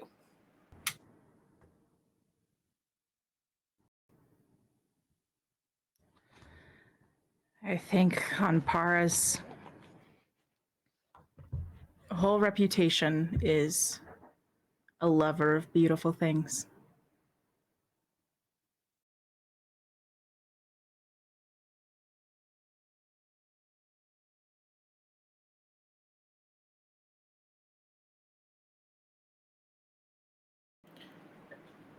I can relate.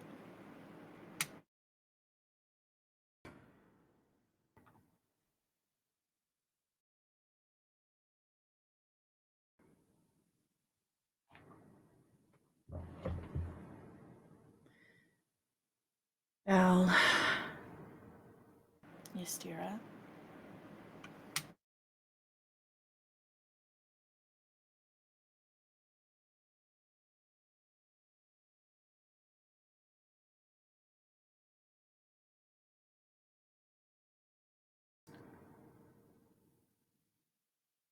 loving you is the scariest thing that's ever happened to me. Interesting. I think the scariest thing that's ever happened to me was leaving you.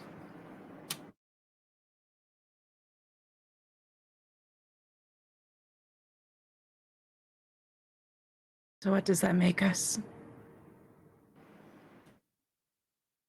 Fools, probably. As long as it's with you.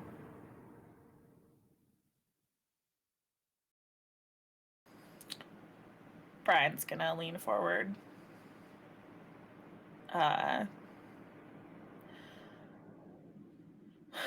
She takes a deep breath and then she looks at Ystira and she says,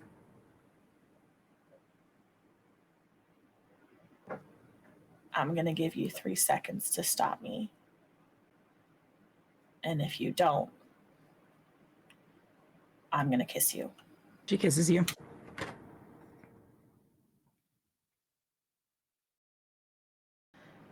Brime very carefully takes the bouquet that she painstakingly put together and moves it out of the way, and then crawls on top of Ystera. All right. Do you fuck in front of this fireplace? Yes. Good for you. Congrats. Listen, was I trying to set up an orgy in that fucking ship in the weeds? Yes. Will I take this instead? Yes. We all win today. Except Kaylin, who's bad at keeping sisters alive. Oh my god. Listen, you know what? If it wasn't for the song and the Julian and all that, it absolutely would have gone down in the would have gone that makes down. sense to me. Yeah. We'll just leave that there. Winona, Gideon. Hi. Fucked in a different sense, if you will. Winona, you have just turned around to realize that there is still there are crowns sitting on the heads of Lildrir, Provolone, and Chade. I'm only a little concussed.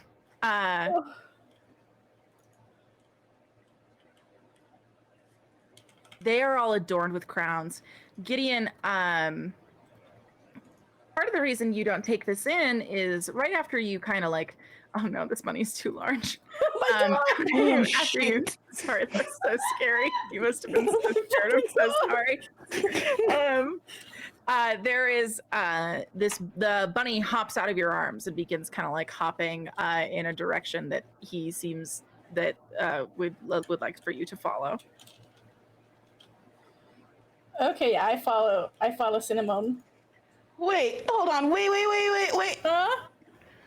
And Winona turns around just to like, tries not to make it. Does Gideon see the crowns also, or is it just me? I turn to look. Do I see the crowns? You do. Okay. Fuck. Okay. Jade? Lildrir? Provolone? Can you hear me? Are you? Yes. What's up, Gideon?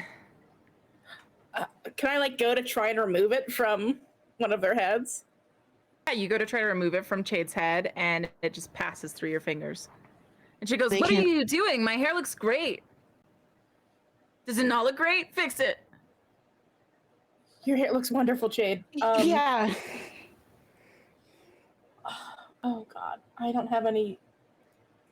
Can I roll an Arcana check to see if I can tell what's happening to them? Sure. Okay. Not one. They got crowns on their heads. They got the crown blight. Oh my God, it's the crown blight. What were you rolling for? Arcana to see if I could tell. I can't help you with that. Yeah. Maybe. And y'all feel okay to keep going? I'm great. Yeah, my legs are more tired than they've ever been in my life, but I could maybe walk 17 more blocks. Okay. I mean, we have to get the crowns off their heads somehow. This is not. Yeah. Crown. Oh my God. Does someone have a crown on their head? Do they see each other's crowns? You see Chade look around and look at Lildrir and then perceive no evidence and keep trying to see who is wearing the crown. Maybe they haven't fully manifested yet. Maybe that's it. And it'll be okay.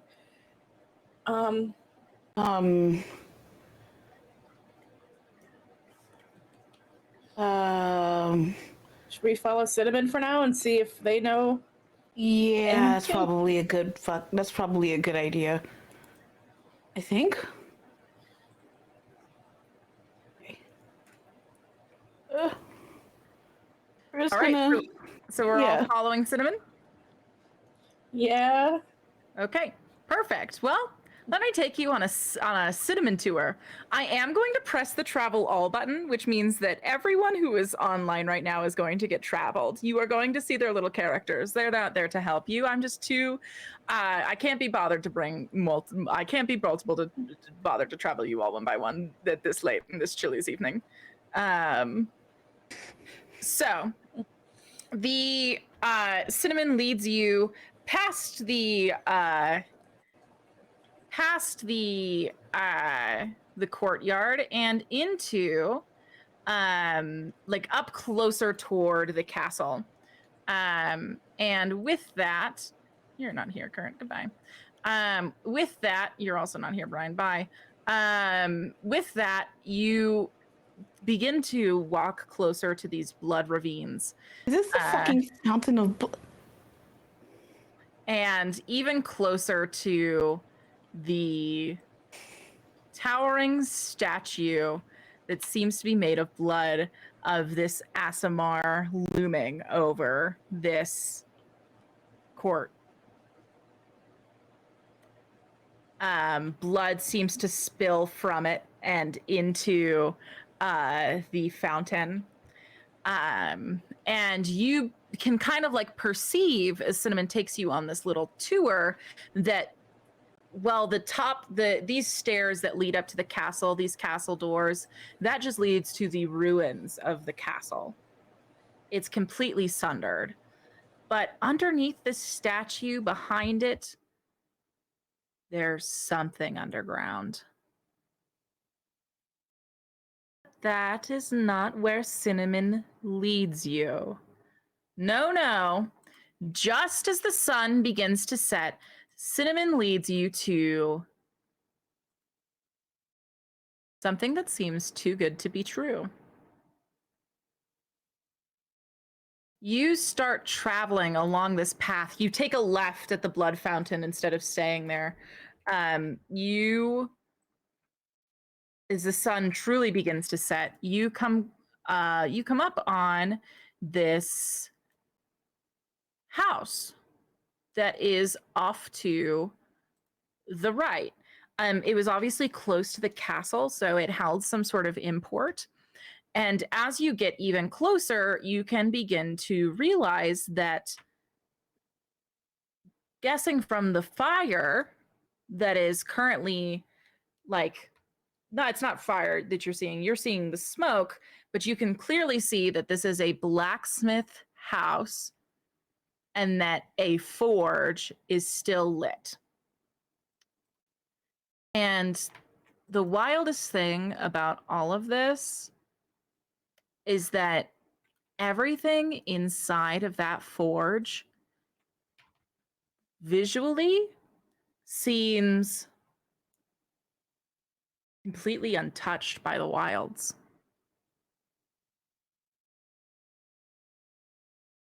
Gideon, what gods do you pray to?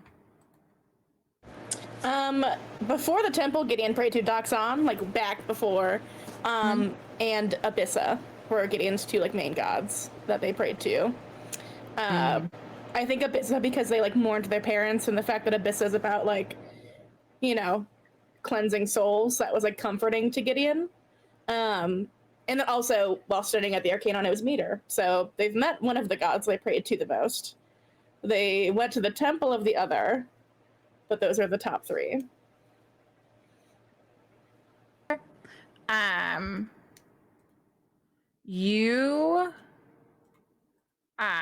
So you don't worship Essentia, but I think you are still kind of obsessed with the Apotheon sisters. So I think you'd have a kind of passing knowledge. You can tell that I know that the map, it makes it look like it's an ox head, but just for you all to know, the front of this blacksmithy is a dragon's head. But instead of like eyes, there are two fish curled. Oh yeah, that's with these massive like bones crossed out underneath the head. that Gideon, with your love of the Apotheon sisters, would probably know is a tribute to Abyssa, as Abyssa's like whole thing is that she serves fish at celebrations. You know, she was a dragon hunter. This reeks of Essentia. So, okay. I looked to Lildrir, who we had like a really nice moment praying. I think Gideon's been thinking about Essentia a lot more too since that evening, because they had such a nice time praying with Lildrir, even though they haven't had a nice time praying with anyone in so long. Right. So, just like out of curiosity, how is like Lildrir reacting to it? Yeah, her eyes are lit up. She looks like happy for the first time since her beloved ship has crashed.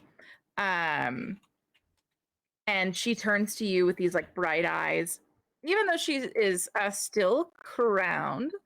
And she says, "This is beautiful. I can just tell we'll be safe here."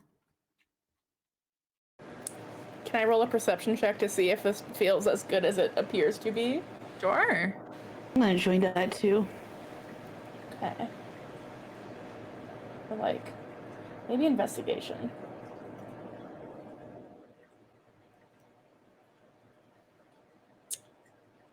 Can't do 21? math. 15. 21 and a 15. Both of you don't like, none of your alarm bells are ringing, which might be its own alarm bell for you. Hard to say. There is an uneasiness to peace, but peace does seem to have been cultivated here. With that, Gideon, just above a 20, I'm just going to give it to you. I'm not going to make you roll a whole nother Arcana check. There is a energy of divine area to anything beyond this fence in this blacksmithy.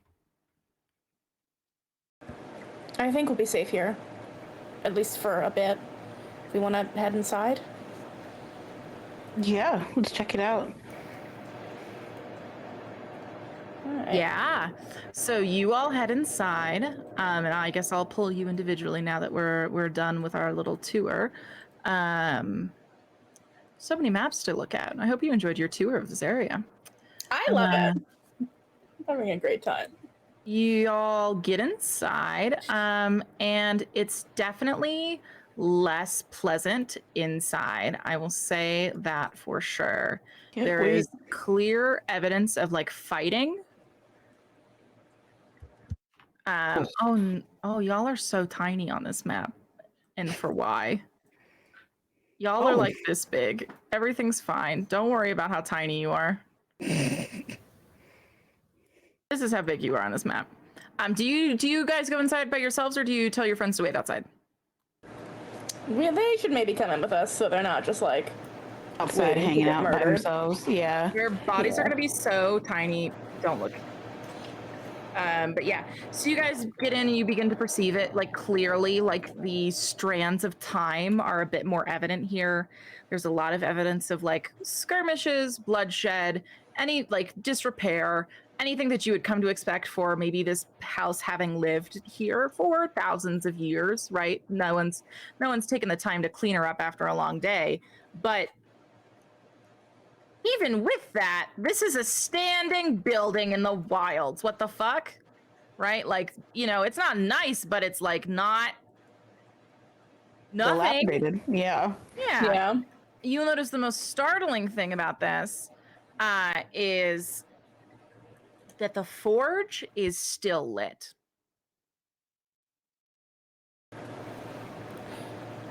Is anybody here? I just like call out to the room. Is anybody here? Here? Nothing. Can I roll an investigation check to see if anything had been touched recently? Sure.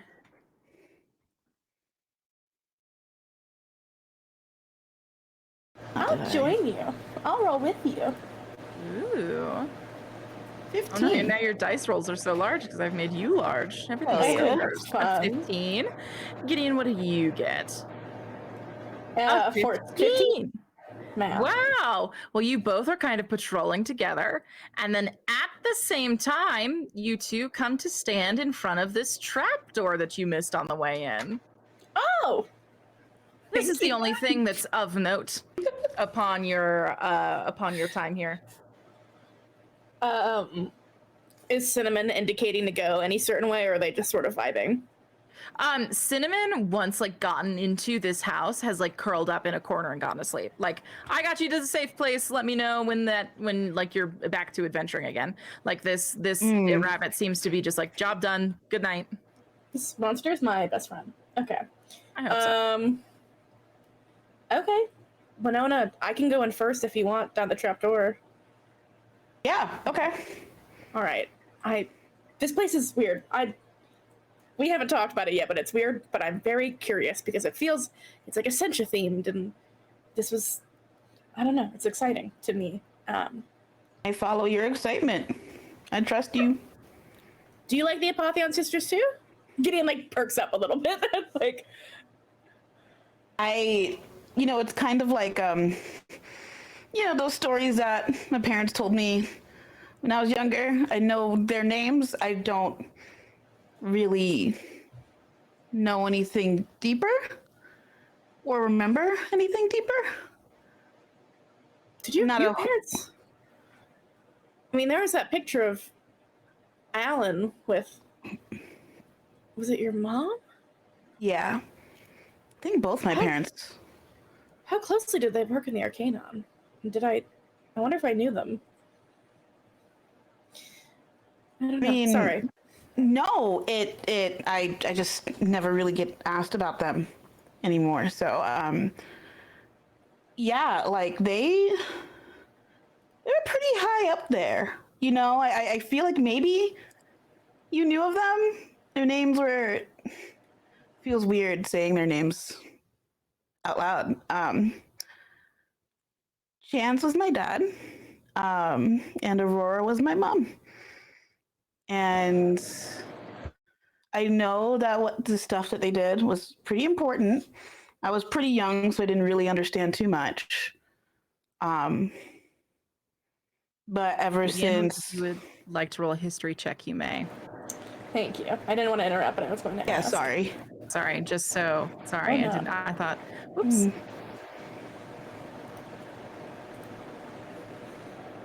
17. 17.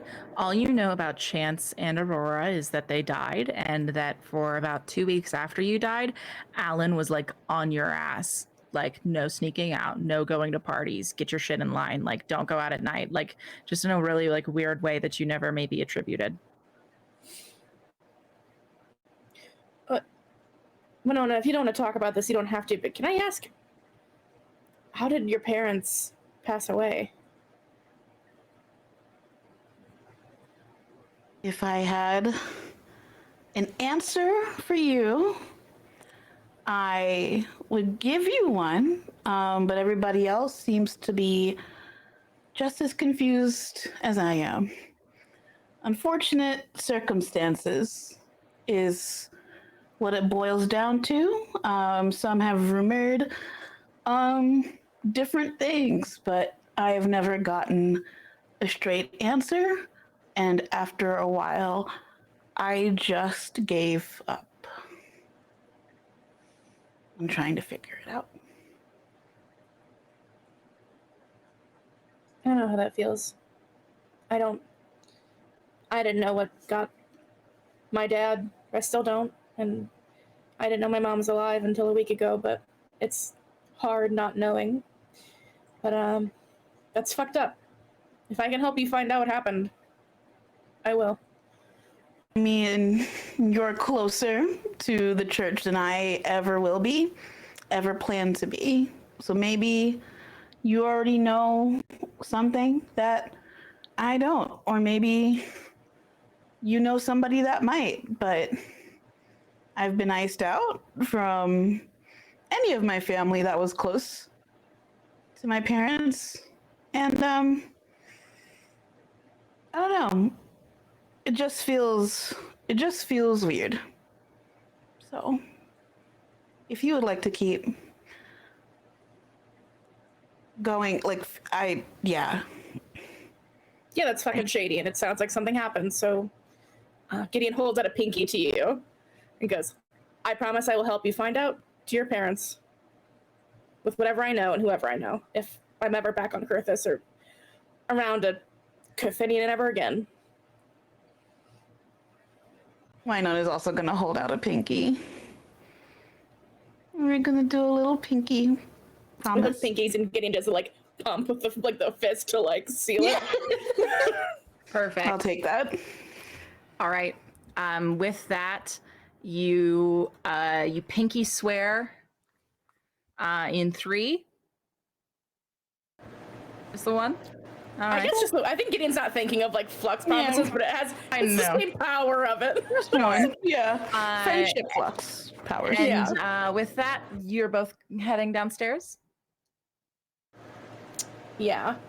Yeah. I think we'll let the crown stay in the safe room. You got to stay within the lines. Hold on. Sorry. Oh, I'm so Let sorry. me just pick you up and move you. Up. No, it won't let me move you. Okay.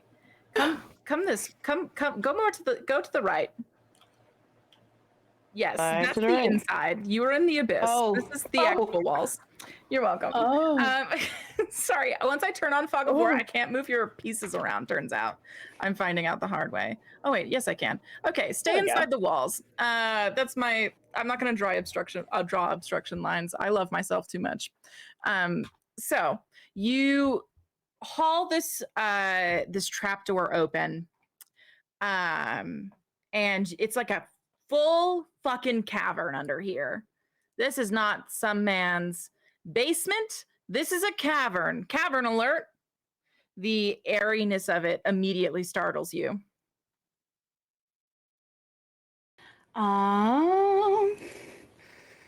What? Hold, please.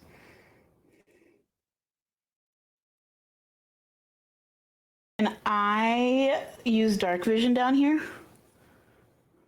Yes. Cool. You can see, yeah, that's the thing, is it's not really well lit, but you can see perfectly.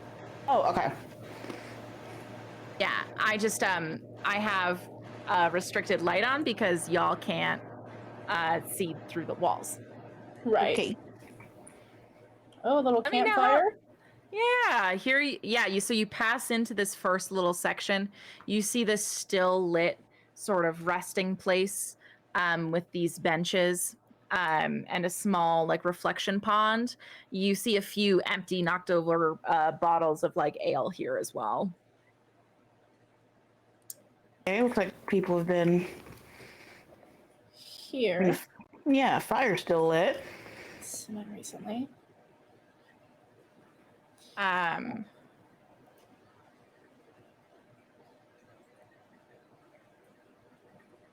Would you guys just like to roll me a perception check as you head through here? Yeah. Yes. Shall I make us tiny again? I'll make you tiny. I can make you smaller. 20, but a dirty 20. Dirty 20. And 15.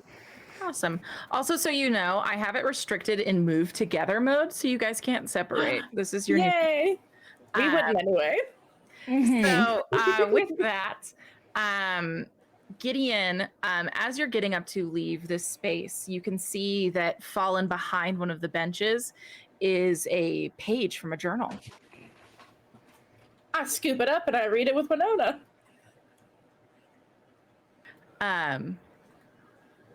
This journal entry says, I mean, the underground was nice, but the page isn't here. Something about this is strange, though. Divine, almost? There's a question mark.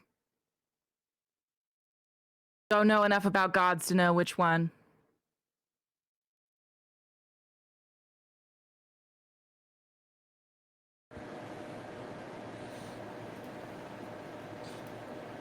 I'm going to assume that the page that we're looking for is probably what they're looking for too. Probably. Essentia? Gideon like calls out hopefully, almost like just like, oh my god, did I figure it out? Essentia? The echoes goes off the walls. And then every crystal that is on the walls of this cavern light up. I grab Winona's hand and like excitement and fear. This is and I hold back. I'm like, this is giving me the temple vibes, and I don't know how I feel about that. Same. Is it okay that we're here in your forge? There's no response after that. Oh, okay. That's not a no. So, do you want us to leave? I feel like I'm using a Ouija board. I'm like, Yeah, still nothing. okay, I guess. Oh, I'm gonna keep going. I also want to keep going. Oh no, I'm just trying to wonder if she only answers to her name, if there are specific things that we need to say. But maybe as we keep going, we can figure it out. Okay. Cool. Okay, All right. Sencha. Gideon, like, nervously. Keep walking with your little game. It's much scarier, right? Yeah. My first time trying out this feature. Oh boy.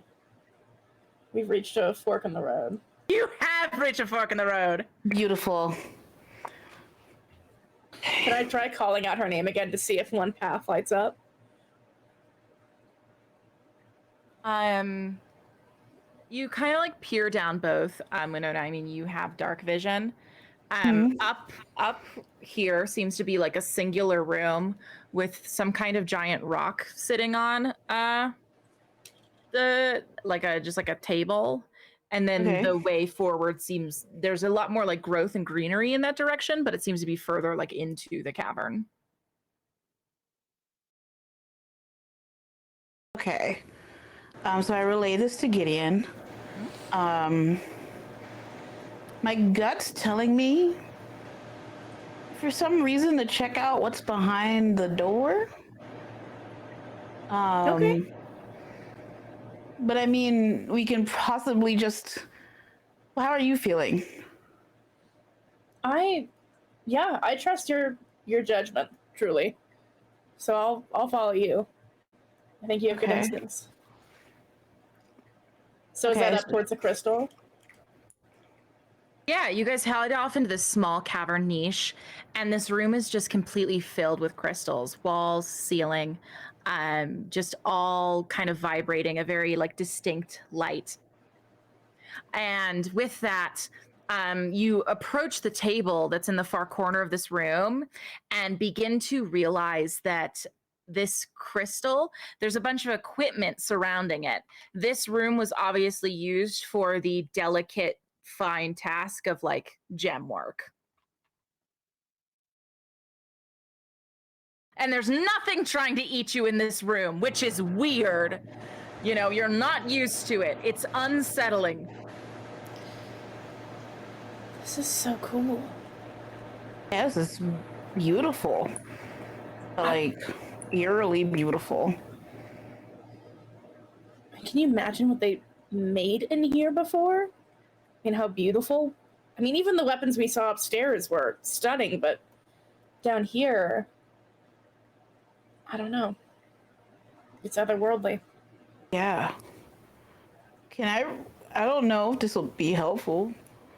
Can I roll a perception check anyway to see just to like, or can I detect? Oh, What are you trying to specifically gain?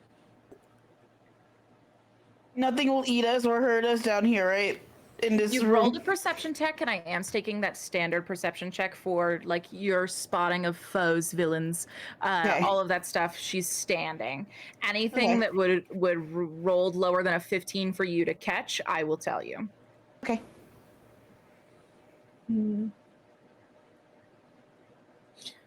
Are there any like nerdy Apotheon sister things that I can pick up on? Or is it just like the whole vibe? Yeah, you would know that this is like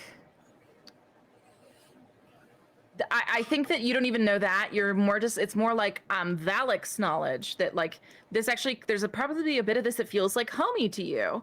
Like gemmancy is part of runemancy, which is part of the greater system of magic, et cetera, et cetera, et cetera. This is alchemist shit. This is you were technically trained in a lot of this if you weren't such a little bastard at school, you know? This actually is a lot of stuff that rings a familiar to you. I wish Alan was here. And Nakia. Maybe not at the same time, but, you know. Yeah. I'd like it. I mean, never mind. I was gonna say you have your Sympax, you could take a picture. Oh, I'm scared to see what the fuck would pop up. But Yeah, I'm gonna I don't think we should do that. No. I take a selfie of me with the forge and then shut the Sympax and like wait before I look at it again. Yeah, just like before you can even see it, you're just like, nope, and then you just put it away. Perfect. That's for me for later. Okay. I feel like I'm missing something. I feel like I'm missing something I should be picking up on, but I don't know what's in here other than this metalist Hellforge. Okay. This is a real fucking cool forge. Okay, nothing's trying to kill us. Super normal. Yep, I guess we should go on the other And we direction. vibe. And we vibe. We vibe. Okay. We continuing. We're just nervously clicking our way up. As you pass through this tunnel, it's just filled with like the greenery of the old world, which is startling and enchanting. And the only other time you've seen it is in the gardens of the Aborion, the castle, the gardens next to the castle that all of the nobles live in. Oh, should we go up to this left room? Peek at crystals in here. Yeah. Okay, more crystal vibes. Yep, this is another incredibly harvesting sick. room. Okay, Cool. well, and we vibe. And we're I'm worried I'm like missing like the crystal snake with a loaded shotgun. Like, I know. Terrifying, huh? yeah. Okay. Ooh, what's this? So as you step into this room, Nice. all of the lights flare at once, but you see standing in the center of this pond that has little twin like sets of fish just swimming around in it, them just swimming next to each other side by side, soulmates, an eternal bond. Each set of these fish, they all swim in harmony around this forge that is lit with this blue radiant energy with these three like beautiful statues watching on. Gideon, roll a religion check for me. Will do. One moment.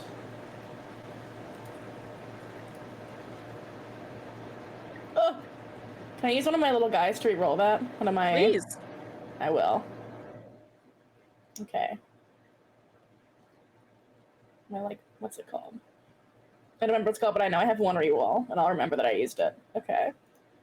Oh God. Please let me re-roll. Please let me re-roll. Please. 8. Oh, I hate it. I'm having a bozo moment in the god room where I want Sorry, the I'm so sorry. lore. I honestly, I'm a little clown bastard. I should have given you inspiration because it's Apotheon Sisters, and I've told you that you have inspiration with Apotheon Sisters, and I need to remember that and then not just sit here and watch you suffer. That's on me. That is on me. No, it's okay. So you're gonna give me one more roll. You have one more shot. Thank God. Brain cells. All right. So, Oh my God. Can Molly? I can give you my last inspo. Yeah. How do you do that for me? Yeah. You take. damn. Thank you. All right, please. One. Fuck! Oh my God. I think I don't have any Can more. I roll a religion? Go for it. At this point, why not, right? That is the worst I've ever rolled in my life. Back to back to Please, back. please, please.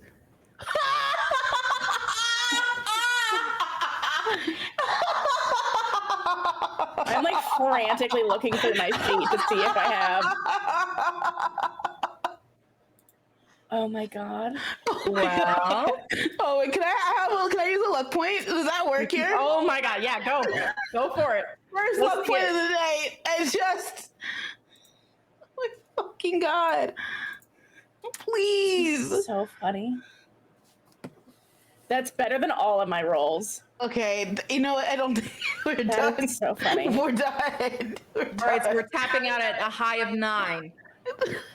I don't think I have anything else I I'm could tr- talk. Can I like Okay, take wait, damage double to check it. roll better? I can use another luck point, but I feel like I'm gonna need them. I want the lore so bad that Me I'm too. willing to take actual If psychic you're- damage. If you're willing to suffer a later fate and make a deal with me right now, I'll give you a 15. I'm shaking your hand. I'm physically shaking your hand It's right a deal, now. my player. Oh, All right, Jesus this Christ. Oh, I am Jesus a little Christ. lore goblin and I want it so bad. put it in the notes. Don't let me forget. Okay. Also, Mantha, mute your mic. So with that, we are. I love that. I love a deal, Molly. Thank you for making one, and I will get back to you this week about what that I deal won't looks let you like. forget. Thank you. Oh, so many things to ruin. All right.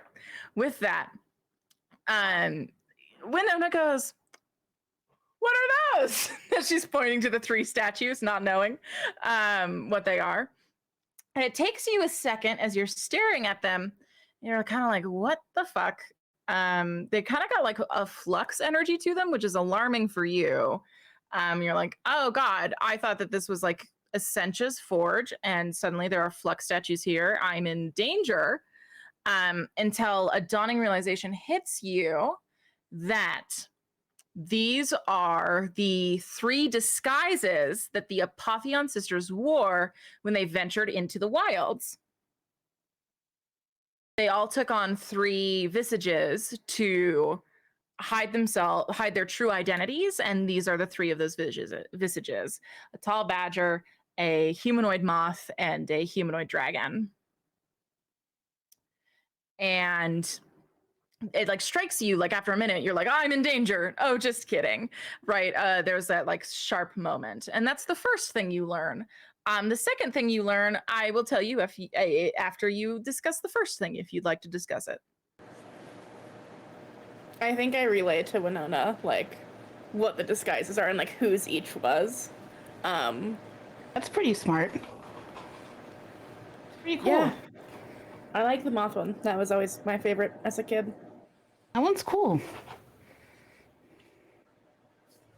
My mom had this storybook that had them in it when they were like, it was like actually like, oh, like a moth and a badger and a dragon. And I like wasn't supposed to tell anyone I had the book when I was little, but yeah, it was just a thing that I liked a lot. It's cute. Kind of scary place to like rekindle childhood memories, but that's really cool. I mean, they're really pretty. Yeah. And the fish are very gorgeous. I think Gideon like admires that there's like the swirling fish in the water too, as we're standing here. Yeah, and your eyes follow the fish, Gideon, as you realize that there is a very powerful divine magic in this room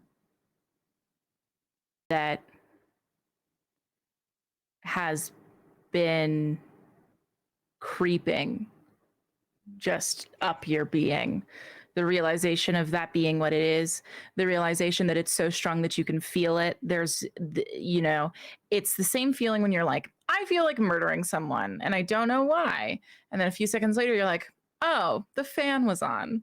That's why I wanted to murder someone, right? There's a few seconds later where it just like hits you, right? Like that's why all the hairs are standing up on your arms. That's why this feels this way. And your head turns to the lit anvil in the center of this room. And that in itself radiates a powerful divine magic. But it is the thing on top of it that is searing in its divinity. Gideon Osmond, with a deal that is made fair and an extensive knowledge of the Apotheon sisters, you know that Essentia was the first god to ever kill. She killed in the Feywild to save her sisters. And it was the blood that was spilled in that first fight that created the first Aasimar.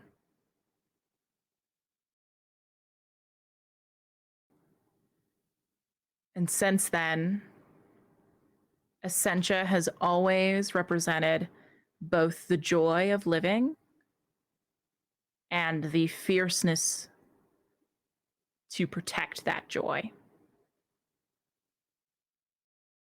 Which is why your jaw goes completely slack. And you realize that sitting atop this very forge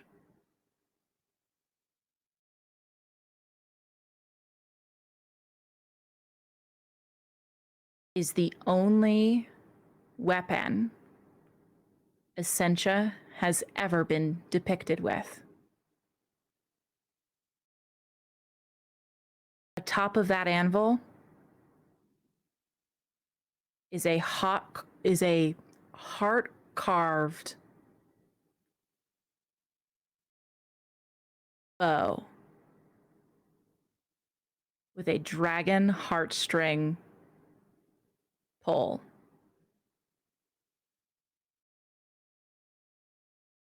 And you know, without a shadow of a doubt, that that is the real thing.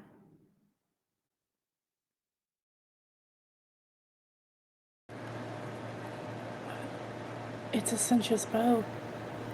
I think Gideon just like whispers it over to Winona. So, okay. Hold on. Now the bow is pretty fucking big, right? Big ass bow. So is it safe to assume that the arrow of light that pierced that thing upstairs? No, that was a spear. That was a Different. spear. But I think Winona did have the fear. I think Winona was like, "Oh shit!" No, that was a spear. We were Yeah, fine. okay. Like, yeah, I think Winona definitely had that feeling of like, "Ah!" That narrow. Okay. Cool.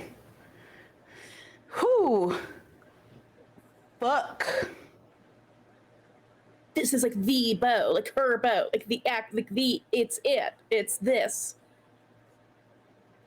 Just sitting here.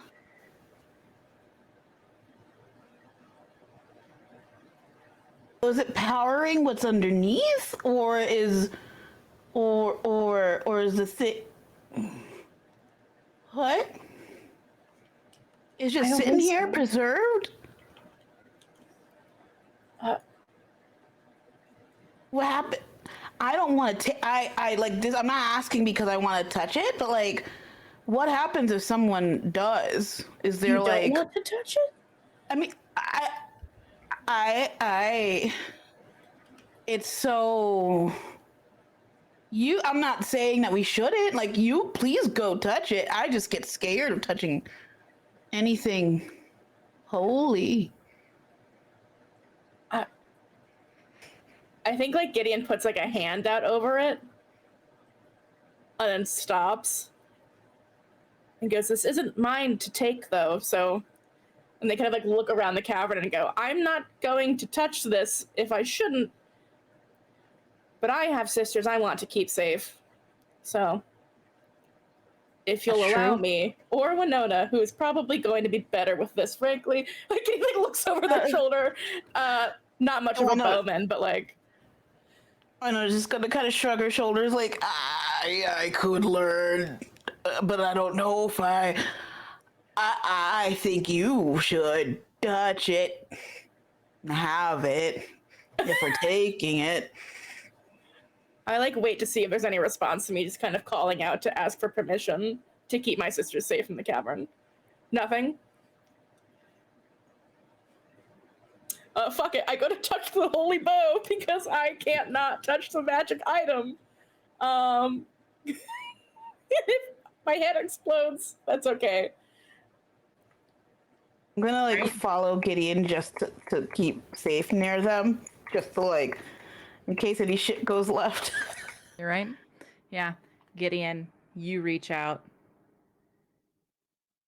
Hand inches from the bow. You can feel the heat increase. Or maybe it's just you. And just as your fingertips make contact with the bow, that is where we will end tonight's episode. Thank you for tuning into this episode of Death2Divinity, the first all-fat, all-queer D&D actual play. If you're here tonight, thank you so much for joining me. If you're here every night, thank you so much for being part of the community. If you'd like to join our Godslayers, don't forget to join our Discord. That's where we talk all the sauce. And if you want to plan the sauce with me, make sure you're coming to Scheme Times, as they're always so much fun. That's where I do all my DM prep if you want to learn how to do it like this, which, you know, is both a burden and a curse. I've had such a fucking phenomenal time with my players tonight, even though they almost broke my spirit, broke my soul. I've been your humble dungeon master this evening, who is so deeply looking forward to her players being reunited so that they might have scenes with each other and not me. I will be here. I will be here on Wednesday session prepping. Oh my god, last time was so fun.